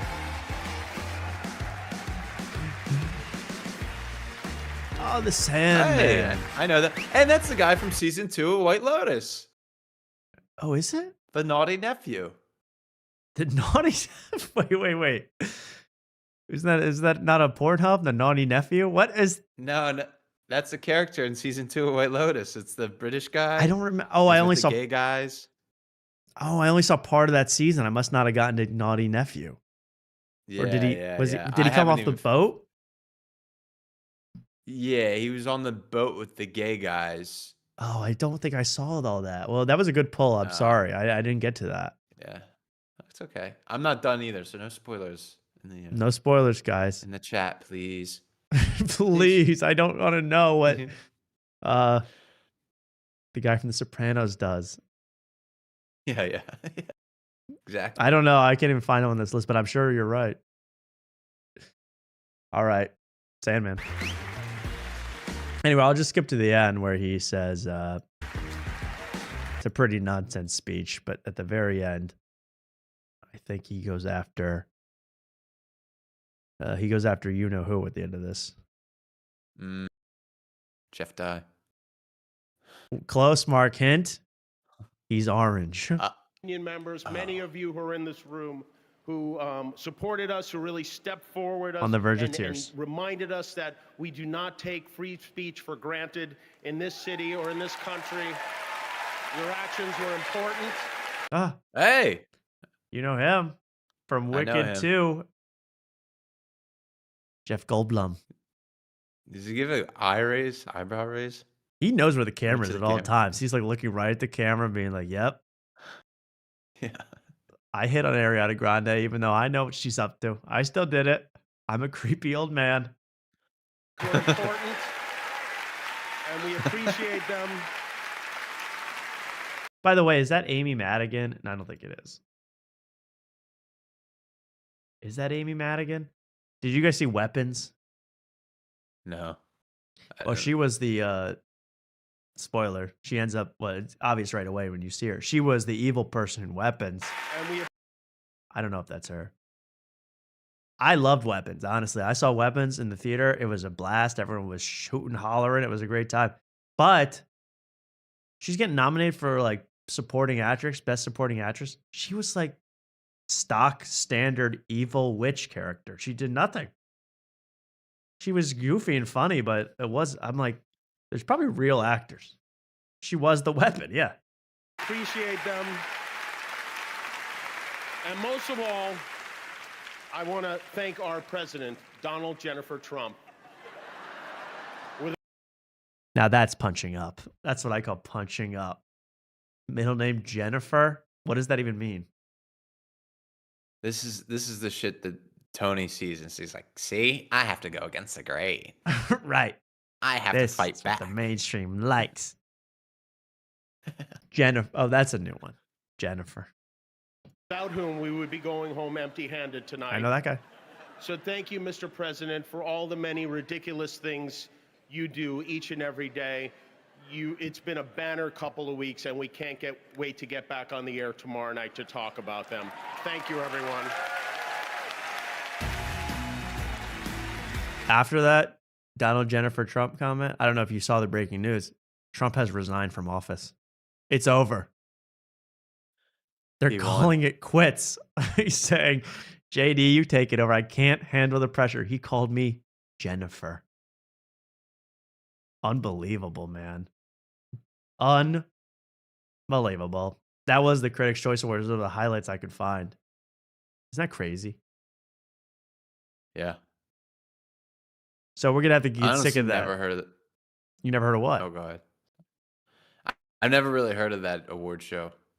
I never heard of either. I got it confused with the People's Choice Awards, which is a made-up one where they only the winner shows up, but all the actual nominees showed up, or a bunch of them showed up for these awards. So I don't know what's going on. But next we got the Golden Globes and the freaking Oscars. I cannot wait for Nick and Nikki Glazer's going to host again. Excited. Killer. Let's get off the mainstream, huh? Let's get to the wild world of streamers. Let's get the wild world of video game and Twitch streamers, because there's one guy who you guys need. Oh God, please. Windows 11. I still don't know how to work Windows 11. It's still horrible. There's a guy you guys already know about, I hope. I mean, if you've been watching this show, you know about him. And I'm going to warn you all to turn down your volumes now, because we're going to talk to Rakai. Rakai. Wait, what you mean? What I mean by that is Rakai is a world famous Twitch streamer, 17, 18 years old, and he's absolutely been killing it. Now, he is a protege, Mark, of Kai Cenat. Right. He's a protege of Kai Cenat. And Kai Cenat, did you know this? And I always want to bring Jeff Dye's manager back because Kai Cenat had a girlfriend, long-time girlfriend. The girlfriend cheated on him allegedly, and they're broken up now. My This is Kai Cenat's girlfriend latest stream. broke up with me. I know. It's easy to cry when you're Kai.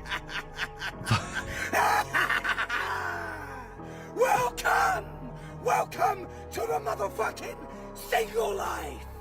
It's time to get ready. Welcome, Kai. Welcome, Kai. Let's go, baby. Let's go, Kai, because Kai is a single man now, and he has been cheated on, broken up with. It's big news. So now, Rakai, his friend, comes in defense. Now, I guess the girlfriend's name was Gigi. Gigi. And apparently who did she cheat on him with? Oh, it was someone really embarrassing, too. It was someone like you don't want to get cheated on with.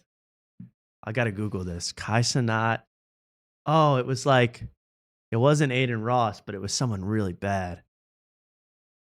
Cheated. Oh, NBA Youngboy. Oh, no. Oh. That might be, if you gave me a master list of all the men in the world that I wouldn't want my girlfriend to cheat on, near the top would be NBA Youngboy. Then it would be Baby Chief Will Do It because he's underage, and that would be a crime. Yeah. So that would be bad. But am I not wrong, Mark? Like if you said that if your girl that you went on a date with, you found out that she stopped texting you to go out with NBA Youngboy, that would be hard to take. No, honestly. No. What would be because I worse? think me and NBA Youngboy, I think would be so different. I would just be like, oh yeah, then we weren't meant to be together. I guess not. But in a long-term relationship, You know? maybe that would, you know what I mean? If you think about like you're committed to each other Yeah, and then she cheats on you. Yeah. Yeah. If you've been Who would with you her for put a at the while, top yeah. though? If you just had to come up with a name, say, "Oh my God, she cheated on me with." Oh my God, she cheated on me with JokeWRLD. That's Didn't Ben Avery kind of do that? Yeah, that's kind of what I wanted to throw my phone right in the toilet when I saw it. Yeah, that actually might be the worst of all time. Yeah. You go, him? He's gonna make you watch Tom Segura's Bad Thoughts all night. Are you insane? All right, well, that's a good one, actually. That might be worse than NBA Youngboy. But here's Rakai defending his friend about Gigi. And turn down your volumes now. I guarantee, I don't know what it's, I didn't normalize it, but it will be loud. You're broken up, so. Okay, so here's his little comment. And he's looking good. Let's take a look. Oh, Rakai. man. New talking- mansion? Yeah, new kind of, yeah, he's kind of trashed it already. Look at that. Is that a fish tank that's like brown water behind him? Do you see that? I just saw Yeah, that. yeah. It's like That a is- all brown. Have you been ashing your Black and Miles in there, guys? Whoever lives at that house? Because that fish tank is grody, man. Fuck that bitch. Oh my God. Fuck you, Gigi. Fuck you, bitch. You ever in your fucking life play with my mans like that. So fuck you, bitch. Yeah, bitch, cry. Bitch, your life is fucking over. Pussy. Fuck is wrong with you? Don't you ever in your fucking life play with my fucking mans like that. You got mental health. Pussy.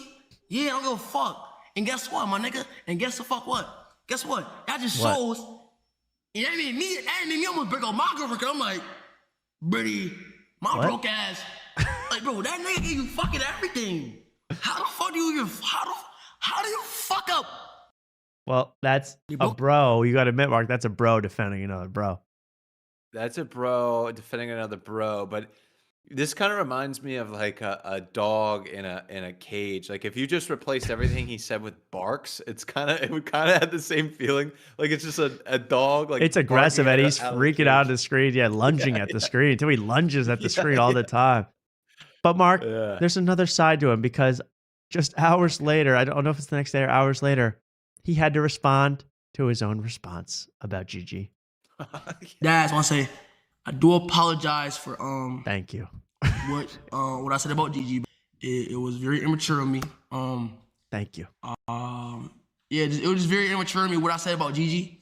And you know, it just shows a little bit of immaturity, bro. So he was obviously told, say that you're apologizing for being immature about Gigi. So that's all he could say. He just goes, yeah, I was a little immature about Gigi. You know, I was just a little immature about Gigi. You know, it was the immaturity about Gigi. He can't say it. He says it 3 times in a row. I love this guy. It was just very immature of me what I said about Gigi. And you know, it just shows a little bit of immaturity, bro. You know, and I did have to apologize for what I said. And that was AI, bro. I tell y'all niggas, stop believing AI all the time, bro. You know, and I'm very apologetic for what I said about Gigi, bro. Because you never know what she's going through, bro. You know, there's a lot of people that's backstabbing, not backstabbing her, but like, you know, like texting her, like rude things. And, you know, it honestly can hurt somebody's feelings, bro. So, you know, I nice guy. Honestly pray for her, gang. And yo, my baby shed a tear, gang, right now. So now he's doing an act. He's good. He's good, man. He's good. But I just like that he immediately went, immaturity. Gigi, sorry. It's a little bit immaturity. But Mark. Yeah. Mark. Let's watch Rakai now kind of go after his own babe, his own chick. Okay? Okay. Because he's going to do a stream with this actress. I guess she was on Nickelodeon. She's like a 20-year-old actress. Her name is... Oh, wow. Look at that trip. Now, that trip... That's straight out of the 20s, bro. That's straight out of the 1920s. He's looking like a young 50 Cent. He's looking like whenever Joe Rogan says, let's play the blues version of 50 Cent. That's what comes. That's like that's the thumbnail photo. It really is. He looks like AI Blues 50 Cent right here. And he's going to... Okay. He's going to try to talk to this girl from I don't know, she's from some TV show. Her name's like Good Luck Charlie is the TV show, but they're just kind of getting together and feeling each other out. little rascals. Little rifles. And he's gonna ask a simple question. You know, he has some trouble asking questions at somebody. You remember the Wait, what you mean? What you mean? Let's see if we can get this question out, Mark. This is an absolute classic right here. With the 5 gifted, thank you. Kenny Power with the 5 gifted. Thank you so much, bro. Would you ever stream? I don't think I've never have, but would you? I would try it. Okay. What's your ethnicity? What? Ethnicity. Huh? What's your not ethnicity? What's your ethnicity? He's tapping his skin. I'm saying it wrong. What's your what's your ethnicity? Oh, ethnicity. What does that mean? Wait, what's it called? So here we go. What's your ethnicity? What's your ethnicity? So people finally typing it out. What's your ethnicity? That was one of my favorite. What's your ethnicity? His stutter and everything. He really gets to me. He's gonna be a star, man. I mean, I'm not trying to hate on this kid. He's a star. What's your ethnicity? It's like foreign people where they have to act out like you have to act out what you're right. He does everything, but what's your what's your ethnicity? One more time. I think it's 2 syllables. Right. Sounds like ethnicity. What's it called? Oh, ethnicity. What's your ethnicity? Ethnicity. Wait, I'm saying it wrong. What's your what's it called? Oh, ethnicity. Ethnicity. Wait, what's it called? How you say that right there? Ethnicity? Ethnicity, yeah, ethnicity. Yeah, my bad. Ethnicity. Like Caucasian? Oh, you're Caucasian. Yeah. Oh, okay. She's her ethnicity Caucasian. All right, so no one knows what they're doing out there. I mean, this is a crazy world. I guess I'm Caucasian. You're from the Caucasus Mountains. Why was he? Okay. Well, my question: why is he asking that question where he doesn't even know what the word He is? gets. I think he gets nervous that he starts flipping out. I don't know, but he's chewing that gum, man. Gavin, I mean, literally, anything you can say about his outfit could be construed the wrong way. So I'm going to stick with just look at him go. Look at him go. That's really all I Slap him can on the say. back and say, "Good job, Good job." Rakai." Now, they're going to do a bit, and it is a bit because I investigated because I thought it was a great moment. He asks her to homecoming. He's a high school senior. I mean, I guess Nethnicity isn't on the SATs this year. I mean, Nethnicity. But he's allegedly going to graduate high school this year. And he, as a joke, because he knows she has a boyfriend. She says it earlier. I thought it was a bit. I know it is a bit now. He asked her out to homecoming, which we all remember how awkward that was. Did you ask a girl out to homecoming, Mark? Or to the prom? Yes, I did. I did ask a girl out to homecoming. I had the teacher's help. What? How so? So I liked this one teacher. I actually had a good relationship with this one teacher. She was female. And I came into class, and the other guys I was with kind of egged me on to ask her. And I was like, okay, fine. And the teacher asked me, or I asked the teacher to put like, her name is Sarah. Sarah, will you go to homecoming with me on the board, like the whiteboard, or what was it called? What were those things called? That is so Smart cute. board. Oh, And then it the turned, digital. yeah. Yeah. So when it turned on, that's the first thing that it said. And what did she run out of the room screaming? What did she do? No, she agreed. She agreed. She gave consent. She consented. Oh yeah. That's important these days. Well, that's beautiful. What a beautiful story. Did you guys kiss? No. Yeah, I didn't kiss with when I asked the girl out to prom either. We didn't kiss either. Depressing. Yeah, well, that was homecoming, and then prom. Yeah, I definitely didn't kiss because she was more of a friend. Yeah, that's what I did. But I thought maybe, and then I thought maybe something happened. And then like, I remember like I was like so pent up. I was like, I gotta try to kiss her, but I couldn't. I was like, she was like, "Are you?" She really says, I was like, I was driving her home, and I must have been so weird with like kiss energy. But she was like, "Are you okay?" She was like, "Is everything okay?" Because I was like having like a meltdown, sweating. You're like, yeah, sweating. But I'm like pouring sweat and being like, yeah, it's just been really, really great. I had a really great time. And then we pulled it to her driveway, and she was like, "Okay, I had a great time." And I was like, "Yes, you too, bye." Yeah. And I drove away. Very bad moment for me, but it also, in hindsight, it all worked. Everything happens for a reason. I'm glad I didn't kiss her. Yep. Turns out she had leprosy. It was all for God had a plan. Yeah, God had a plan. I tried to kiss my date last night. The first thing, not good. Yeah. What do you mean? What happened? She turned her head. When did you try to kiss her? I missed it. Some people were making fun of me in the chat. Well, they're gonna make it. See, this is what a good co-host takes it off of you and puts it on me. No, when she came to my door, I greeted her. Oh, at first. Yeah. Oh, and you still went home? I would have literally said, "Let's go our separate ways. Let's go home. I'm too embarrassed." Nah. But then I brought it up later, and she was like, "Oh yeah, I got nervous too. That's why I turned my head." Okay. I was like, "Okay." So it all works. Well, it all happens for a reason. Can I say this? Oh, please. I think this girl's a keeper. You know why, Tom? Why? Because I went over to her place just to walk her dog, and hey yo, guess what she had on her bookshelf, Tom? Mac Tactics. What did she have on her bookshelf? She had a Blue Yeti. Oh, Same one. No. Oh no. Yeah, but it was white. Or yin and yang. Does she a podcaster? No. She said, I asked her, I was like, "Oh, you have a Blue Yeti. What do you use this?" She's like, "Oh, I tried to stream like me like drawing. Like doing art." I was like, "Oh, that's a girly thing." She seems Yeah. great. I think any girl with the Blue Yeti, I'd put a ring on it right now. They're all keepers. Yeah. If she knows the quality of the Blue Yeti brand, she's got good taste. Yep. And let's go to, how about this? We'll go back to their Hoko. This Hoko. Okay. Yeah. Because this Hoko, I just think this is funny. They have some plan bit where he's going to ask her at the homecoming, and he's going to pull out a sign to say, hey, just like the smart board, hey, will you go to homecoming with me? Because you could have been like anything else. I don't know. It's like that. Oh, we have a house tour? Oh, then they go on a house tour.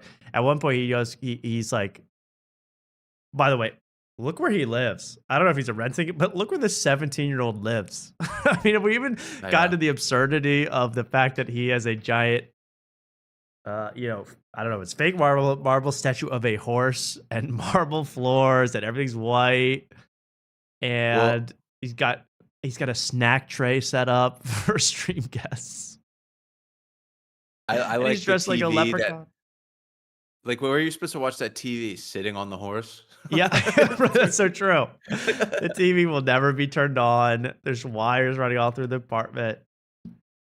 He's just got different versions of the Leprechaun Alabama look. But he's looking good. It's a wild place for a 17-year-old to live. And he does take her to he like shows her over to the house. He goes to the bathroom. And he's like, yeah. This is like the shower. And, that's the toilet. So that's pretty much it. It was pretty classic. I go, that's a good house tour. That's the toilet. And then here he goes with the invitation. For some reason, this was like a month ago. So they did do pumpkins. I guess this was in October. But I just came to my attention now. And then he says, close your eyes. I got something to show you. And would you leave anybody you know, sister, daughter, mother, alone with this little face with that tongue sticking out? Be like, I got a surprise for you. It's NBA young boy. That is, that's scary, man. He's mischievous.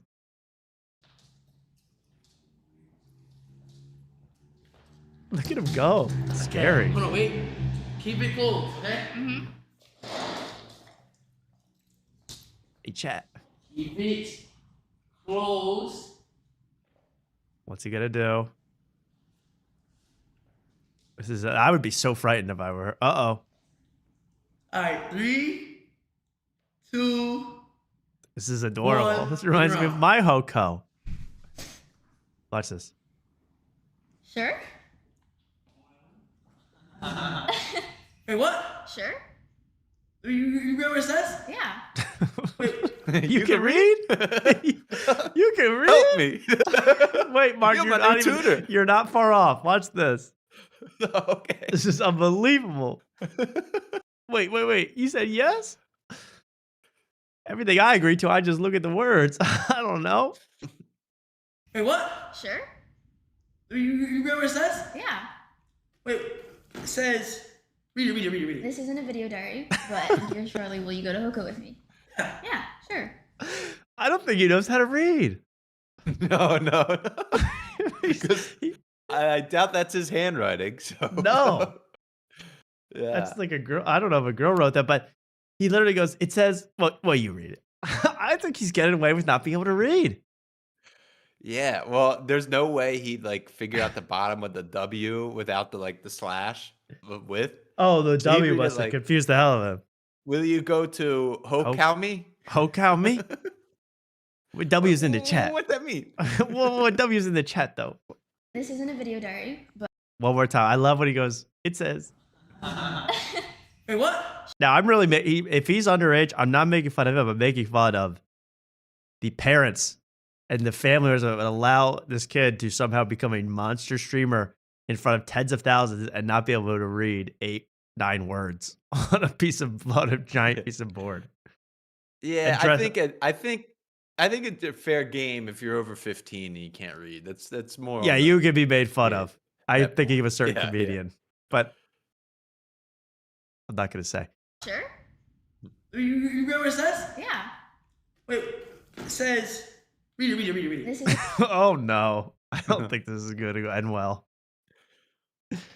I mean, all the contracts he's probably signing for all these endorsements. What's happening? What's going on behind the scenes? I'm worried about this kid. Yeah.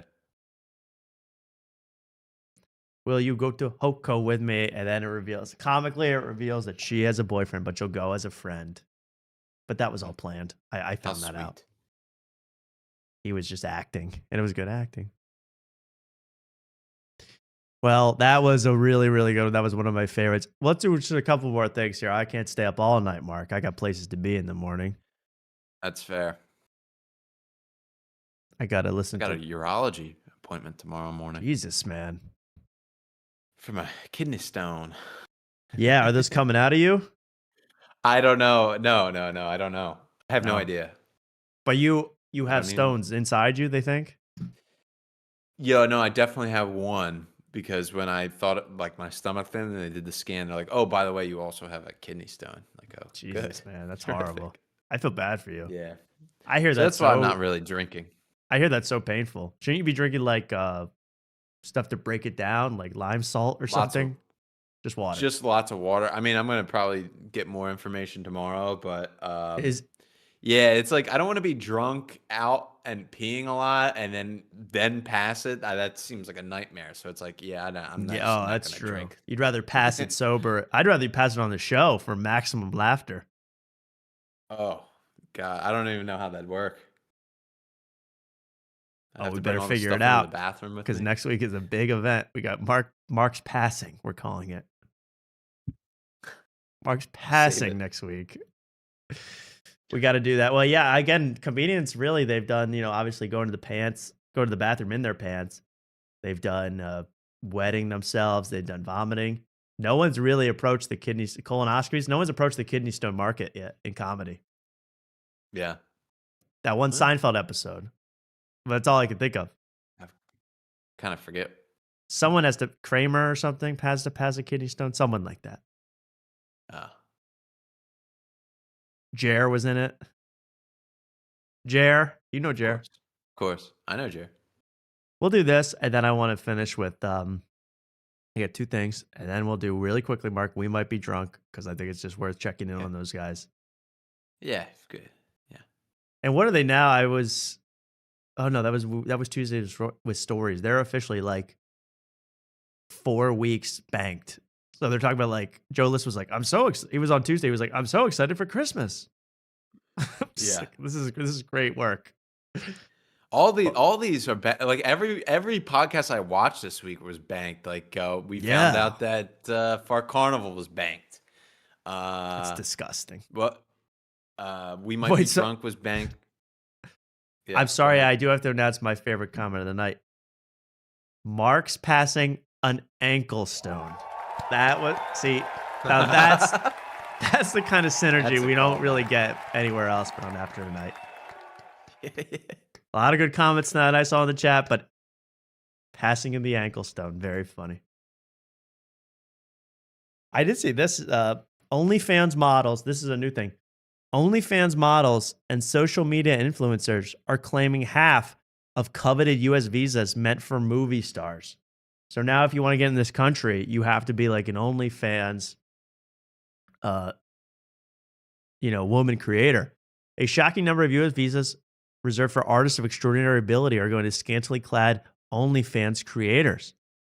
It was once used to allow John Lennon to stay in the country, but is now being used for the likes of the Bop House stars who come to the U.S. to make adult content. Here's one, Yanette Garcia. She's staying at the Bop House. There's another down here. Aisha Sophie, which you might want to check. You might be a little pigeon-toed there, Aisha. But she's also staying at the Bop House. And from what I hear, so they're all staying, all these immigrants are staying at the Bop House. From what I hear, Nick Shirley is currently knocking at the doors of the Bop House saying, "Where are the fake-breasted sluts? Can I see? It says you have 8 sluts in this house. Can I see them?" I got to give props to my man Nick Shirley for ousting Tim Walz. Affecting change. I don't know what's real or not. I don't really know what happened, but that's what I hear. And I got to get Joey LaFleur from the Hate Watch podcast on this show because he just pulled out another great prank. I don't know if you saw that, Mark. I did not. A nationwide prank. He said, he put up a Craigslist ad saying, we're hiring, a fake Craigslist ad saying, we're hiring children to stay in our daycare to appear like they're actually staying there so we can keep our funding. And it went like Tucker Carlson's covering it, like as if it's a real, they're really hiring children. Very funny. I was too busy, but I want to get him on the show ASAP because he's a funny guy. Anyway, the Bop House, I hope they survive. I hope the Bop House, if anybody should stay in this country, it's the Bop House. I say. Oh, wait. One more thing, Mark. This is so crucial. Wait. Yeah. I did have Sal from Impractical Jokers putting the Nick Fuentes audio on his tour dates. Yeah. That was pretty funny. Here's the clip. I censored it myself because not the hard R, but the N-word is used by Nick Fuentes. So Sal from the Impractical Jokers put up his tour dates on TikTok. This is the audio that accompanied it. This is pretty funny to me. I hope you saw this. Oh, Jews be Jewing. Be bitches be bitching. Jews be Jewing. It's what This they is on do. Sal Volcano's Okay? Everything's It is what it Fine is. tour. So I don't know. You're the one that's taking it bad. I'm just saying it's what it is. So, yeah.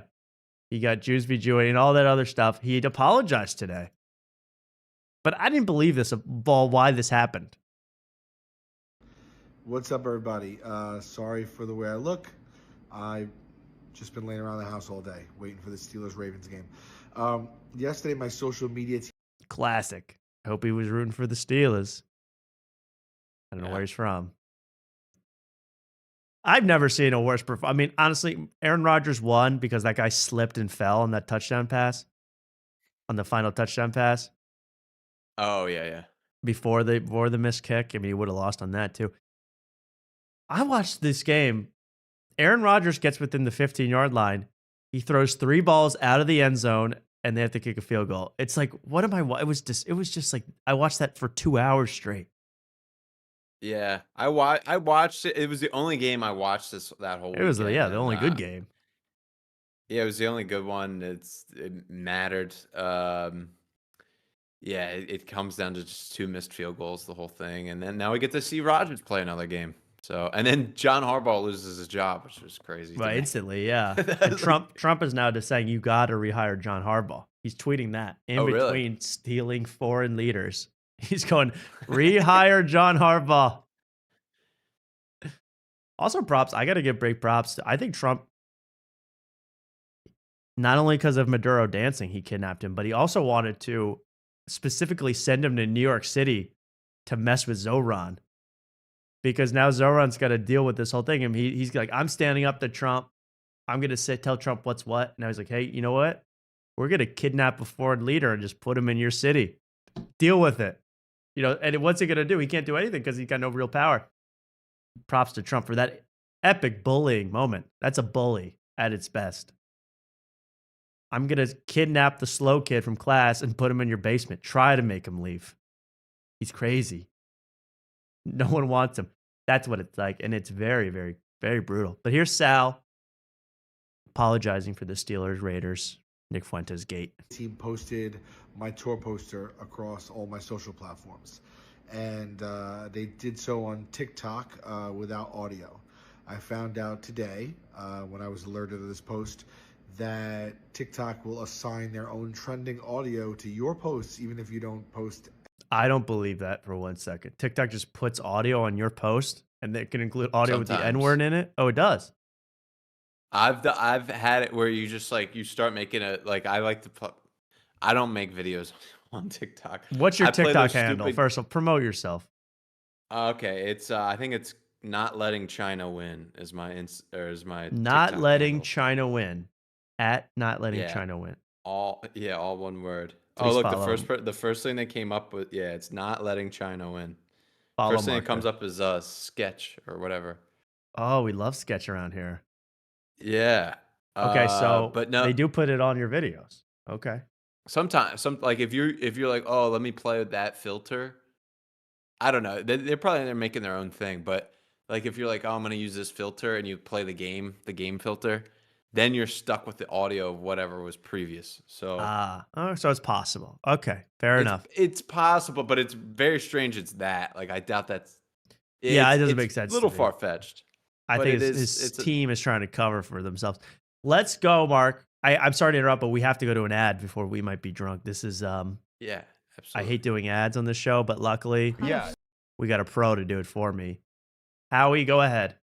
Ask ChatGPT. We'll get Remember, it he now. always has something different to advertise, something you've never expect. Like if you, I swear to God, Mark, if I gave you 10 guesses of what he's about to advertise, you wouldn't get it. Yeah, it's like one of those infomercial like on TV that's just a random thing. And you're like, It's such a how- random product, and you're like, this guy's selling that. It's that kind of thing. It's Yeah. it's a product that everyone needs, but I cannot believe he's offering this. Let's see. We're gonna ChatGPT. Give me an example of alt comedy. Howie Mandel here. You gotta see this. Hosting guests is chaos, right? You spend hours cleaning, cooking True. enough food for a small army, and then you realize you've got 8 people coming and 4 chairs. This is Transformer Table. It starts as a small round table. And It's a expands into table. Did you Oh. expect a table, Mark? No, with that ad, I was like, oh, we got 8 people with 4 chairs.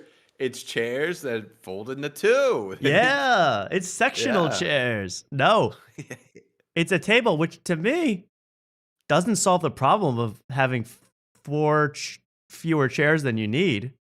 Right. Like, what does the table do for the chairs? It doesn't solve the problem at all. It just creates a big table for everyone to just kind of lurch over. a 10-foot showstopper that seats up to 10 people. Get the table. But I only have 4 chairs, Howie. Yeah.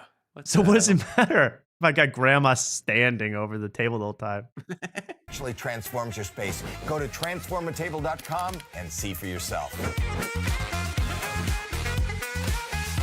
Music's catchy though. Oh yeah. Little saxophone. The legendaries in the chat. I'm trying to make some bruschetta. Congratulations. And I messed up. I didn't finish, and it doesn't matter because it ain't March Madness yet. The comedy commentary channel Madness bracket, which will be coming out in the next week or so. We'll announce it on this show first. We're not going to get it until there's a proper website, a proper thing set up where you guys can really vote, or at least pretend to really vote, and we can get all these commentary channels riled up against each other. Yeah. That'll be coming up. That'll be a lot of fun. That'll be a lot of fun. And I don't consider us a commentary channel. We are a late night talk show that happens to talk about stuff in entertainment. To me, a commentary channel is a voiceover 400-pound guy in his basement talking about Bert Kreischer's latest slip-ups. That, to me, is a commentary channel. I agree. So we'll be doing that. We're not included. We're not including ourselves. Are there seeds? Like, are there Yes. 4 1 seeds? There will be Oh, seeding. wow. Did you already determine the seeding? I've done some seeding. You know, you can imagine Too Lazy to Try is a 1 seed, right? Right. Podcast Cringe, a 1 seed. But Podcast Cringe Bites, a 4 seed. Makes so sense. you're gonna be kind of, you might even go against Are they in the themselves. same bracket? Will they? And go up I against know. each I other don't know. That's what potentially? the experts, the college football playoff ranking team, will have to figure that one out. I don't know. Let's finish up, Mark, with just I want to feel like I'm at home. I want to feel like I know where I'm at. We might be drunk, Mark. It was a solo ep and just the 2 guys. And it was honestly the first 5 minutes. I'm saying this, I might have to stop talking about We Might Be Drunk. You're raping me, man. Because it's literally, I've said all I have to say almost. It's like the same thing every week. It's like, what else am I going to say? What do you mean, Tom? I know, Mark. I know. But at the same time, it's like every week is movie wrecks and peeves. It's the show, man. And If the you don't like plane. the I mean, show, maybe you can say don't the watch. same thing about our show or anybody's show, but it's like Yeah. movie wrecks and peeves. Peeves. Should we do peeves and then movie wrecks, or movie wrecks and then peeves? Peeve? Some movies are too long. That's kind of a combination. All right, well, here it is, Mark. Let's just play the intro. It's for also a God's Jeff sakes. Dye peeve. So That is actually movies too long. That was a peeve of his. I'm like, Jeff, what else do you have to do? Sit and watch the movie.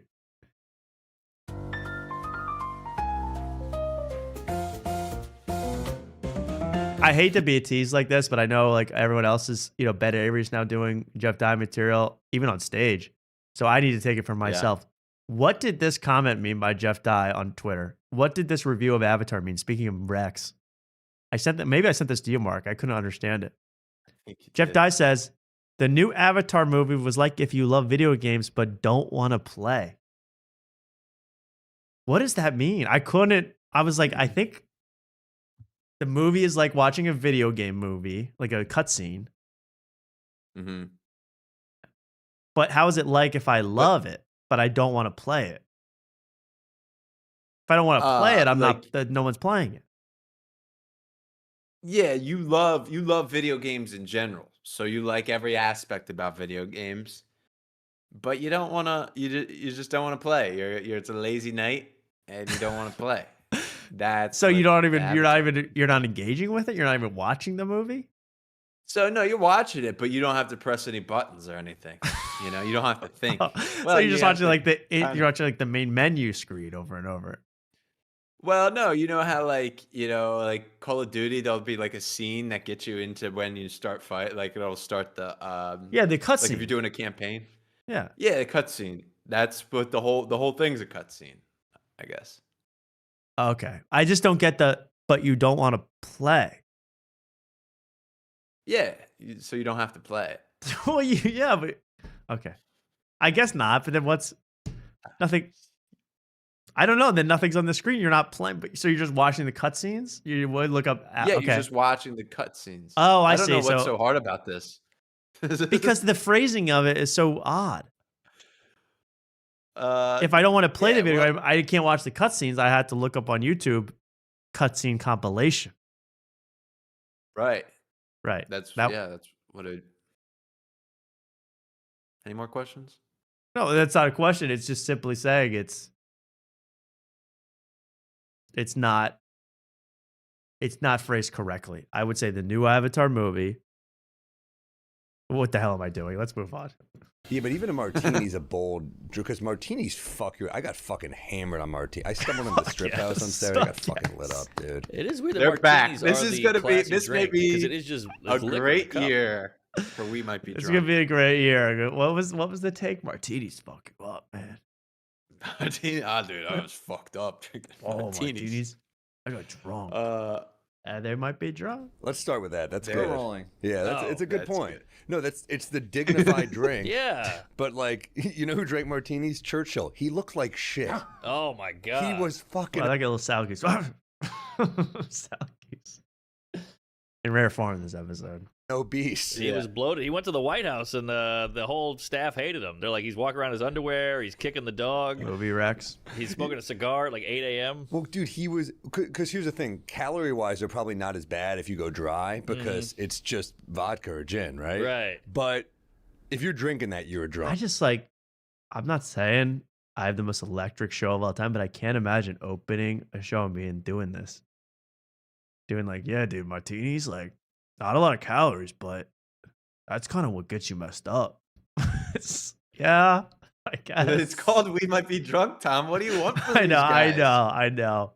And their girl bartender left. She couldn't even stay for 3 weeks. She's out. She never showed up this episode. Thank God she did it. Mark, you saved some times in this because you said this is so good I need to remember it. Well, I wouldn't go that far, but there was just a common theme in this, which I wanna make a. I think you did a great job with the award show, Tom. Thank you. But I think we need a 10th category, a 10th award. What would that be? And I think it'll go. I think it'll be called Horndog of the Year. Ooh, I like that one for next year. Horndog of the Year. You're saying the guy that got the most randy this year. Was just thinking about chicks all episode. Yeah, like off the bat, I'm thinking last year may have been Tyler Fisher, of course, or when Bill Maher tried to touch Drew Barrymore's crotch. Yeah, right. Yeah, I think that would be a good Someone category. says horn dog. Not corn dog. Horn dog. That's a corn dog, brother. We're talking horn dog. Yeah. That's a guy who's a little randy, if you know what I mean. So what's a horn dog moment we can zoom in on? Because this would qualify for the end of the year. Well, so he talks about his dating profile, and it kind of sets the scene. That's at 36:15. 36:15. This is all. Yeah. Okay, I love it. Let's hear it. Dating profile. I remember this. I watched this whole thing. A lot, but dating profiles that are like artsy.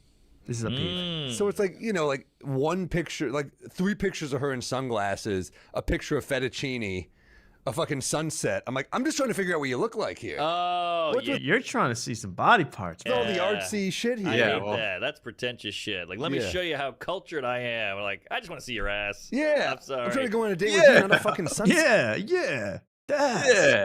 Yeah. Show me this. Yes. And then he makes another complaint here, and then he Okay. Great. completely contradicts himself. What do we do? Yeah, I can see my own sunset. And here's another one with the same one. A dating app peeve. They're like all the pictures. They have like an artsy job and they're all at work. It'll be like a ballerina and it'll be 7 pictures of her, but she's like a ballerina in every picture. I'm like, is this all you do? I guess so. You only do ballet? Huh. Well, Like, I'm not all my pictures are gonna be on stage. oh, all mine were. Really? My Tinder was me with Conan, me with Fallon, me with Colbert, me with Corden. I think I did the same thing for a while. Hey. Oh, Jesus. He did the same thing. Like, what the hell are the you girls. complaining about? Yeah. Right. But if you haven't been on Yeah. Conan, like, why are you bragging about anything? Yeah. I haven't been on Conan. Yeah, so he's mad at ballerina. He's dating a lot of ballerinas. Come off it. And by the way, this is a guy talking about horn dog. We were talking about earlier, Mark. This is a guy who they now have a tracker. Will he have a threesome this year? I'm like, dude, Oh yeah, I forgot about that. you're not. I'm sorry, you're not an alpha kappa, gamma anymore. You're 40 something. No threesomes, and if you do have one, keep it hidden. Keep it locked away.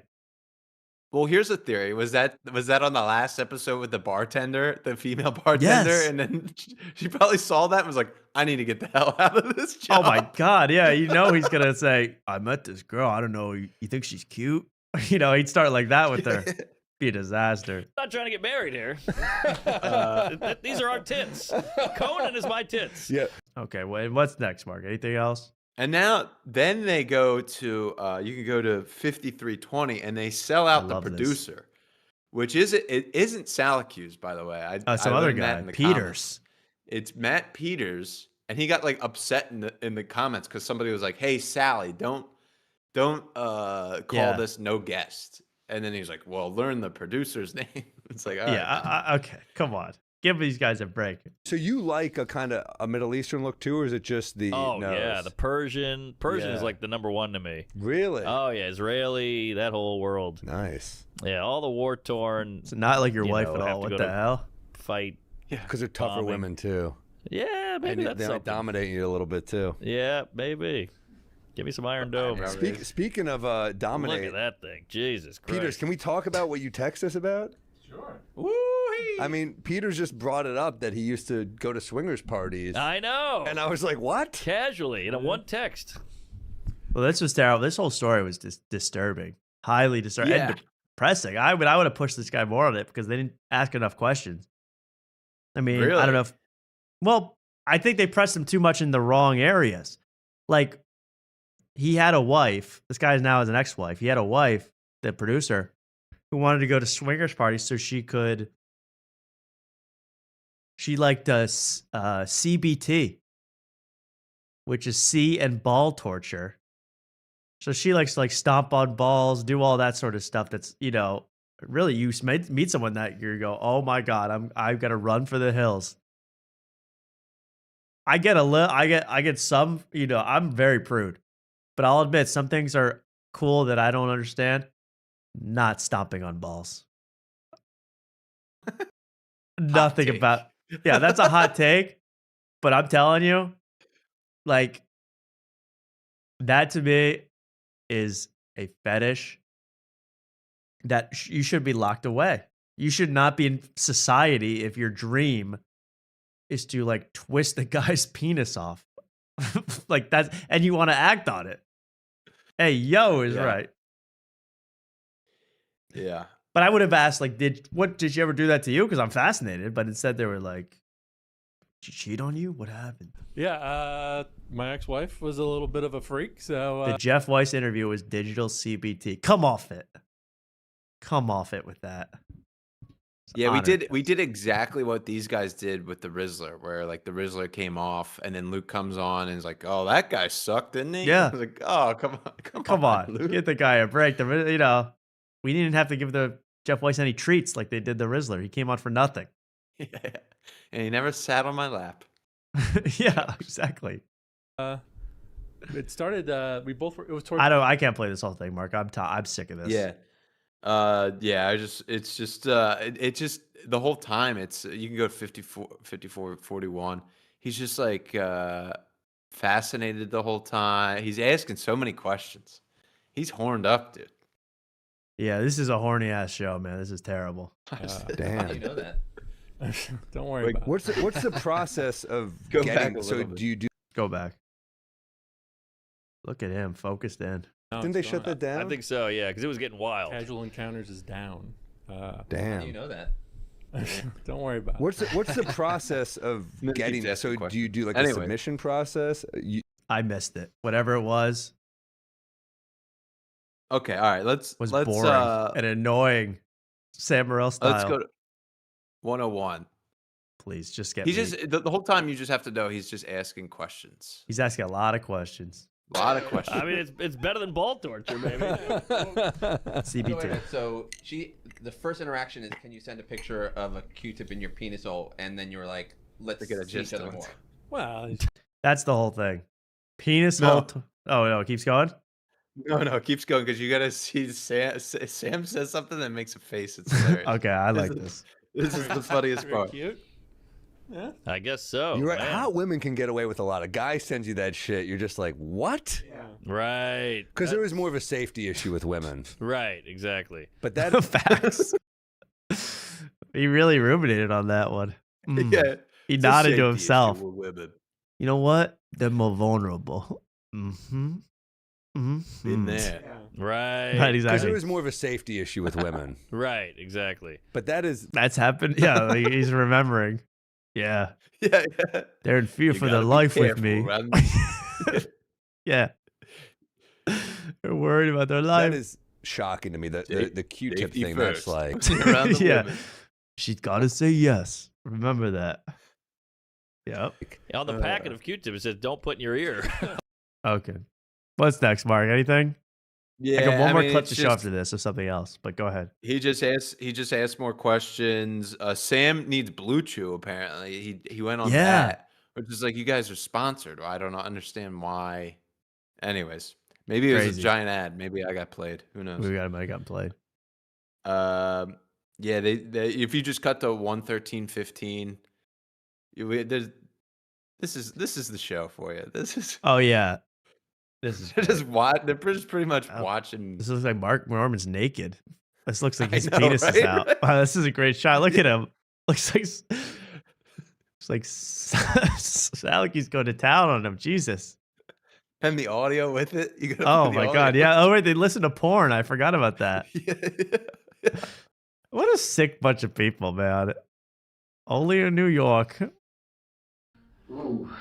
wow. Oh my god, wait. In her streak, too. It's Yeah. 97. Ooh. Wow. Oh, Wow. man. This is crazy. It's cool to see an old guy do this. That's This is not Sam unbelievable. Waterston either. No, I was way off. That's like a Eugene Levy type. I don't know who that I don't even want to play this audio. It's Finally so got my Woody sickening. Allen. Sally Hughes tries to say something, and Sam doesn't even want to make eye contact. No. It's time to watch. It's not time to listen to Salaky's. That's like a Eugene Levy type. I don't know who No, that don't look at him. Don't look at him while this is playing. You'll be sexually turned off forever. That's funny to be like, I finally got in my Woody Allen movie. What do you want me to do? Suck off this old guy in a bedroom? Yeah. I mean, He's really. I mean, look at that. He loves it. Yeah, literally a minute later, he admits that he needs to get into a relationship. So No, you're getting it's turned on by very, watching very porn in front of salad cues, man. It's time to get a light. It's time to get a girlfriend. You dude. Crazy, yeah. Just bang right upstairs, went right down, and had turkey. Holy shit! That is. No, that was another terrible thing. This story. What It wasn't terrible, but like, why was this even a story to tell? And why was Sam Morril acting like this was the greatest story ever told? She's like, "I'll make it fun. It'll be great." And we ended up banging in her childhood bedroom, like right before the dinner. Holy shit! I don't know if I should supposed to say that, but yeah. It's fine. I don't know why. I don't know why I said it's fine. They'll be okay with it. It was hot. That's crazy, dude. Crazy, yeah. Just bang It's right hot. upstairs, went right down, and had turkey. Holy shit! That is pretty. Is that a holy shit moment? I don't know. Wait, give it one more. Yeah, second. it gets good. I know. She got stuffed. Gobble gobble. Damn, I gotta do a relationship again at some point. It's getting sad to be my age and all my friends have families, and I'm sending women sup texts at 9 p.m. on a Wednesday. Oh God. I just waited for that fake laugh from Norman, man. This is nuts. Yeah. You up text on a Wednesday.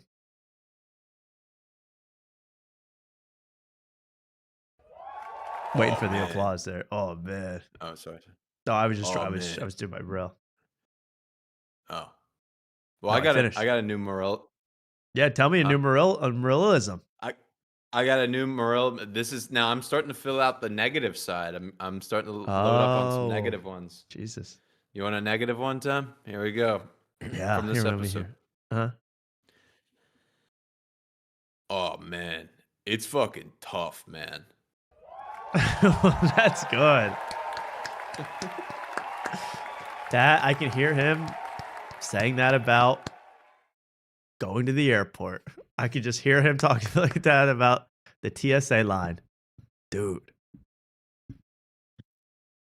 What's another one? Yeah, there's that, and give me another one. I'm so curious. Another bad one. Ready? Yeah, negative. It's dicey, man. There you go. Mark, one more for the people at home. One more to send us This is off. the last tonight. one. That's all I got. Yeah, I want to hear this one. I gotta gather myself. That's fucking rough. Yes, that's a classic. I heard that one that was ringing in my ears. What was the first one? Oh man, it's fucking tough, man. Tough and rough. Dude, Yeah, it's tough tough, and rough. And that dude is buff. And that It's a lot of yeah. It's a not a it's a lot grunting of noises. fucking and man. And, Yeah, there's a lot of fucking man. Ayo, pause in between. It's true. Fucking man, but you got rough, tough stuff. He's nailing it, Mark. I mean, Mark, you really should put on some kind of one-man show. I don't know what. I mean, I'll be Norman if you want, but you can nail Morel. Hey, yo. Yeah, well, they showed what was it, Adam Ray and Cheeto trying to do. Yeah. And he was like, yeah, Adam Ray doesn't really do my voice that well. It's like, well, tune in over here. Tune in over here. We got one of the best in the biz. Yeah. Absolutely It's classic. a compliment. Yo, dude. It's the sincerest form of flattery. Adam Ray's like fucking funny and he fucking nails it, dude. And it's honestly like, I'm impressed. It's like I'm there and I don't want to be there, so I gotta go. I gotta go. What a fun show we went. What almost 5 freaking hours tonight, and I'm out. I'm done. I'm tapped I out. thought you had one more thing. Yeah, I did, but it's just New York hating stuff. Too long. It's not too long, but I kind of would like to show it next week. It'll still be relevant. Okay. It's featuring Lev Fur, so no one cares. So let's save it till next week. You're going to enjoy it. We'll be back next Wednesday, everybody. I guess that's it, Mark. Anything else? Any updates? Any plugs? Whatever. No, I think we've done it all. Ran its course tonight. Yeah. All right. Peace, brother.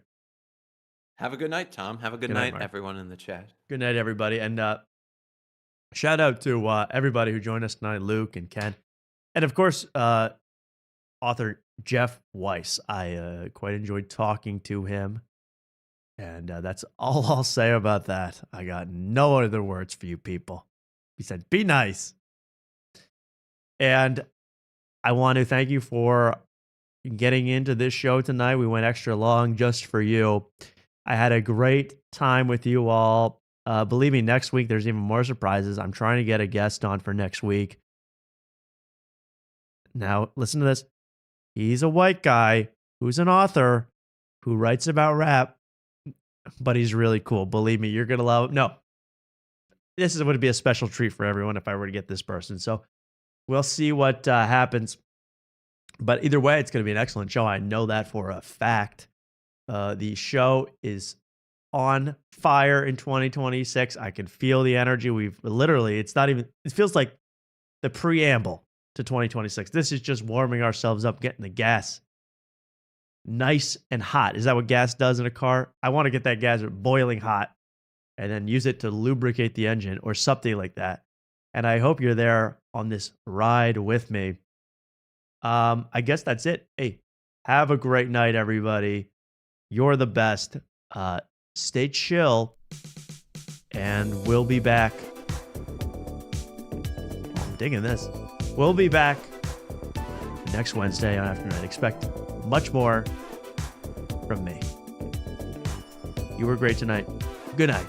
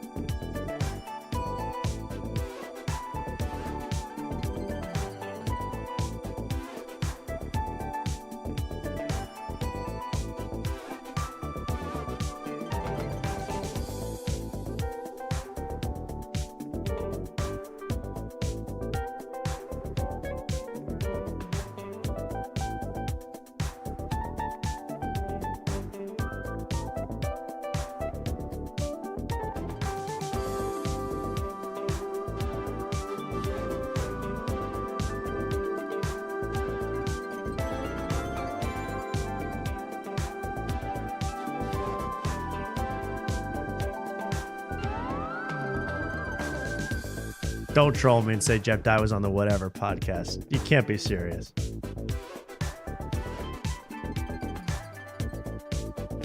You got me so excited.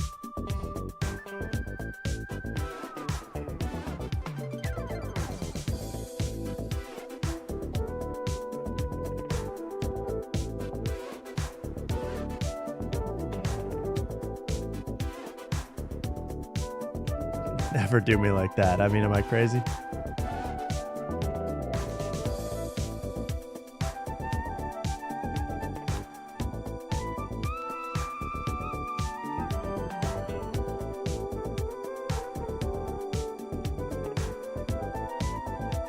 No, you're serious? Stop. Oh, you're joking. I can't find it.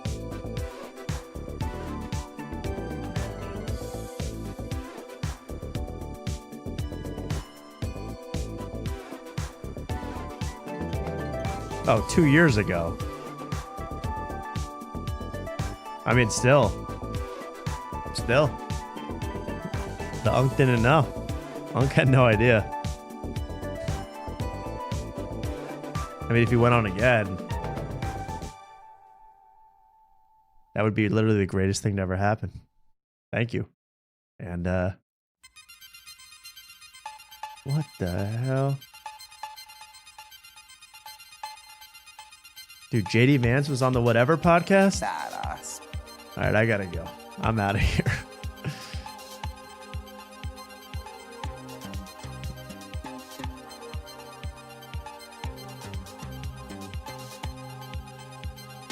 Good night, everybody.